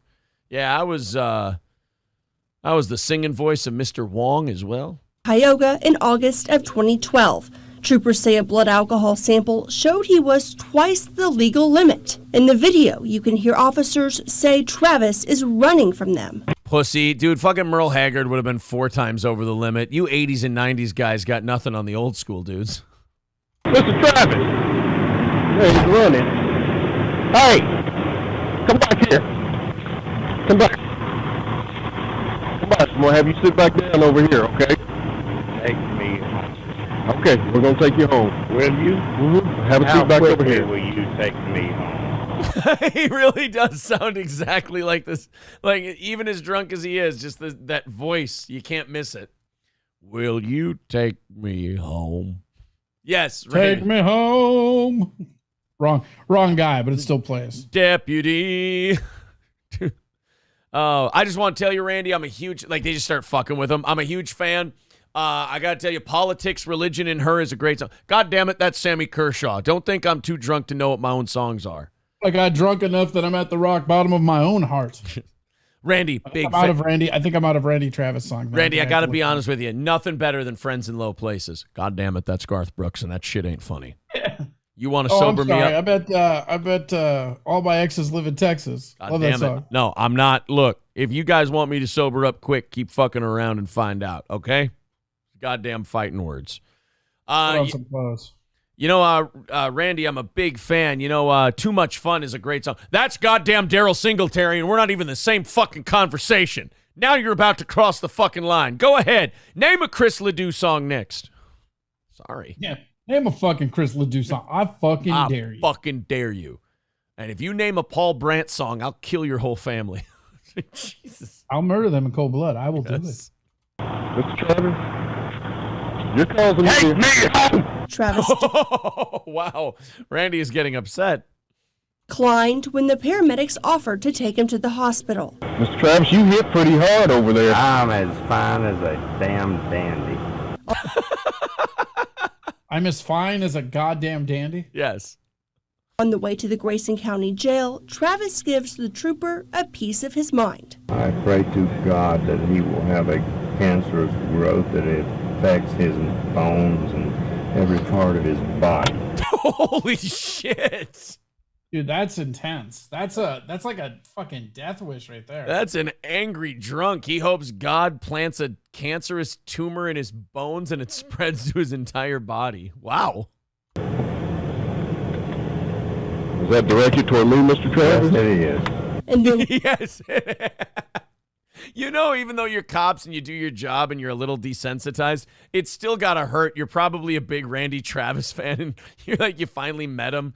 You're helping him get home after he's hammered, and he's like, hey, I met Randy Travis. Oh, what's he like? He's a fucking dick, man. He wished cancer on me. Like, in my bones. He really wanted me to get a deep-seated cancer. Randy Travis is a dick. later, the singer told a story about his harsh childhood and then had this to say. So you think that you got the right to do me this way? No, you don't. Oh, hell no, you don't. You would die. Oh, shit. You can't. Dude, Randy, you can't tell cops they're going to die. You know, funny. Randy, why don't you just take a nap? No, he can. They can't. Yeah. Randy, why don't you just take a little siesta, buddy? Just sleep it off. You better pray now. Why is that? Because you're a dead man in under 10 minutes. Oh, no. Randy, stop threatening the police with death. Although, in fairness, for a guy as drunk as you, you're changing levels very well with your death threats. You've gone from cancer He's to the physical. only one that could get away with it, though, you know? Oh. Maybe Steve Harwell from Smash Mouth. They might let him. They might let him do it. Hey, you can threaten death on us all you want, but can you do one chorus of All Star for us? You'd be bad enough. What am I adding up? Reason to kill you. Wait a minute. Hold on. He said, I'm thinking of reasons to kill you, and the other cop fucking laughed at him. And Randy smiled back. He's like, that was a good one, wasn't it, boss? Hold on. What am I adding up? Reason to kill you. I'm sorry. You're a dead man by tomorrow. So he smiles at him and goes, you're a dead man by tomorrow. Yeah. I'll write 3 different songs about killing you. My fans will take care of the rest. I'm the Taylor Swift of drunken killing cop songs. Oh. They just keep antagonizing him off camera. They just cover up their mic and they go, hey, Randy, Billy Ray Cyrus would never act this way. Oh, you motherfucker. Take these cuffs off me right goddamn now. Take them off. You think I'm lying to you? Just check me out. Okay, Mr. Brad. I know a lot of people. I know the head of mafioso families, man. Mafioso family. He knows the head of mafioso families. I know them all. Tattaglia, Corleone, Brazzi. The singer was sentenced to probation and rehab for the crash. You're enjoying the hell out of that, just making me wait on you to undo this, aren't you?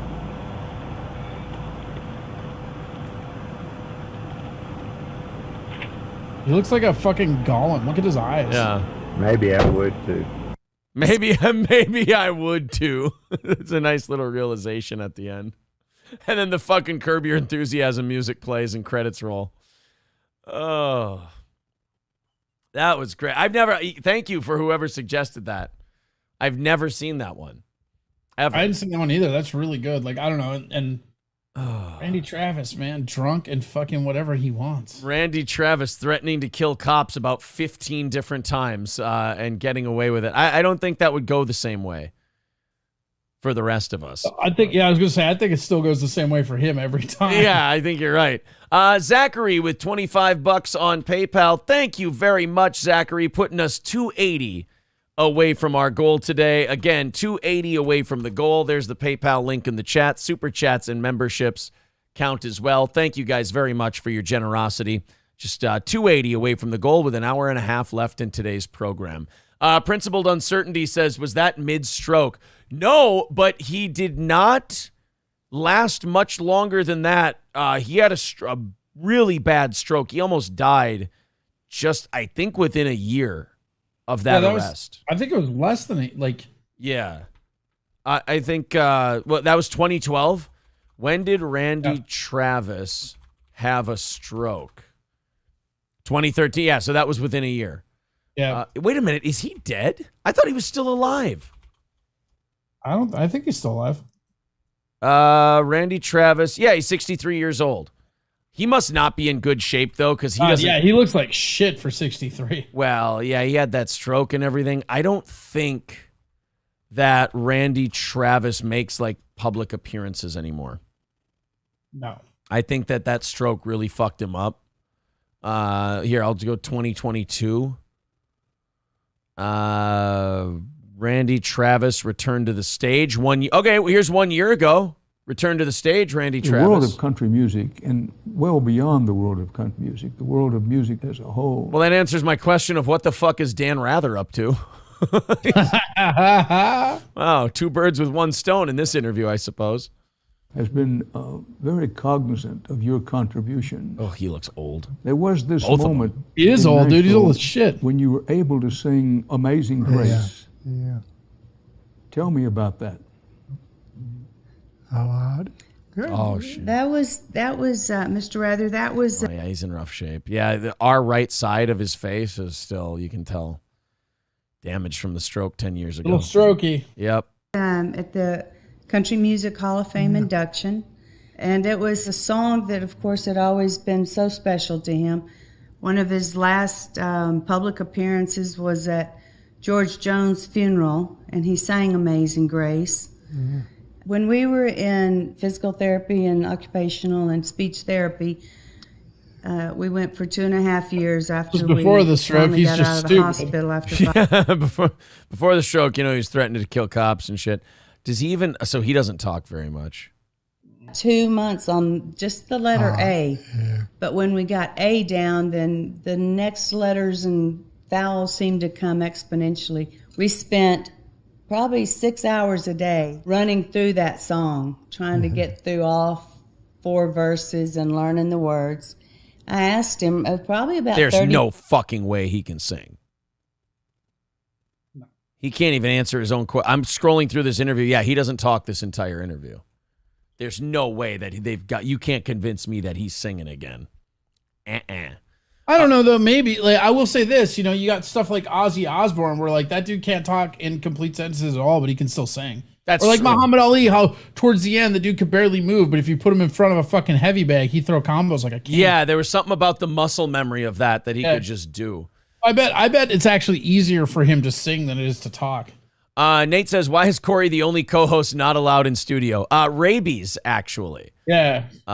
Lots of rabies. Yeah, Nate, he's in Austin, so he's it's kind of difficult to get him into the studio. The transportation costs are they're egregious, quite frankly. 8-hour commute. This is just a little bit easier. Dr. Fauci has been making the rounds, giving interviews again because he's announced his retirement. There was a really good special on it. We'll actually cover it on my show today that they did yesterday about how him retiring isn't even really retiring because he's just setting up for these book and tour deals. So all the people that have been celebrating about like how Fauci's retiring, this motherfucker's about to be down your throat way more than when he was working. Well, and like I said, 2 days ago when we were talking about this, like I don't know why anyone would celebrate. I said I'm certainly not celebrating. I mean, damage done. There's nothing damage done since like the 90s. I'm celebrating it. That guy's one of the most corrupt people ever. Yeah. And but the next guy who takes his place, I mean, those guys are all at the trough of the drug companies and shit.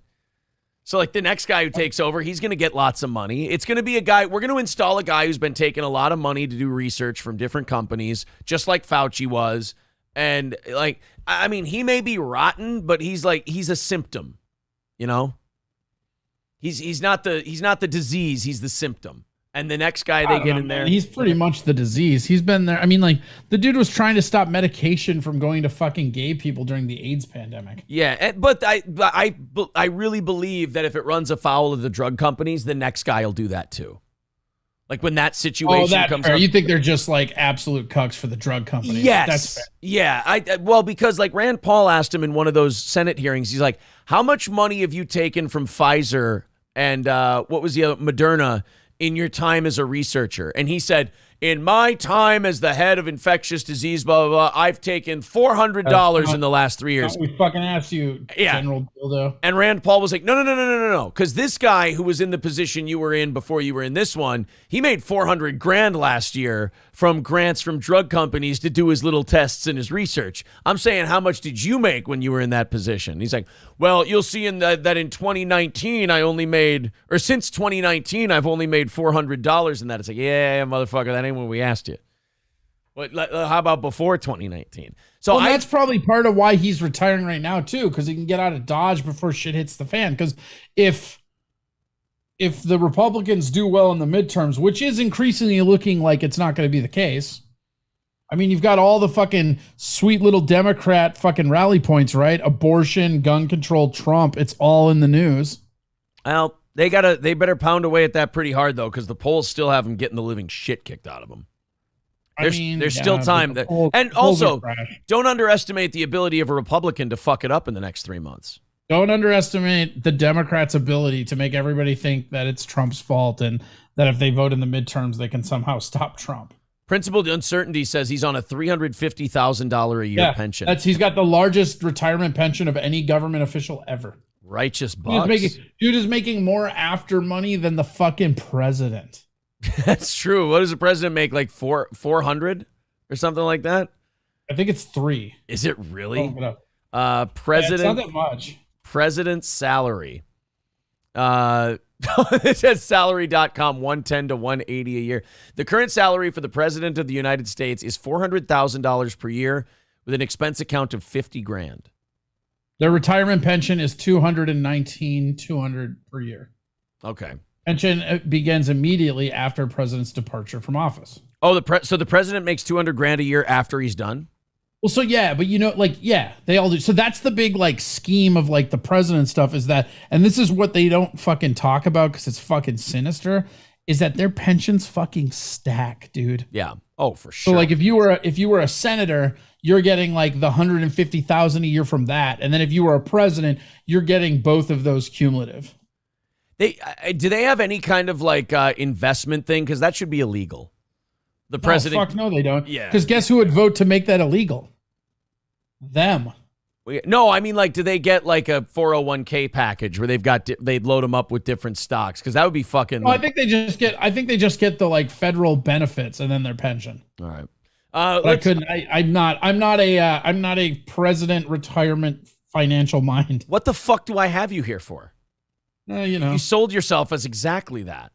Myself as a lot of things. Let me do a little bit of catch up and then we'll get into the Fauci interview here where he says the lockdowns didn't do any irreparable harm to anyone. And then we've got to show you this motherfucker's bookshelf. This guy is so in love with himself.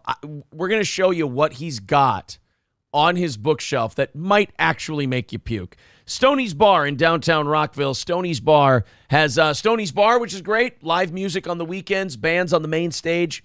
Best Bloody Marys you're going to find, delicious pizza. And on Thursdays, they've got bike night, and they've got Wild Willie's Sandwich Shack. But then you go out to the patio, and you've got Stoney's Garage. Sorry. Jesus. Like I said, up very late last night. Stoney's Garage.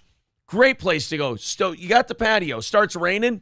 You don't have to go back inside. Go into Stoney's Garage. They'll open the big garage door. It's beautiful. It's very well decorated in there. They've even got acoustic bands playing during the day. And enjoy the outdoors while still being covered from the elements. That's Stoney's Garage. Stoney's Bar in downtown Rockville. Visit Stoney's today. And remember, we are live at Raleigh's Rednecks and Longnecks next Friday. Make sure that you get your free tickets to this and let us know you're going to be there. There's the link in the chat to the live show at Raleigh's Friday, September 2nd. That's next Friday. Oops, sorry about that. We're going to be at Raleigh's Rednecks and Longnecks in Sauk Rapids. Again, grab your free tickets. If you want to do a cornhole tournament, go ahead and purchase your tickets for $10 a piece. Or if you're a VIP, you'll get them absolutely free. That's Raleigh's Rednecks and Longnecks next Friday, September 2nd. There's the link to the Eventbrite in the chat. I want to see Randy Travis do a cover of Billy Squier, The Stroke, says Coltrane. That is not...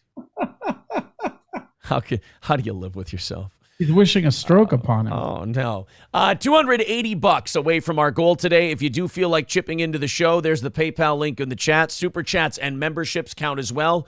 $280 away from our goal. If you want to become a VIP, $250 in 1 week gets you all 3 of our T-shirts, our hoodie, the 5.5-inch vinyl stickers. You also get 2 tickets to every comedy show we do. And when we have a new piece of merch come out, it comes right to your door when you claim it. Absolutely free of charge. We cover everything. And you're entered in a $100 drawing at the end of every month. That's the Steel Toe VIP. Thank you very much to Kelly with a $2 super chat. That's a few of them from him. That'll knock our goal down to $275 today. Thank you very much to Kelly. All right, Dr. Fauci on whether or not the lockdowns cause damage to people. This was Fauci on Fox, I believe, yesterday. Days to essentially get to the point where we slow, if not shut some things down, not completely. And the record will show, Neil, that we didn't recommend shutting everything down. Is he still on that bullshit lie that's been proven wrong with his own words? Oh, I was muted. Yeah, he is. They've got... Oh, no, I didn't mute you, did I? Oh, no, well, then you wouldn't be talking. Oh, I muted me. My hand hit the board. But, like, there's that audio of him saying, I recommend we shut this down. I recommend we shut that down. And then he got busted for that, and he's still going on TV saying, I didn't recommend shutting anything down. Yeah, Donald Trump just shut down this economy that he had going because he really didn't feel like getting reelected. Had nothing to do with you and Blix or whatever her name was. Burks.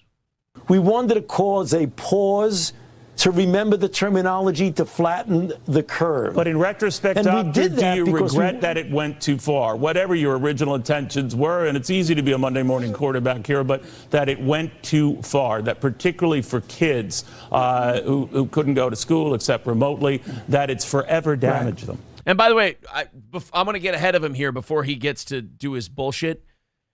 That locking down schools, Corey, we know for a fact caused irreparable harm to kids. Well, just the black kids, right?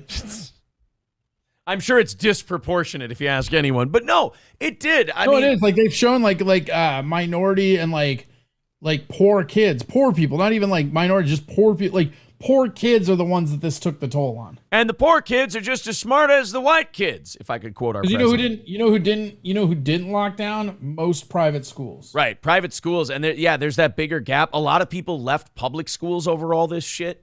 The CDC had to change their guidelines on what age children start forming words because the mask thing fucked them up so bad because a lot of talking is visual learning. You watch the mouth form words and sounds come out.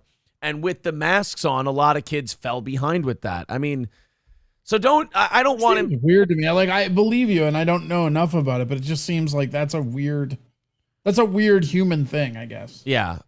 So before he drops his line of bullshit here, it absolutely affected kids negatively. Huge. Our daughter had to go to the fucking school counselor when they got back because she missed her friends so much, and she would we couldn't get her in to see the counselor because all the kids were seeing the counselor because they all had problems being away from their friends and not being at school and all this other shit. I mean, it fucked them all up. Well, I don't think it's forever irreparably damaged. Never going to be honest about it, ever. It's never going to happen. No, here he goes.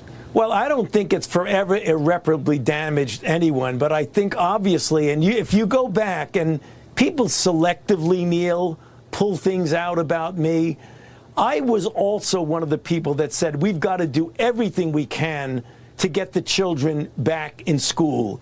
Go back to... Yeah, but the everything we can was you were like, we have to wait for a vaccine and we have to get it to this many cases. So you can say whatever we want. Dude, we lived through it. We watched you. And by the way, I love when they ask him about the lockdowns and everything else. It turns into me, I. I receive so much hate. There's so much misinformation about me. It's so disingenuous. I'm the victim. You're right, Tony. You poor you. Some of the clips that you and I had on your own show when I've said that it's very important that we protect the children from the collateral effects of keeping them out of school. Wait Go a to the minute. record. Hold on a minute. I thought you just said it didn't do any irreparable harm. Weird. Wait. What's funny is how you caught that, but the guy who's fucking interviewing him probably won't. Neil Cavuto's a shill. Yeah, that's why you know when Fauci was there that his people made sure he was the one interviewing him. Yeah, he didn't want. He ain't going on Tucker's show. Oh fuck no. That's paper. By the way, pay-per-view. Are you paying? Yeah. Oh yeah. Wait. Fauci on Pay-per-view Tucker. what? Fauci on Tucker. Just them talking or fighting? Just them talking. Oh yeah, probably. Nah, I'm not. So they're fighting. I'm paying. All right. But I mean, you got in that. I feel like Tucker's got a lot of like rage, even though he's a little Ivy School bitch. I think he probably chokes him to death with a fly fishing rod. God, I would pay so much money to see that. Probably just goes nuts. But no, yeah, he goes on Cavuto's show and he goes, I don't think there was any irreparable harm done by closing down the schools. And then literally the next breath, and remember, I wanted to open the schools so we could avoid all the harm that we were doing to the kids. Like, you really, I can't blame him for doing that and thinking he can get away with it, though, because the last 2 years have proven. But he can. Yeah, the last 2 years have proven people will buy any bullshit this guy throws out there. Thinking he can get away with it. It's literally he can get away with it. Yeah. You think he ever goes backstage after he's done and goes, did you hear me contradict myself right there? I bet you on Twitter they all think I'm great. Yeah, I bet him and his wife fuck each other to his lies. You hear what I told him over there? Yeah. You want me to tell him that I didn't harm their children? Oh. I've said that so many times. So if we had something, God and yet forbid, there's like a this again, distortion. Doctor, I'm sorry, and the same ideas were bandied about, a shutdown, let's do things remotely. Would you consider that? Do you think we should, as a country, consider that again? I think we should always learn lessons from the past, Neil. Oh, you fucking That is weasel. one of the things about medicine and science and public health that I have tried to do for my entire 50-year career, to be flexible and open-minded. So if you look at things we may not have done. Oh, yeah, we know how flexible and open-minded you were on masks and how effective the vaccine was and all of that. Yeah, don't worry, buddy. We know how flexible you were. What a fucking non-answer that was. That was. Well, he does. He has two settings: lying and non-answer. Well, he's going to be gone in December. The Republicans did say, though, not so fast. We are going to be calling you in. Like, don't clear your schedule. Like, we're gonna be talking to you when we take things over. So we'll see. It's just he is. You got to give him credit. He's really good at not answering shit, though. Yeah, he's the best at it. That's why he has his. I mean, at that level, his position is almost because he's a lawyer type shit. You know? Yeah. 275 away from today's goal. PayPal link in the chat. Super chats and memberships count towards the goal as well. If you feel like chipping in, please do. Let's see how low we can get that goal down there before the end of the show today. Let me open up these 7 o'clock hour stories, and then we can jump right into them after that. There we go. Speaking of Dr. Fauci, I want to show you guys this. This is Ian Miles Chong tweeted this yesterday. This is a screenshot of Anthony Fauci doing an interview on television. And I'm not fucking kidding you. He has a St. Fauci devotional prayer candle of himself on his bookshelf. No way. Just in case you didn't think this guy was sucking his own dick enough, he has the Fauci devotional candle on his bookshelf.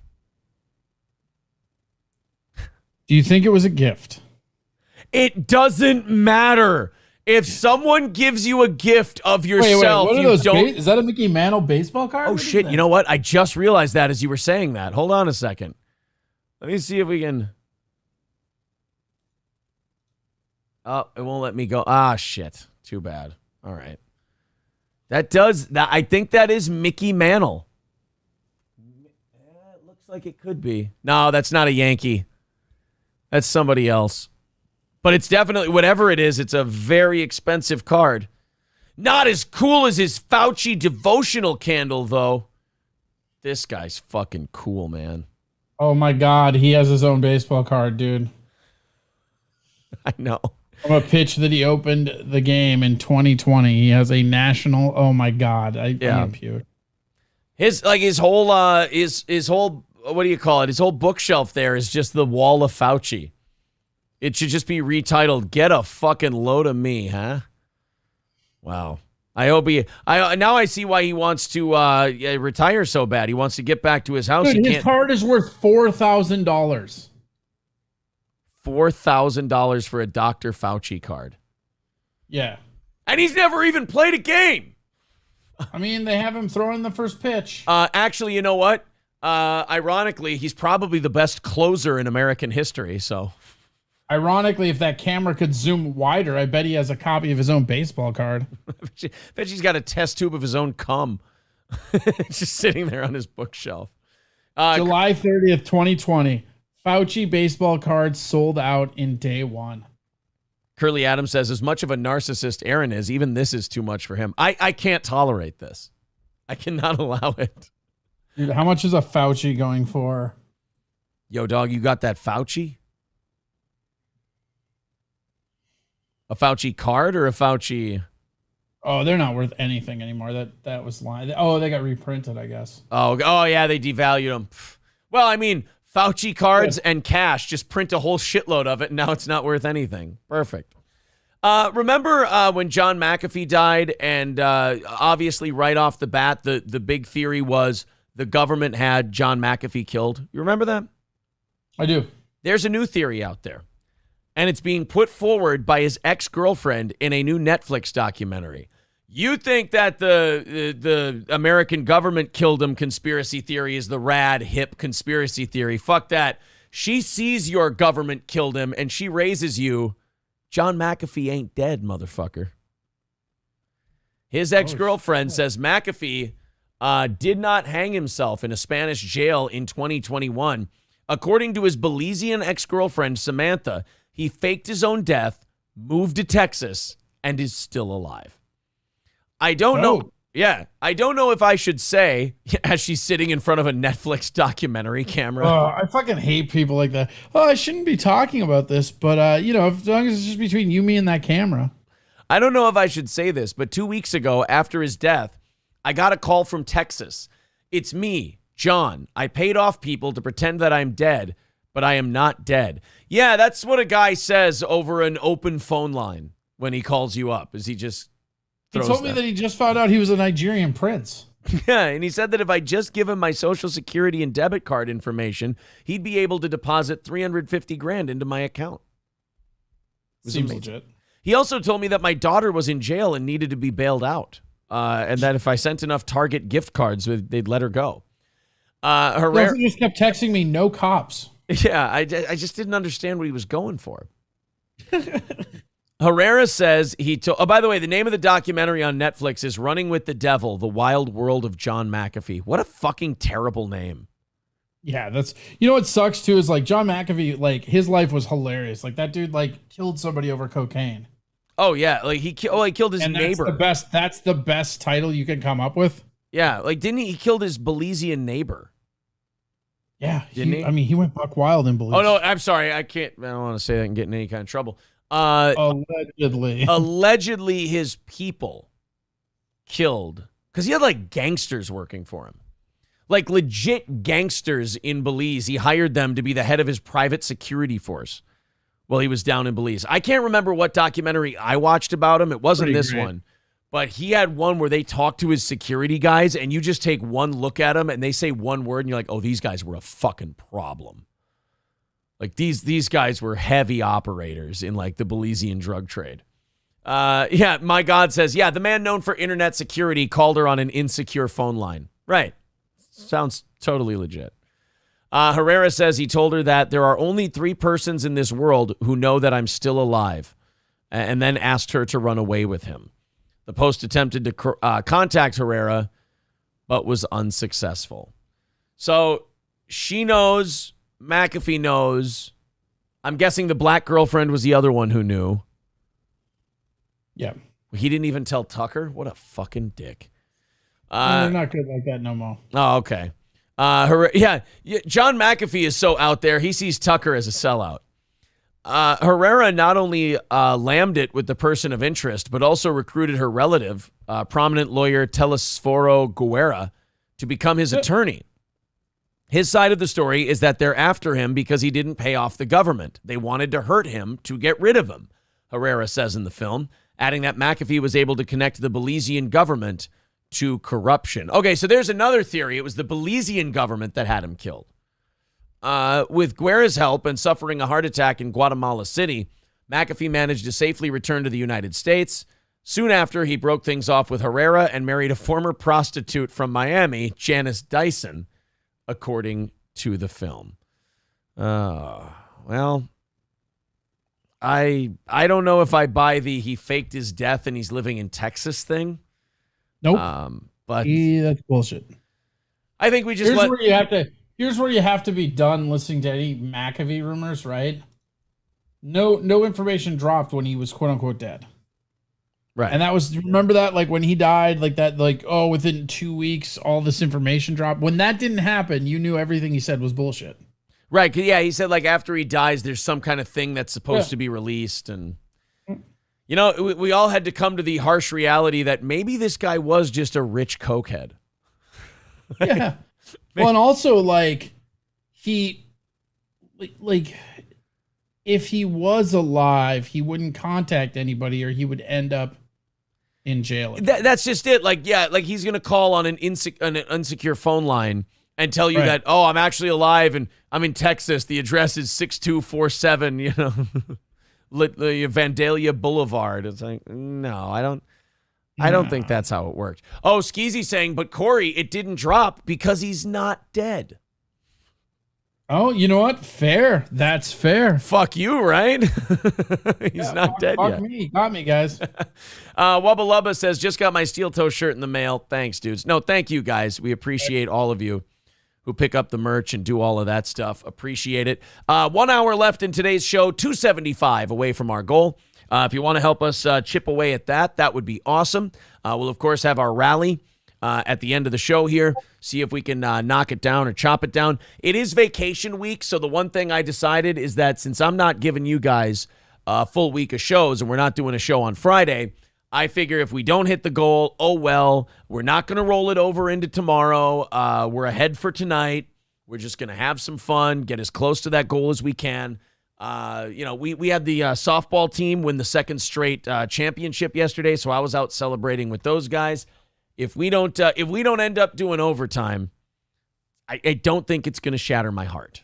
Put it that way. But if we do, I'll honor it with a half hour of overtime, and we've certainly got plenty to talk about today. So there's the PayPal link in the chat. Super chats and memberships welcome if you'd like to contribute to the program. Old Capitol Tavern, 2 North Benton Drive in Sauk Rapids.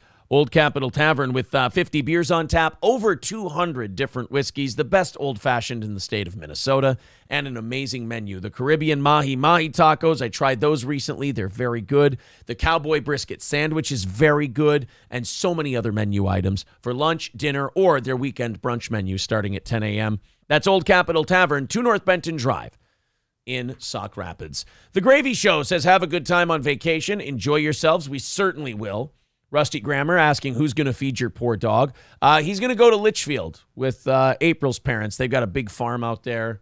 They got some lab puppies right now. So that's he's going to hang out there for 4 nights? Thursday night, Friday night, Saturday night, Sunday night in my favorite. I know this is hacky, but my favorite city in the country.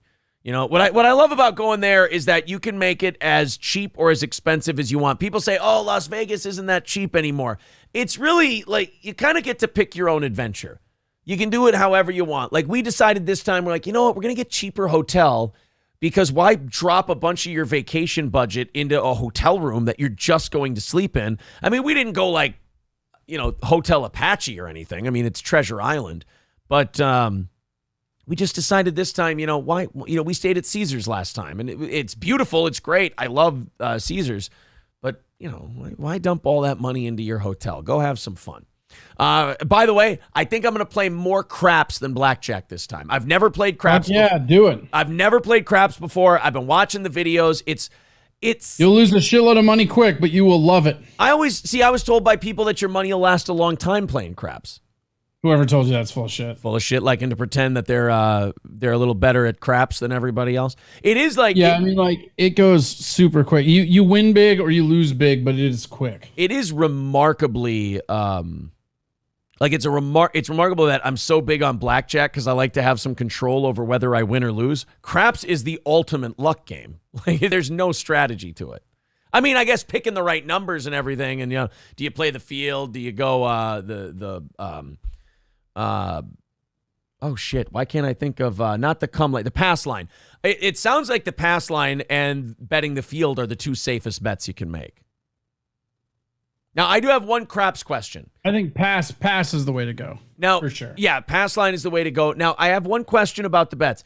If I want to bet like the 8, am I betting that the 8 comes out before the 7? Is that a one-roll bet, or is that a series of bets until an 8 or a 7 is rolled? Till they either pass or they fail. Okay, so if I go and I put my money on the 10, I'm saying the 10's coming up before the 7. Correct. All right. See, I feel like you're right. That's where the money could go quick, or it could pile up quick. Well, that's where you make all your money. Like the pass line, that's like, if you want to sit there for a long time, the pass line's good for that. Yeah. But if you start betting on the like actual numbers or anything like that, that's when the money goes quick. But that's also like the money either goes quick or you win quick. I mean, I've had swings where, like, I had one night of craps where within an hour I was up $4,000. And then I've had other nights where I was down $2,000 in like 2 hours. Yeah. What is I've heard this strategy where you're supposed to, if you pocket, like when you win, pocket 25% of your winnings, play with the rest, and you'll be good. Yes. Like if you just play until those winnings are gone, you'll still walk away up a little bit. That's every time you win a dice toss, you throw 25%. I've actually done 50%. That's what I was always taught, but 25 works too. You take an amount and you throw it in just your pocket, and then you just keep playing that way. Kelly with a great point. He says, why would you go to Las Vegas for a vacation when the Iowa State Fair is going on? Well, hey, look, I mean, I didn't say that this vacation's not going to make me look like an idiot. You got me there. Gordy says, I thought I was going to be left at the Bunny Ranch. This is bullshit. Sorry, Gord. I apologize. You're going to the farm. Eat some bugs and shit.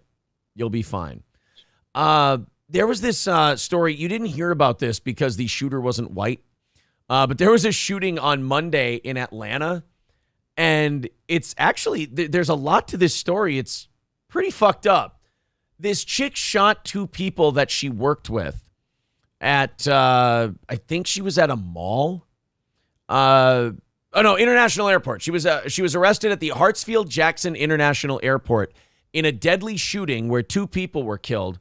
Apparently, the suspect, Raisa Kenjni, is a black female professional who worked as an information security auditor for a major accounting firm in downtown Atlanta. She describes herself as having 10 years of combined experience in IT, auditing, financial analysis, mergers, acquisition, shit like that.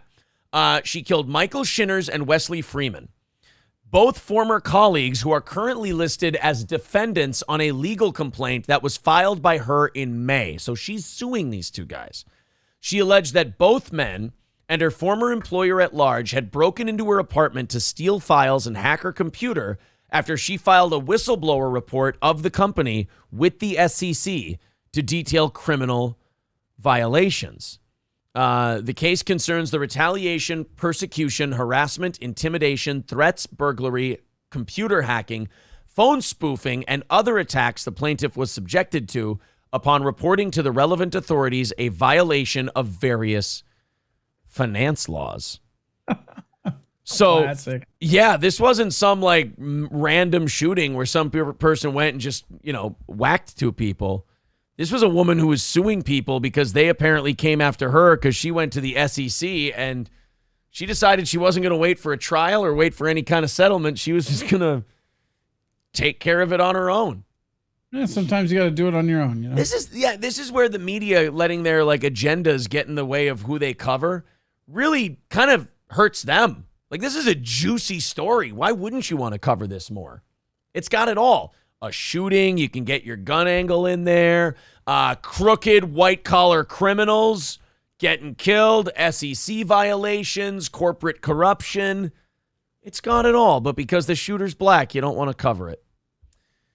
You're hurting yourself. I'm sure that has nothing to do with it. No, just kind of like when I'm sure that's just anecdotal evidence, Eric. Yeah. Oh, okay. Well, yeah. In that case, when those two Jewish guys in the Diamond District in New York got hit with what do you call those fire extinguishers, and the media in New York was going, Jewish hate crimes are on the rise in New York, and then they got the surveillance footage, and it was two black kids who did it, and they're like, you know what?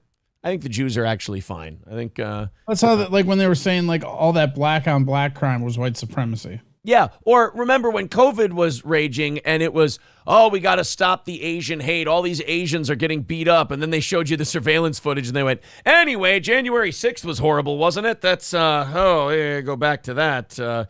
Nothing to see here on the Asian hate thing. Nah, it's just a coincidence that they're all Asian. It's weird. Absolutely nothing going on here. So anyway, as you were, mind your business. We also, guys, I have a story out of Florida for you. I thought you might want to see this one. Speaking of going on vacation and gambling, I want you guys to place your bets on this one. Postal worker in critical condition after being mauled by 5 dogs in Putnam County. All right, guys, we're going to hit play on this one in a second, but first, place your bets. Bets are currently being taken. Get your money down. There you go. All right. What kind of dog is Gordy again? Remember, Chihuahua pays 50-1 odds. 50-1 odds on Chihuahuas. Chihuahuas are 65-1 odds. Very docile breed, those Chihuahuas. Here we go. We're actually, pit bulls are a minus 37,000. You have to bet $100, or you have to bet $37,000 to win 100. So the odds, look, we're about to take the pit bull odds off the table, actually, I'm being told. What are poodle odds at? Poodle odds are currently running 35-1. They can be yippy little bastards. That's I'm trying to think. It's not going to be German Shepherds. Those odds have to be a push, right? What about Rottweilers? Rottweilers are negative 480. At the moment. Holy fucking shit! Yeah, dude. negative. I just googled most common dog attacks. Right. Yeah. Number 1 is obviously pit bull. Right. Why would you say obviously, you piece of shit? Because we've talked about that. But so the amount of attacks recorded last year, 3,397. Okay. Just pit bulls. Just pit bulls. Number 2 is Rottweilers. Right. Yeah. 535. Oh my God. Oh, Corey, that's a lot of shitty owners that one breed happens to have. Yeah. German Shepherds, 113. Oh, my God. Wolf dogs, 85. Pit bulls, 3,397. Oh, my God. Pit bulls make Rottweilers look like poodles. Check this out. The Rottweilers, right? 535 attacks, 8 deaths. Okay. Okay.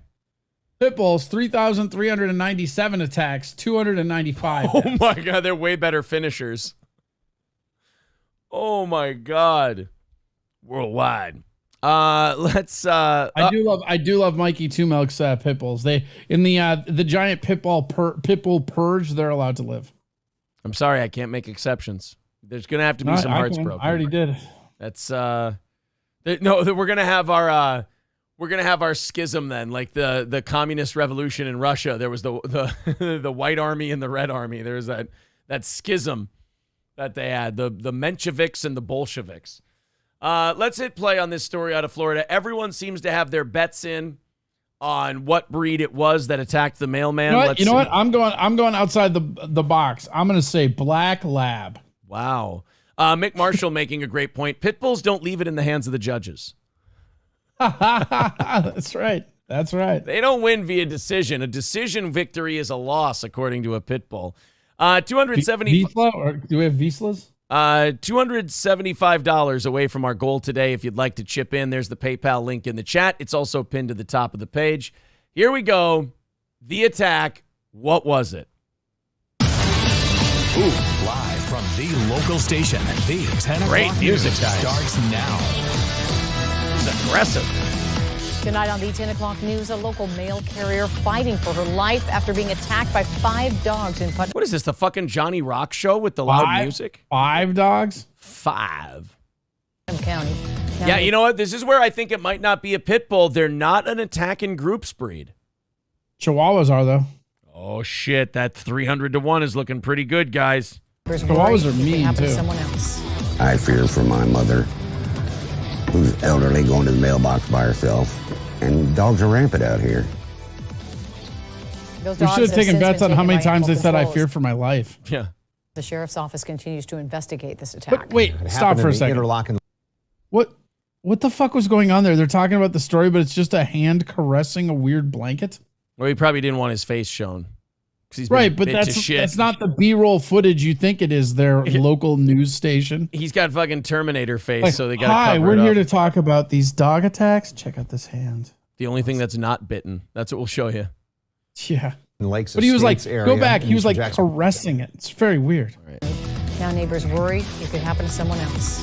I fear for my mother, who's elderly, going to the mailbox by herself. Just softly caressing a doily. What's wrong with that? Why? Like, what the fuck is that? It's soothing. It's a soothing motion for him. Fucking And weird, dogs man. are rampant out here. Hey, when you get your face eaten by a pit bull, we'll be sure to criticize whatever you decide to stroke, pal.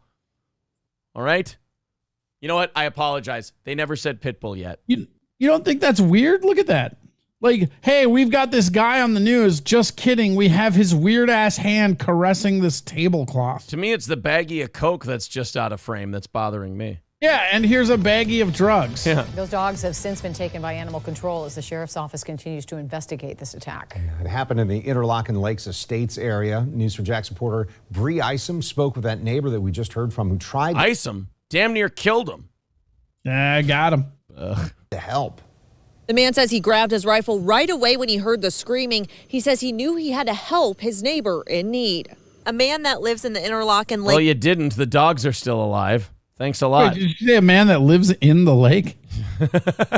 How fucked up would that be? You're getting attacked by dogs. All of a sudden, Dude just comes out of the lake with a rifle. I got these dingoes. Swamp Thing's got a 30-06, and he's like, I got you, brother.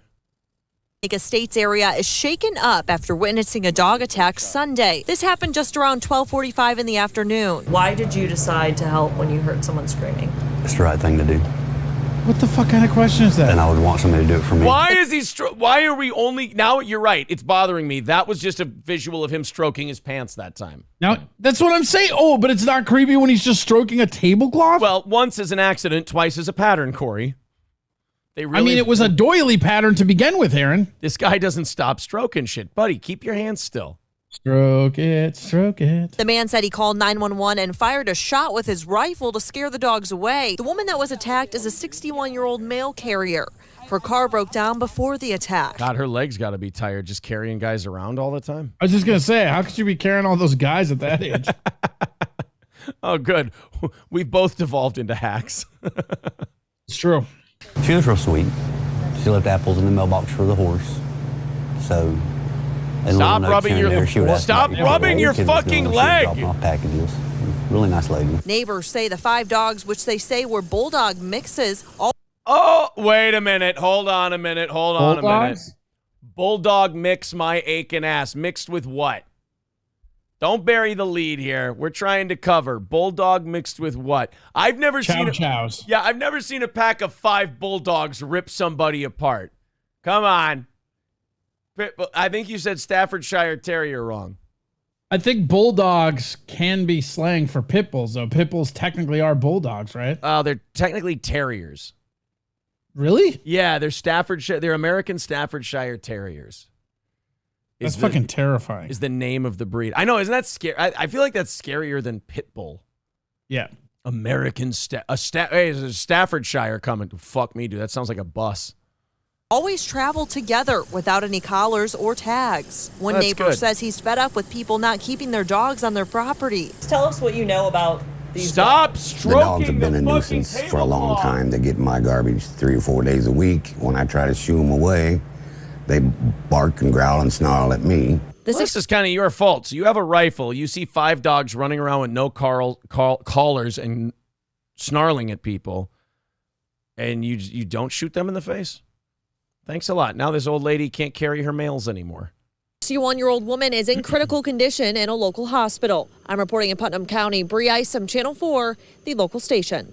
Who had bulldogs? I'm sorry. Actually, the winning bet goes to media full of shit and covering up what they're mixed with, I believe. Media full of shit and pit bulls. Yes, exactly.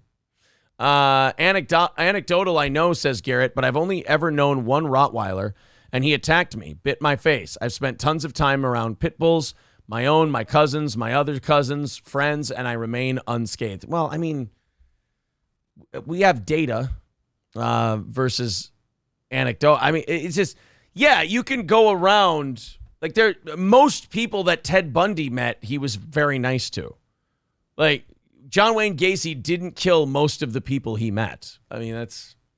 Garrett says, I keep trying to die, but they just won't do it. Yeah, it is frustrating when you yell at the pit bull, take me! Take me! That's... LM12 says, next shot, the guy's going to be juicing an orange. Well, he wouldn't stop. He was rubbing his jeans like he was trying to get through to his skin. Like, the guy probably nervous as all hell. Or he's just an ASMR YouTuber. One of the two. LM12 says, developed from cross... Oh, yeah. Okay, Corey. It's actually both. LM12 says, developed from crosses between the Old English Bulldog and the Old English Terrier. Oh. There you go. There's your bulldog mix, quote unquote. Garrett says, pit bull is a category that includes 5 dog breeds. American Staffordshire Terrier are just one of the pit bull breeds. Oh, God, Mac. You can always count on Max to make it awkward. He goes, they learned that gang mentality from their owners. No idea what you mean. Well, he said they were mixed with black people earlier. Oh, did he really? Oh, no, Max. Jesus. Oh. Like I said, he's at least he's staying on brand. We got about a half hour before we pass the offering plate around and see if we can get close to knocking out that goal. At the moment, we are 275 away from it today. Let's see if we can get any closer. There's the PayPal link in the chat. It's also pinned to the top of the page if you'd like to do that. 275 away from today's goal. All right, I've got something really, really cringe. So cringe that I haven't watched it yet. I wanted to watch it with you guys because I might get too mad to put this on the show. Ooh, if I watch it beforehand. Corey, did you ever have the teachers in school who tried to be really cool, like hip, like as cool as the kids cool? Yeah, those were always the lamest teachers. Yeah, or like the here's a good example. The Christian when you go to those retreats, what do they call those guys? The counselors. The Christian counselors who would play acoustic guitar so they could sing hymns with the kids. That guy fucking sucked. Meet the Utah school superintendents who formed a rock band. They're all superintendents of different Utah schools. But are they going to do cover bands about vaccines? Oh, man. Well, it depends. How good are they? Let's They've already called the superintendents, too. That's better be what they call their fucking band. All right, let's take our bets. Here we go. They're going to play Freebird, aren't they? We have very hard jobs, but we're still regular people. Well, this isn't your typical rock band, you can say. Right, they're all dressed like a bunch of chodes. That isn't your typical rock band. You're right, it's way gayer. A group of school district superintendents from all over Utah formed their own band. And they are really turning heads. Fox 13. No, they're not. Stop saying that. They're not turning any heads at all. News political reporter Ben Winslow shows us. Meet the oh my God, they're doing twist and shout, and they're all wearing their work outfits. Oh my God. God damn. You know what? You missed your chance. This is the most Utah thing ever. This is actually, you know what? This is hardcore for Utah. This is heavy metal. You guys aren't ready for that, but your kids are going to love it. Tenants of Rock Plus. With the theme, sticking it to the man. Oh! No, you're not. You're the man.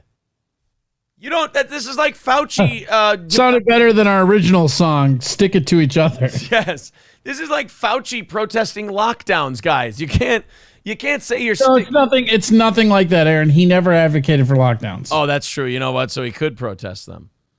Oh, did they say their name earlier in the story here? I thought they said the name of the band. Shows us. Meet the superintendents of Rock Plus. They are, Corey. They're the superintendents of Rock Plus. That's way too long of a name. Just call yourself the superintendents. Yeah. Theme, sticking it to the man. The only problem is we kind of are the man. Well, at least the irony's not lost on you. There's that. You really stick it to the man when you play songs like Twist and Shout. Everyone remembers that was a great protest song against the Truman administration. The band is made up of school district superintendents, principals, and teachers who get together to jam.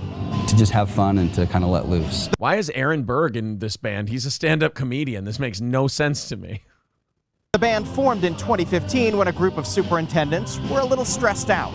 I think it was during the legislative session when we were just fed up with life a little bit, the job. And Jesus. Then we just said, let's play some music. These guys actually got kind of dark. They went to a really dark place. They're like, it's during the legislative session. We were all feeling depressed, and we're all sitting there holding matching Castule pistols. And we said, guys, is this the day we just finally decided, fuck it? Fucking join a band, bro. And all of a sudden, we heard Chubby Checker on our iPads, and we just thought, you know what? There's a better way.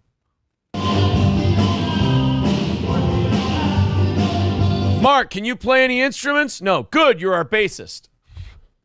You're expelled now, baby. You're expelled. Sagging shit and pants. get out. Shit and get out. Should you call that kid a little retard, baby? Now get the fuck out. Meeting and got together and talked about doing this, and it sounded like a blast. One thing led to another. This is really fun. For me, it's the connection. Just the biggest dorky assholes forming a rock band. These guys. Which one gets all the pussy? That we have, the friendships I've made here. It's been a good easing into my first few years as a superintendent. I fucking hate these guys. I you know what though? I hate these guys as much as I thought I was gonna hate them. They're not disappointing. This is the lamest ass shit I've ever seen. Say it's a great bonding experience. Yeah, we've got one of the small. So that's code. You guys are docking, aren't you? Yeah, they are totally docking. You guys are docking. This is 100% like you guys took monkeypox vaccines before you formed this band. Just be honest. It's Utah. I get it. You're repressed. Nobody's gonna blame you. School districts represented here with one of the largest, and we have very different challenges, but in some ways they're very similar, and there's a lot of solace in that. They play the classics. Well, we play mostly rock, old rock, usually 70s mostly. We throw in Really? Because we haven't heard you play any 70s rock yet. We've heard you play a song from, I believe, the late 50s. So if you could up it a little bit. A little country just for fun. Van Mort, are you fucking kidding me? They play conferences and ball games recently. Of course, they're paying these guys to play. Well, I think they're doing this for free. All of their gigs have either been in the high school gym or the track on the football They're just booking field. themselves and using it as a tax write-off. Yeah, that's exactly what they're doing. They're like, we got a little extra money in the. Yeah, it's a way they're. What do you call that? They're when you siphon funds and give it to yourself. Laundering.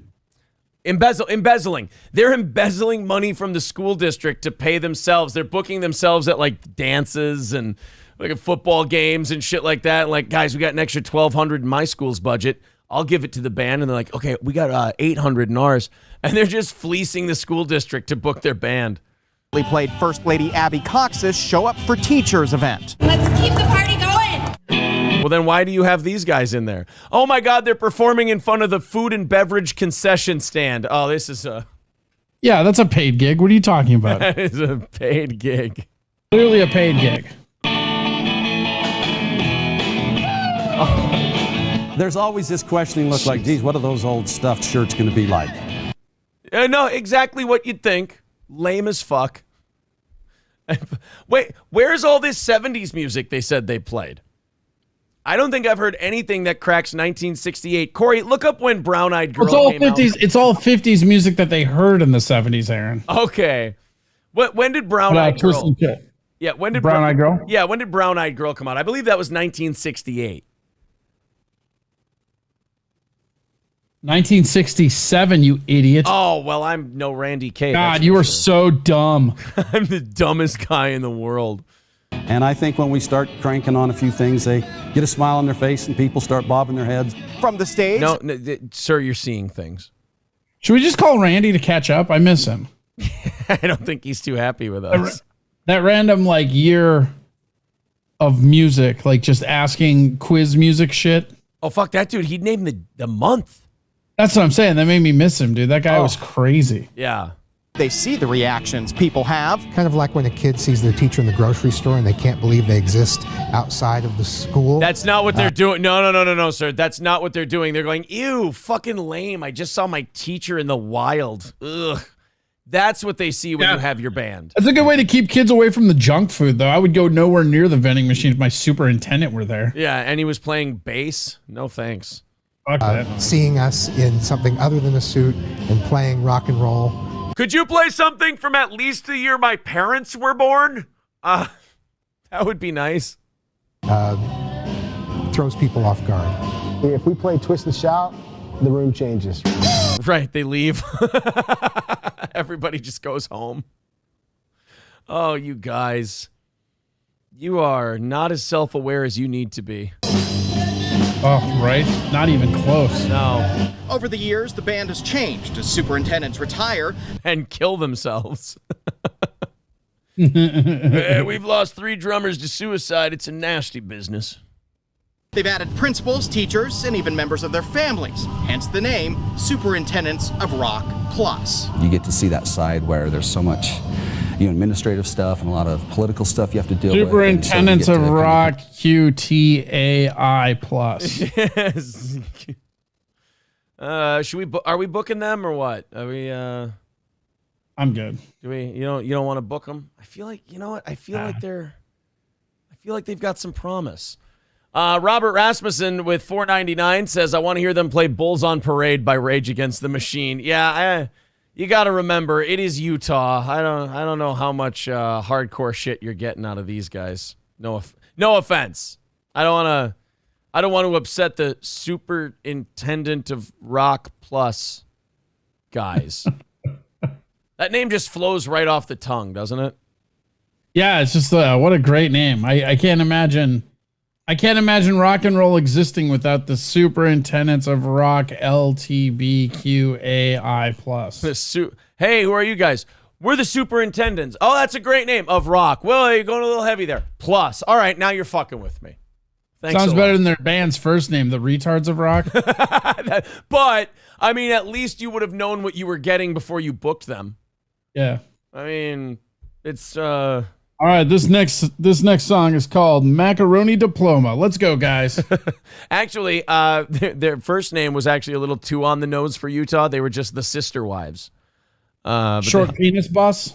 Yeah, they just decided, guys, we don't have to just describe ourselves in the name of the band. Let's go ahead and open up these 8 o'clock stories, and then what are we? We're 270 away from our goal today.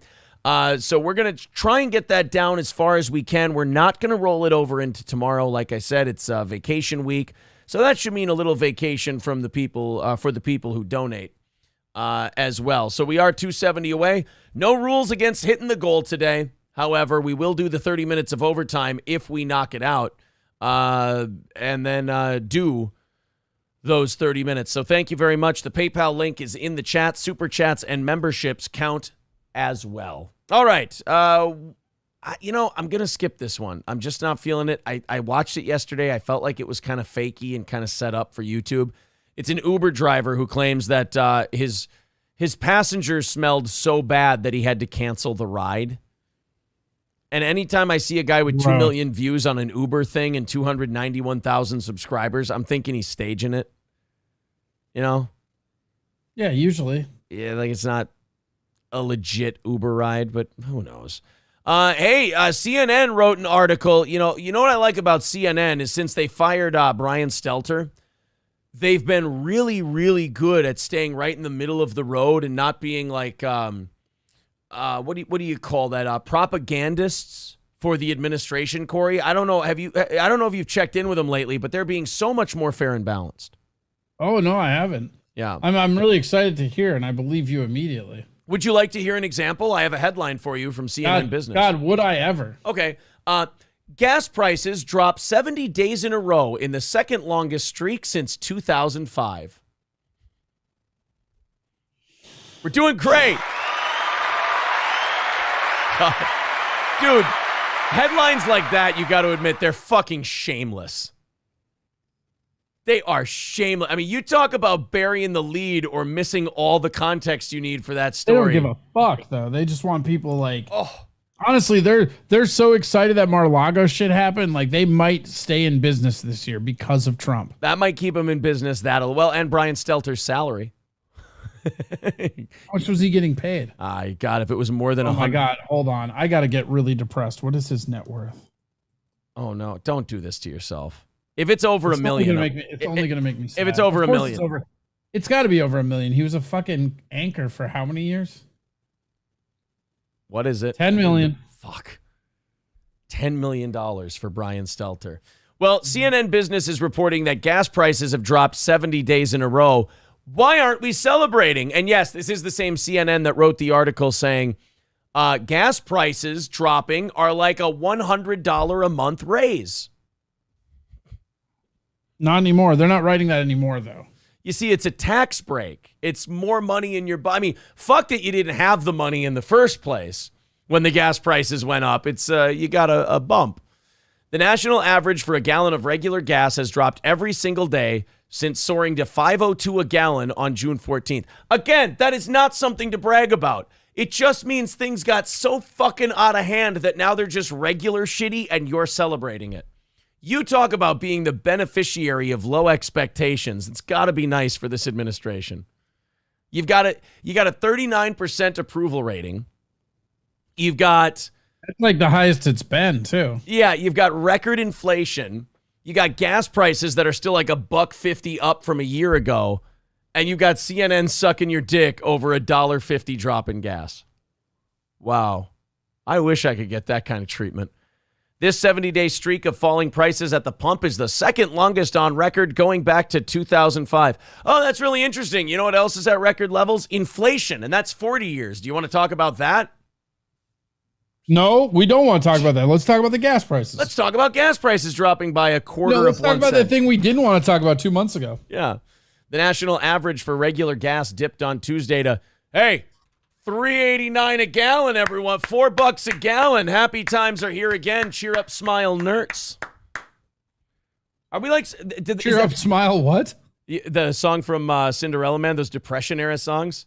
Cheer up, smile, nerds. They had a bunch of those where it was just really sarcastic, caustic shit of like poor people bitching about how fucked the government was. I feel like they want us to go back to those days, by the way, where we just sang happy songs about how shitty things were. I'm just going to be glad when the Hoovervilles get rebranded as Bidenvilles. Yeah, that's going to be nice. And then the what's that Hoover dish? Like Hoover stew, we name it Biden stew. I'm going to be sad to see that one go because that's a great name. That rolls right off the tongue. Hoover stew. National average on Tuesday. National average on Tuesday was $3.89 a gallon, down from $4.38 a month ago. And although prices are, oh God, hey Gory, we got to the middle of the article for them to finally go, although prices are 73 cents higher than a year ago, the recent drop is significant, especially given the inflation alarm bells set off by the surge above $5 just 2 months ago. The only longer streak since 2005 lasted 117 days and ended in January 2015. Moreover, you guys are still around 380, huh? We're at about 360, I think, is where we're at. 382 is what gas prices AAA.com says. Ooh, then it's cheaper around here. Nice. 382. Yeah. Handsome T says 342 down here. Yeah, Handsome T says it's third world, the dictator type kindergarten propaganda. Yeah, I think it's kind of like we say about this show, like we deserve a better class of troll. I feel like I used to think that we deserved a better class of propaganda, but apparently we don't. Apparently we're getting the propaganda we deserve. Where it's just like they go, hey guys, 2 straight months of 70 straight days of lower gas prices. It's like, yeah, I'm still paying out the fucking nose for gas. Shh. You're not paying as much as you were 2 months ago. It's fine. It's quiet time, guys. It's quiet time. So let's all just take a nap, okay? We've got a lot of shit to do. What do you mean by shit? We got like $40 billion of your tax dollars that I got to send to Ukraine again. Oh, okay. Thanks. I appreciate that. Anything on like exploring domestic drilling to up production? Oh, they told me that the American people were funny, but I never venture out of the CNN building to check. Yeah, what a bunch of American cut-ups. You guys are great. You guys should write a sitcom, huh? By the way, great news about Brian Stelter being fired. The word is, what I read yesterday was that he was a little disappointed to find out that there was no goodbye party for him. The rumor is that he was expecting like maybe a cake or some pizza or so. Of course he was. Nothing, right? Nothing.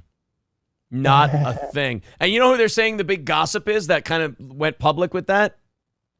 Fucking Don Lemon. Of course. That Don Lemon was the gossipy little bitch that went, yeah, Stelter wanted cake and stuff because, of course, but we didn't get him shit. I feel like Lemon's probably like the fucking like mastermind of getting him fired. I feel like Lemon really hates him. Yeah, I feel like at CNN there's a lot of that backstabbing shit because remember like Stelter was the guy where like if the boss got caught fucking somebody, he'd cover for him on his show, but then like when Cuomo got fired, he was like, "Oh yeah, he was a total piece of shit. He made a lot of people uncomfortable." Like just went on the air and buried Andrew Cuomo. And they're like, "Oh yeah, he was a piece of shit no matter what he did for his brother." And it's like, dude, you guys are just knives out for each other the second they're out the door. He's gonna get more viewers when he's on Fox. Is that where he's gonna go? No, that's where he'd go if he's smart, in my opinion. Rusty Grammer says Lemon is gonna be packing his bag soon. Yeah, I mean the new owners, the people at Discovery, that guy, he says, I don't want to be partisan. I want us to be down the middle. I want us to be just reporting the facts and that's it.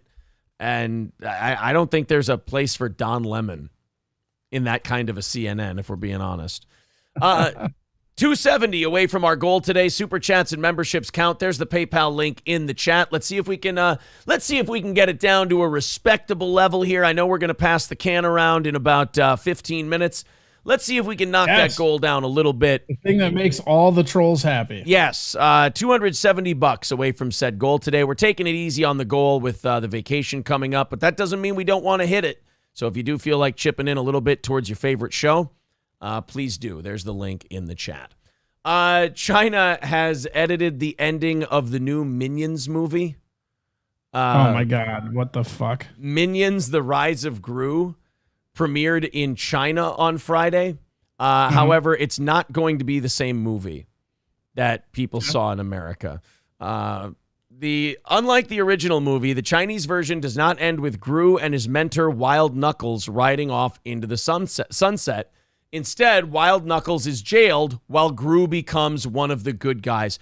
Do you know what this means? This is the fucked up part about this, and this is why China gets away with this shit. China said, we're not airing that. We're not going to show that ending. So you know what fucking Disney does?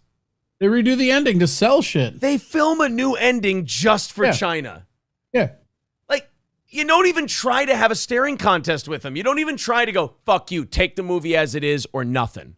Well, the thing that's crazy to me was the Doctor. Like, I understand that one a little bit, I guess, but like the Spider-Man, or no, it was Doctor Strange Multiverse or whatever. They banned that in China because when a monster is throwing something at one of the main characters, there is an Epoch's Time news machine. Like one of the little like newspaper stand machines. Yeah. And it just said Epoch Times. And they're like, all right, not allowed in China. And like Disney didn't do anything about that, but I can't even just imagine, like, fuck you guys. I haven't seen Rise of Gru. But I guess what? Those two joining up together and riding off into the sunset is like capitalist collaboration. I don't understand. Posting screenshots. Who knows, man? They don't even fucking understand. One of my favorite analyses of Chinese, like how they handle movies, was the Ghostbusters 2016 movie was not allowed in China because it was like extra or supernatural and shit like that. They don't allow that.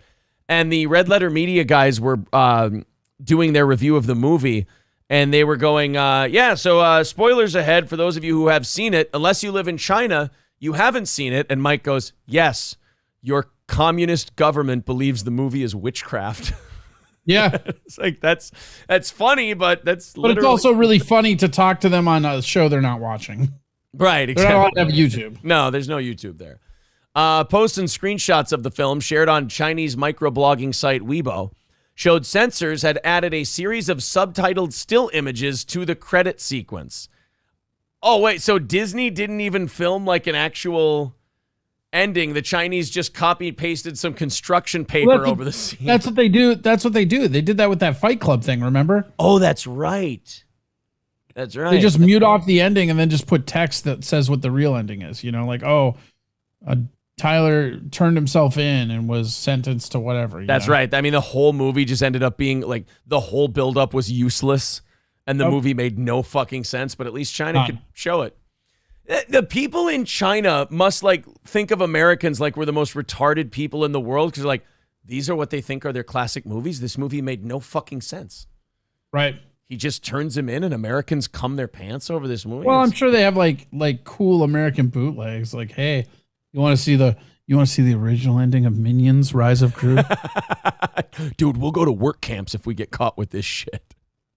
If we get caught with the new Minions movie, it's off to the camps. I put it on this VHS tape in the dead middle of Jackie Chan's Drunken Master. They'll never find it.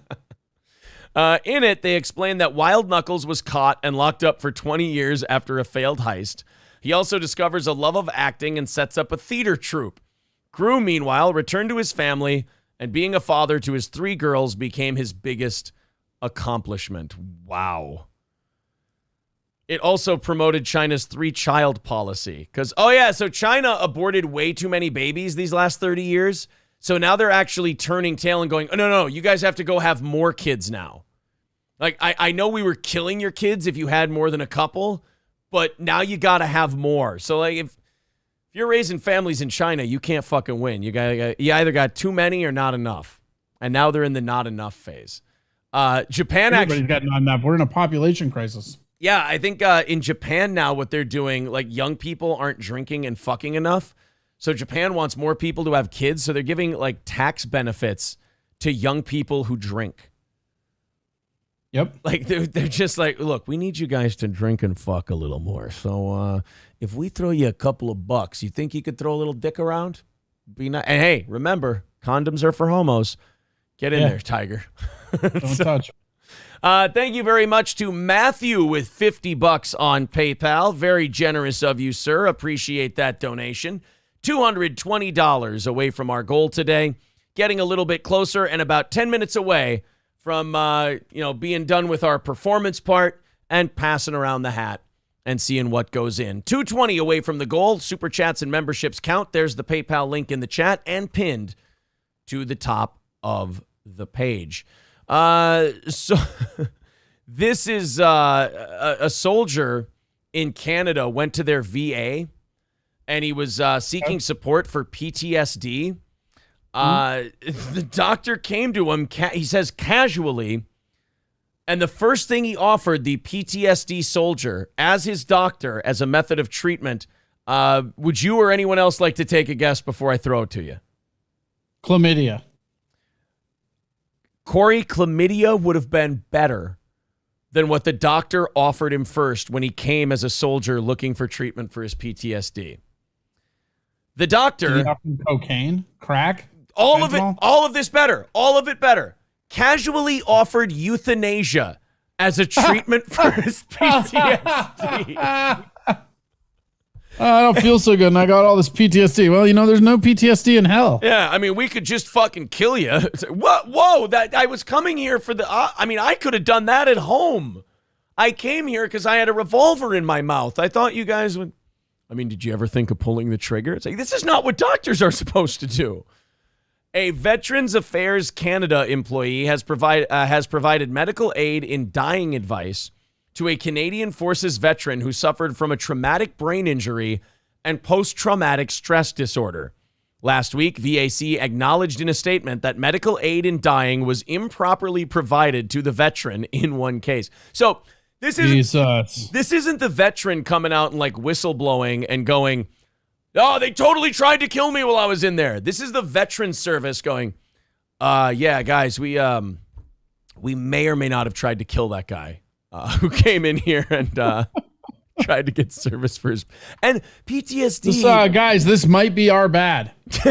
I think we might have fucked this one up. I think we gave him the hard sell a little too much. Maybe should have tried some pills, some therapy first. We're always told in Canadian medical school, first offer no suicide. I understand. He said he got discharged, not that he wanted a gun discharge. Oh, see, like you got to listen to your patients no matter how busy you are. It's important that you listen. Fucking hell, guys. That's fucking crazy. Yeah, I'm a veteran and I'm here. Hey, you want us to kill you? It's like, no, I have a hangnail. I thought that maybe you guys could. You want us to do what should have happened to Da Nang, you pussy? Jesus, you guys. I know. That's what happens when doctors really want to go home and it's close to the weekend. Like all their patients come in. Looks at his watch like, yeah, I don't know if we can do much for you. Sorry. You know what? I could just take you out back and shoot you. I have a stomach ache. It's probably cancer. You don't want to live with that, do you? Obviously cancer. Let's go kill you. Jesus. I've heard that Canadians' healthcare is fucked, but this is new. Yeah, I think you should have known as soon as you walked in there and the doctors were wearing butcher aprons and sharpening knives. You should have known that maybe something was up. Something's weird here. According to a Global News report, after the former soldier expressed displeasure with the notion of medical aid in dying, after he got pissy about us wanting to kill him, the agency promised that the necessary administrative steps would be taken to rectify the incident. I mean, really, if you guys just go ahead and not kill me, I think that would suffice. Or kill him. Killing him would rectify the situation too. That's true. You really got to, you guys got a decision to make. You got to go hard one way or hard the other. Canadians will do anything to clear the vets out of their queue in the healthcare industry, huh? That's right. The former soldier reportedly, oh, so you don't want us to kill you? Oh, so I guess you don't care about that guy's grandma who can't get in for chemo because of the patient backlog. Yeah. Are you sure you don't want us to kill you? Because we could use your kidneys. Honestly, we're low. Like really very low. Yeah. The former soldier reportedly called the Canadian Care for PTSD treatment when the employee brought up the subject of medical euthanasia without being asked. Love that. Dude, it's kind of like being a boyfriend who knocks up your chick. You never are the one to mention abortion. You wait till it's brought up. Honey, I'm pregnant. Oh, so we're going to go get an abortion, right? What the fuck? What? Oh, sorry. I guess I misread that. You think this is a good thing. Sorry. The idea reportedly startled the former soldier. Yeah, no shit. By the way, for soldiers, like going and asking to get help for PTSD is the hardest thing they'll ever do. Way to make it easier on the guy. According to his family, who spoke with Global News, the veteran had been making progress in his mental and physical recovery and felt abandoned by the organization responsible for assisting veterans. You don't say. Just really felt like they left me behind. Technically they didn't. They would have definitely, picked you up by the hands and feet and thrown you on a cart. After it was over. Yeah. Holy shit. Sources close to the veteran said he and his family were disgusted by the conversation and felt betrayed by the agency mandated to assist veterans. The sources says the veteran was seeking services to recover from injuries suffered in the line of duty and had been experiencing positive improvements. They say the unprompted offer of MAID disrupted his progress and has been harmful to the veteran's progress and his family's well-being. Well, no shit. Here this guy keeps thinking that people are out to get him, and then the doctors confirm, oh, no, we totally out to get you. We just thinking that maybe you would have gone along with it. That's all. Real quick, before we have to pass the hat around and see how close we can get to that $220 goal today, remember, BetUS.com. BetUS, of course, a great place to go for sports betting, blackjack, whatever you're looking to play. Remember, you get a 125% sign-up bonus when you use the promo code SteelToe at BetUS.com. So if you put in $100, you get $125 in free play money, which, of course, as it's called, free play, doesn't cost you a dime to put the bet in, and the cash you win goes right into your account. So take some chances with your 125% sign-up bonus and really start ahead of the game with BetUS.com. There's the link in the chat. Thank you one more for the road. BetUS.com, promo code SteelToe. And, of course, we get a little promo code kickback from that. You guys get a 125% sign-up bonus. Gamble responsibly. If you're someone who's into sports betting and blackjack and poker and stuff like that, go ahead and use BetUS as your source. If you don't, I wouldn't tell you to take up gambling just to use BetUS. But if you're going to do it with the promo code SteelToe. Helps you, helps us. That's BetUS.com. We are $220 away from our goal today. Somebody did ask that we do a different song for passing the offering plate around, if you will, to see if we hit our goal. Let's go ahead and do that. You guys might like this. This was a listener request.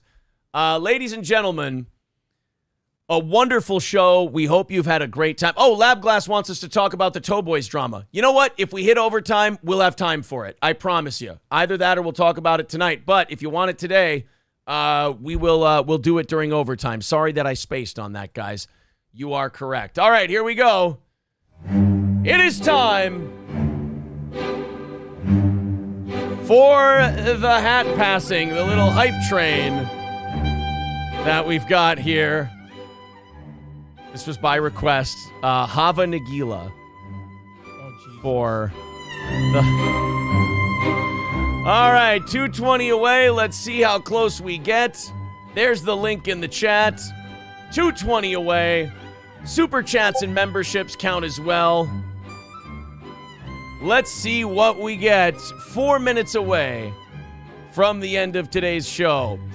I want to throw a thank you out to Matthew, Zach, D. Luke, Matt, and Dylan for all throwing in. We appreciate that over there on PayPal. And everyone who's done a super chat, become a member today. Really awesome of you. $220 away. Let's see how close to that goal we can get today. Mr. Approachable says, just think, one donated VIP would get us over the goal. Not quite. The goal would be at $70 after a VIP, so we get very close. Someone just said Susan might not like this song choice. I know you're kidding, but that's actually enough to scare me off of it. I need my fucking platforms. Sons of bitches. There. What? It got requested. Somebody did it. We did it. I hope they're happy. All right, here we go. Now it's fired up. Here we go. $220 away from our goal on Steel Toe today. If we hit it, we do an extra half hour. There's Christopher, Lip Ripper with $5. Thank you very much, sir. 215 away from today's goal. Thanks again to everybody who contributes to Steel Toe. The PayPal link can be found at the top of the page or right there in the chat, but super chats and memberships, if they're easier, can be done as well. Mr. Approachable says, I was just wondering, was it D-Live or Travel we're going to next? I think he means Trovo. Just want to be prepared. Yeah, there you go. Dave says, people would probably donate more if they got a free gun with a $5 donation or 20 more gallons of gas with every donation of 20. What do you think? Dave, I'm making you my new financial advisors. Yeah, that seems like a bad deal for us. I think, you know what? I disagree. I think Dave's got a great idea. And we're going to start doing that on Monday, Dave. I'm kidding. $10 super chat from Chops. We take 7 of that. 210 away from our goal today as we're chipping away at it here in the final couple of minutes of today's show. what did I say? 210. All right, Ryan with $5. Thank you very much to Ryan. That's going to drop us down to 205, just around the 200 mark for today's show. Thank you guys very much for all your generosity, all your contributions. Of course, we're not, whatever we come up short, we are not rolling this into tomorrow. It's a vacation week. We're taking it easy. Vacation, baby. Vacation week. So if we hit it, we hit it. If we don't, we don't. We just reset tomorrow morning. You guys are $30 ahead for this evening as well. Thank you very much for that. Fun evening show last night with the softball championship. And they made me dig.